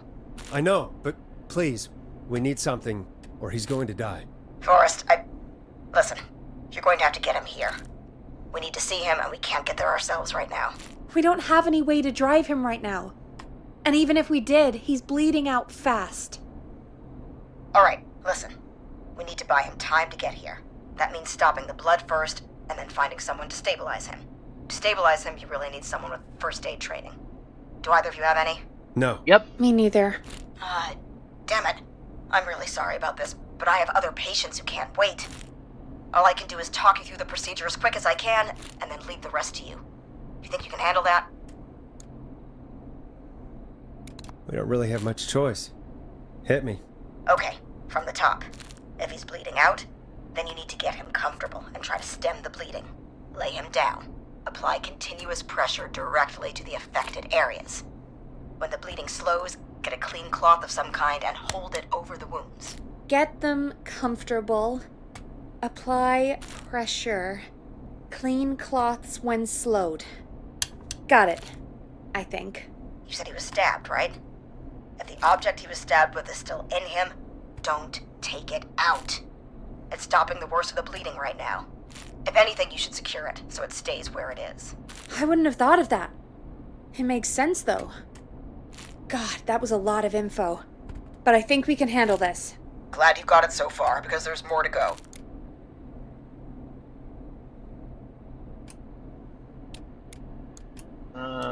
Fuck it. I'm still with you, Doc. What else do we need to know? If he's lost a lot of blood, he may enter shock. If he does, act fast. If you applied a cloth and it's bleeding through, don't remove it. Just apply another on top of it. If it's safe, elevate his legs to get blood circulating to his vital organs. Try to keep him warm. Get him to rest and reassure him. We need the patient to stay calm. All right, don't replace bandages. Elevate his legs. Keep him warm and calm. This is a lot. I'm really sorry. That's as much as I can give you right now. Try to stop the bleeding. Find someone to get him stabilized, and get him here as quick as you can. Good luck. All right, Forrest. Casey's still on line 1. No. Hello? Hello? Forrest, are you there? Casey, I have bad news. We're on our own for now. Oh, no. No. No, Casey, you did the right thing. We got advice from somebody at St. Gabriel's. We're gonna talk you through this. Oh, thank God! I've been putting pressure on his stomach wound since you left. But he's still bleeding. I don't know what to do. That's good, Casey. The nurse said to do that. What about the knife in his leg? It's gotta be hell. Should I pull it out? Yeah, that has to be incredibly painful. We should definitely get it out of him. All right. Here goes. Jason, just hold on. Wait, I was reading my notes. Did you say pull the knife out? Oh, God, help! I pulled the knife out and the bleeding, it's getting worse. It's... Quick, Casey, we need pressure on the wound. Do you have any sort of cloths nearby you could use? Yeah. There's some laundry piled up on top of the dryer, some cloths on the hood of the car, and what else? I guess I've got my jacket. Sorry about this, Casey. I think it's best we use your jacket. It's probably less likely to bleed through. It's just a jacket. Give me a second. Here we go. I'm sorry, Jason. It's secure. I'm putting pressure on his stomach again. We shouldn't have pulled the knife out. Forrest, yeah, can I have a word? Now isn't the best time, Peggy. Can it wait? Forrest, it's kind of important. All right. Give me a second. Casey, I'm going to have a quick word with Peggy. Keep putting that pressure on and let us know when the bleeding is under control. You're doing great. But what if something happens? We'll still be here. Just shout if you need anything, and we'll be there. I promise. Okay. I'll wait. Jason, please be okay. What's up, Peggy? We can't stay on the line with her all night. Dawn is still out there. What if other people need us? You're right. She's probably on her way to her next target right now. Exactly. And you heard the nurse. We need someone there with training who can stabilize him. He's got to get to the hospital somehow. She said there was a car there. I know she doesn't know how to drive, but we may not have a choice. Forrest, that's a terrible idea. Never mind hurting Jason. She might get herself or someone else killed. Perfect. Don't suppose you have any ideas then? I might. A little before you started working here, KFAM did a mandatory first aid training course. Me and Karen missed it because we were away on a producer getaway. You skipped it, didn't you? Never mind. So, how does KFAM's first aid course help us? Casey said they're at 25 Nancy Drive, right? Yeah? Why? They put up a bunch of cheap houses around there about 10 years ago. So a bunch of people here at the station live around there. Do you think any of them could help Casey and Jason? Probably, but I don't know who lives there. And since I missed the training day, I don't know who knows first aid. Could you call them and ask? I don't know everybody's numbers. I've only ever called Karen. Everybody's personnel info is probably in Reggie's office. Got it. I'll look through their files in Reggie's office. It's a life or death situation. I'm sure they won't mind. Right. But there are a couple of problems with that. Naturally. It's sensitive information, so Reggie probably locked it in his safe. Great. Great. Do you have any idea what the combo for the safe could be? Not a clue. Reggie's a serial note-taker, though. Maybe something in his office will give it away. Right. There is something else. I'm not gonna like this, am I? Have you ever heard, the future is floppy? Peggy, what the hell are you talking about? I'm talking about floppy disks. Floppy disks are like these futuristic things that have information on them. You put them in a computer and those they do didn't something. last long, by the way. Peggy, floppy disks. I know did what a not floppy last disk long. is. Anyway, Reggie decided that the future is floppy and started I phasing out remember our them. physical records and replacing them with these floppy disks. I imagine it's the same for our personnel files. That's good to know. Since we haven't heard anything from Casey, I'm guessing Jason's okay for now. I'll check out Reggie's office and see what I can find. You'll need a key for that. I'll just slide it under my door now. Thanks, Peggy. Of course you will. I'll just have to look around. I have 505 baskets made.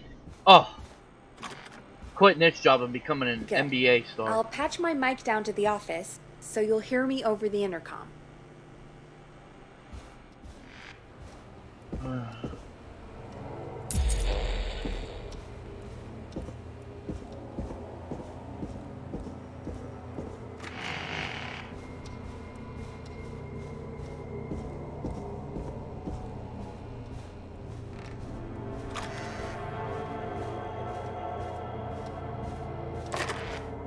Looks like I need a 4-digit code. Oh shit, I forget what it was on. Where is it? Oh, right here. 1085, okay.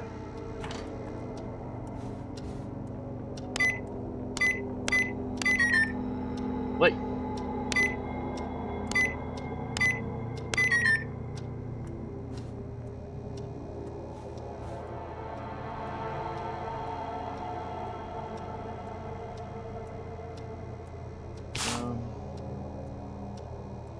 Oh yeah, it was on the floppy disk. That's right.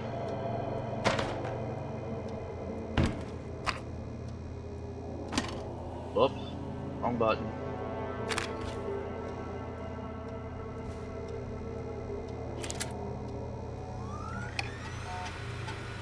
Oh, 1107. Got it. Could this be it?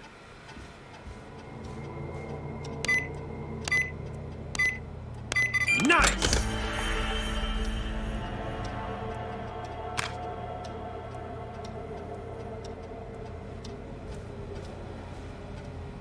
I'm in, Peggy. I found the floppy disks. Just put it in the slot, right? You got it. Remember, we need somebody with medical training who lives near 25 Nancy Drive. Let me know when you've got somebody. And don't waste time on anybody that can't help us. Hey, Peggy, you there? Yeah, I'm here. Did you find what we need? I think I know who our best bet is to help Casey and Jason. All right, good work. Who should I... Hello? Is anybody there? Please pick up. Casey, I'm here. What's wrong? Jason started going pale. I tried to get him to rest, but he just threw up everywhere. What's happening? What do I do? Were you guys drinking earlier? Maybe it's a nasty hangover. No! Jason doesn't even drink! Forrest, I think he's going into shock. But the bleeding seems to slow down. Did I mess up? Jason, I'm sorry. Casey, calm down. You've done everything right. I need you to listen to me, okay? For Jason. What did the nurse say to do about shock?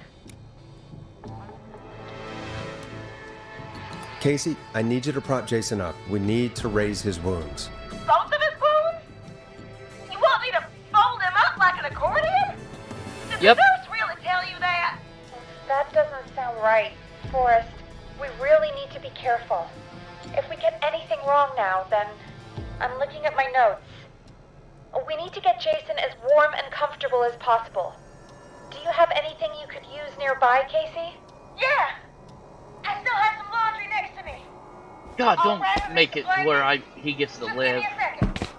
I mean, he wasn't part of the cover-up, but I want to kill everyone. Jason's bleeding through his bandages. Should I get him new ones? Or... Oh, God! That's right. You need to carefully remove the bandage and quickly replace it with a fresh one. What do you have nearby? I'm using the laundry to keep him warm, so... I'll use the cleaning rags on the car. They don't look dirty. I'll fix the bandage and get him warm. Hold on, please.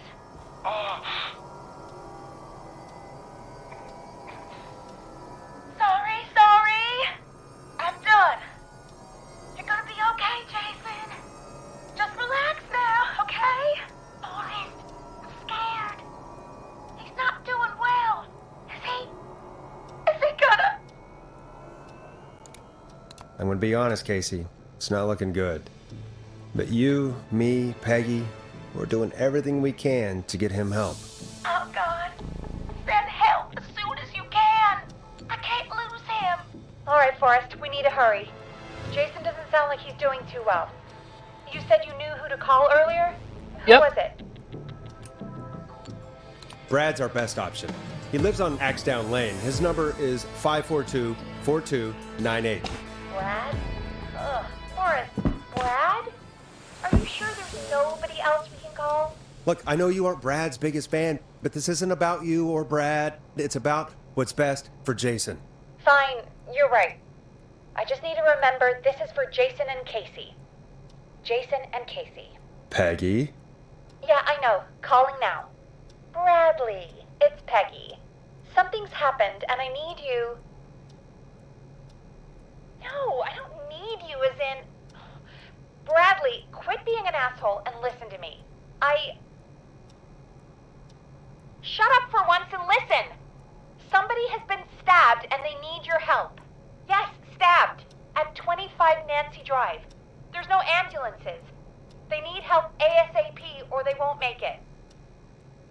Bradley, yes, I know you're just a food critic, Bradley, but, ugh. I'm here with Forrest, and he said you were our best bet. You were at the K-Fam first aid session, right?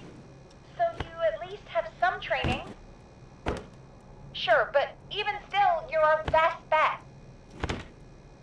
Thank you. Remember, you're looking for Jason and Casey. Well? I don't know. He was pretty upset about a fight with Barbara. But at least we have a volunteer. All right. Well, we better let Casey know what's going on. Hello, Casey. Are you there? How are we doing? Bad. Jason seemed really weak, and then just started thrashing.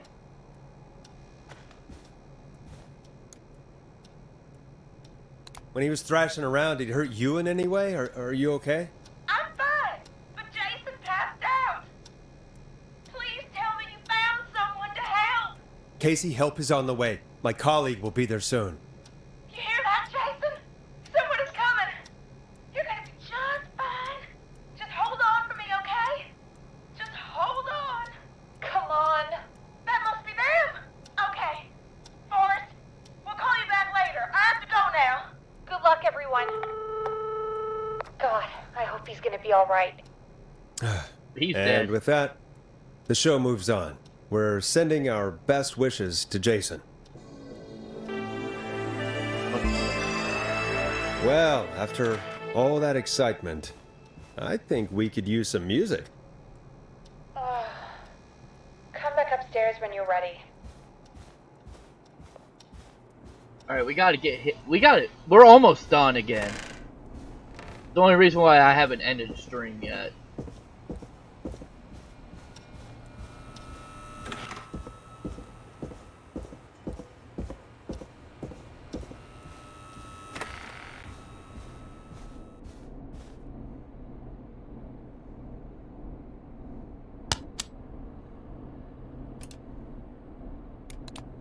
It's getting pretty late.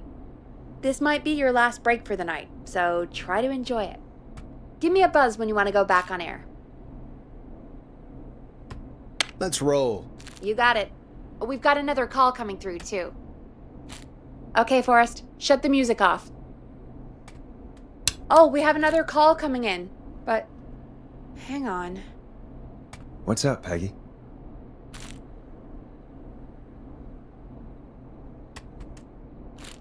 Peggy?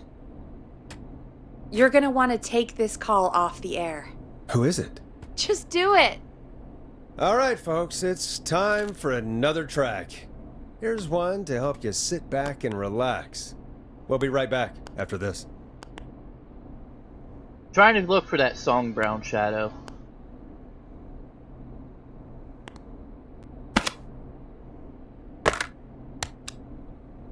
I don't know if that's the right one. I hope this is good news, Peggy. Who have we got? Find out for yourself on line 1. Hello? Forrest, I'm glad I got back through to you. Sounds like it's been a busy night, huh? Surprise! It's Leslie, our 911 operator, leading the charge from Henderson to come save us. It's so good to hear from you. Are you okay? I am. I'm driving back with an officer from Henderson now. We got back into radio range a little while ago. We've been listening in, but haven't been able to get through until now. It's been non-stop since you left. Please tell us you're bringing help. You bet! I'm leading a whole goddamn squad towards Gallows Creek as we speak. Turns out somebody had cut the phone lines. They had no idea what was happening. That's great news! That's crazy about the phone lines, though. Do you think the Whistling Man cut them? I'm guessing so. I don't know how the Whistling Man did it. But that doesn't matter right now. Listen, we're coming in hot, but we need your help. I know Gallows Creek isn't a big town, but if we don't know where the Whistling Man is, we can't get him. Her. That's where you come in. Haven't we helped enough? I mean, now that you're back, can't you just... Forrest? Ignore him, Leslie. We'll do whatever it is you need us to do. Right, Forrest? Thanks, Peggy. It might be a long shot, but here goes. The Whistling Man already called up a few times. I bet she calls again. We're still a little ways out of town, so if she calls, stall her. Buy as much time as you can for us to get in. And while you're talking to her, try to figure out where she is. We'll be listening in, so once her location is known, we'll head straight there and end this nightmare. I'll do my best.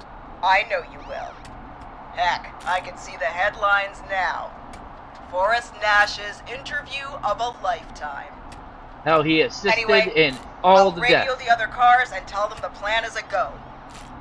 Hopefully the next time I see you, it'll be with our killer behind bars. Take care now. We'll see you soon, Leslie. Oh, thank God. It sounds like this is almost over. We're nearly through this. Best we don't waste any time then. Let's get back on air. You got it. When you're ready, shut the music off. Oh, yeah. Bringing you back live now. Welcome back to The Scream with me, Forrest Nash. The line is lit up, but before I get to our next caller, I just want to say things are looking up. It's almost over. But for now, let's bring in our next caller. Evening, caller. This is Forrest Nash. Forrest? Casey, is that you? Are you all right? Forrest, it's Jason. What about Jason? Is he okay? He's gone. Oh, yes! Jason. Your friend. They tried everything they could. They said he just lost too much blood. Casey, I'm so sorry. I can't believe he's gone. Could I have done more? You did everything you could have done. You both did. I'm Hello, sure Z. Jason knows that. Thank you, Forrest. I really hope so. Hey, guys, I'm really sorry, but there's a call on the other line. I just need to make sure we don't have another situation brewing. It's all right, Peggy. I understand. Do what you need to do. Thank you, Casey.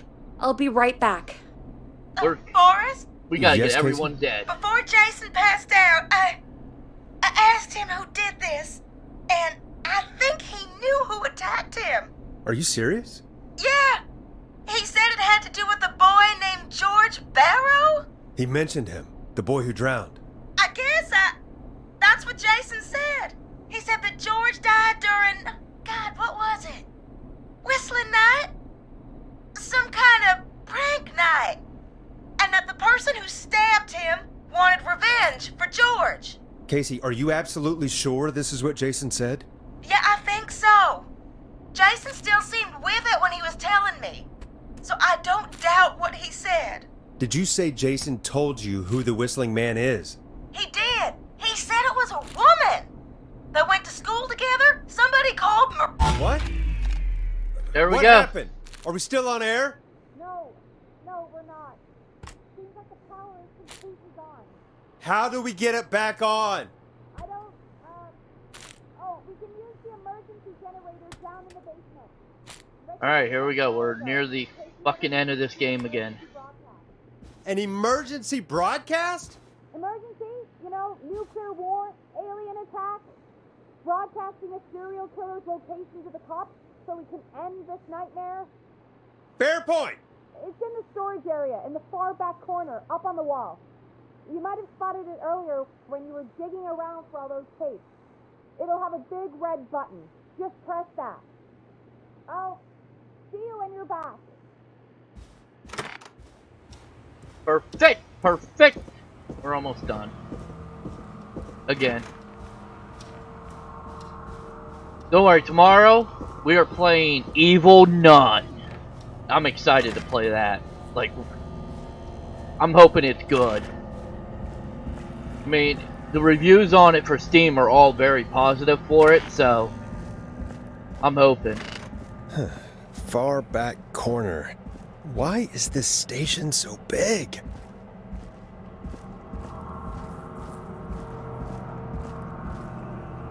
That must be it. Boom! We've got power!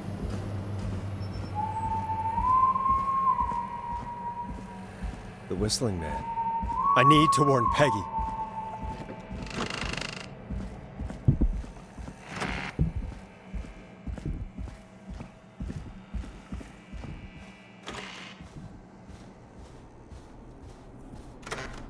What the hell?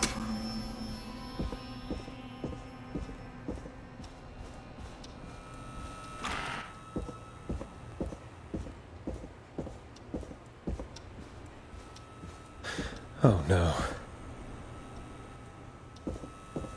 What? Why is it locked? What? Why is it locked? Peggy! Where'd you go? Now the real fun gets to start. Way. This can't be happening. Give me a kiss, buddy.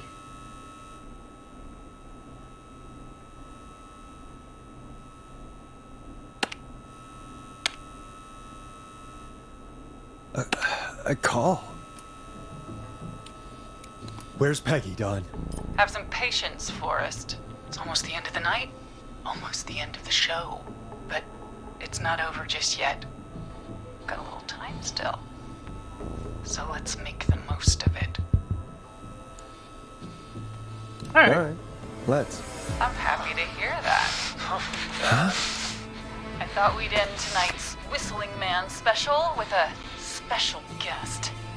The one who started it all. Oh, let me take that out of your mouth and... You crazy bitch! Let me go! Welcome to the air, Mr. Teddy Gallows Jr. Wait. It's all gonna come out tonight, Teddy. Your daddy and his money saved you 20 years ago.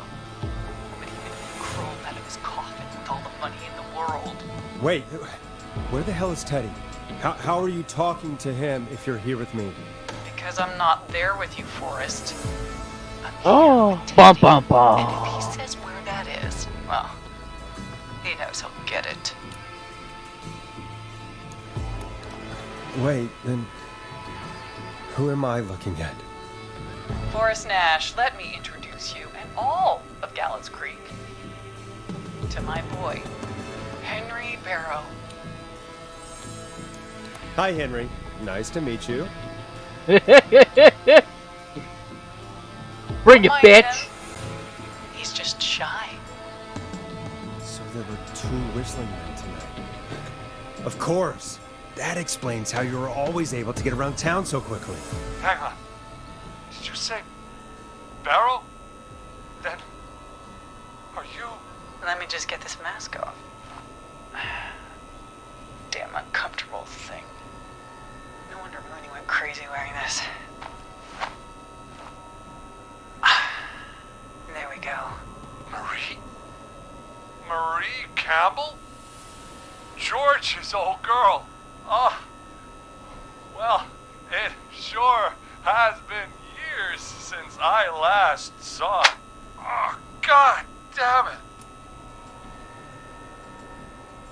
I'd be quiet if I were you, Teddy. But I'd listen to Forrest. Everyone's gonna know now what Teddy did. He killed George that night. Yes, he this did. Night, 20 years ago. Listen to me.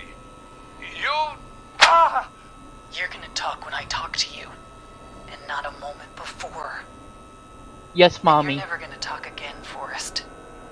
I considered having having you help me blow this whole thing wide open, but you didn't really sell yourself too well tonight.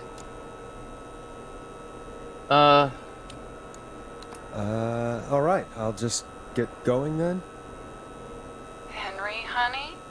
He's all yours. Hey, wait a minute. Back off! Yeah. Don't come any closer! Don't worry. I'll let Peggy know you asked about her before I send her your way. Come on, motherfucker, let's do it. No! Please! Ah! Yes! Everyone's gonna die.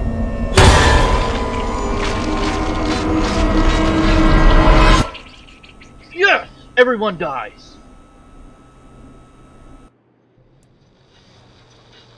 Oh, wait a minute, who lit? No! Where's Peggy? Where's Peggy? Peggy! She's dead! Yeah!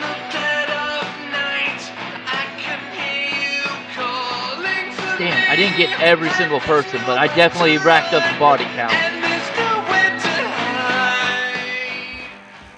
Alright, perfect.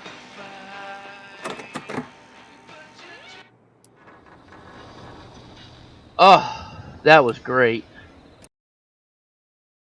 Alright, guys. That's the end of the stream tonight. Make sure you come back tomorrow for the killing... Oh, sorry. The Evil Nun. We play Kill Frequency. But yes, I got Evil Nun.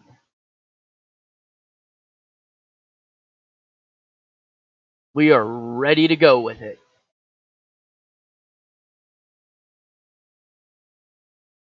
But I hope that you all enjoyed tonight's stream. And I will catch you in the next one. Later.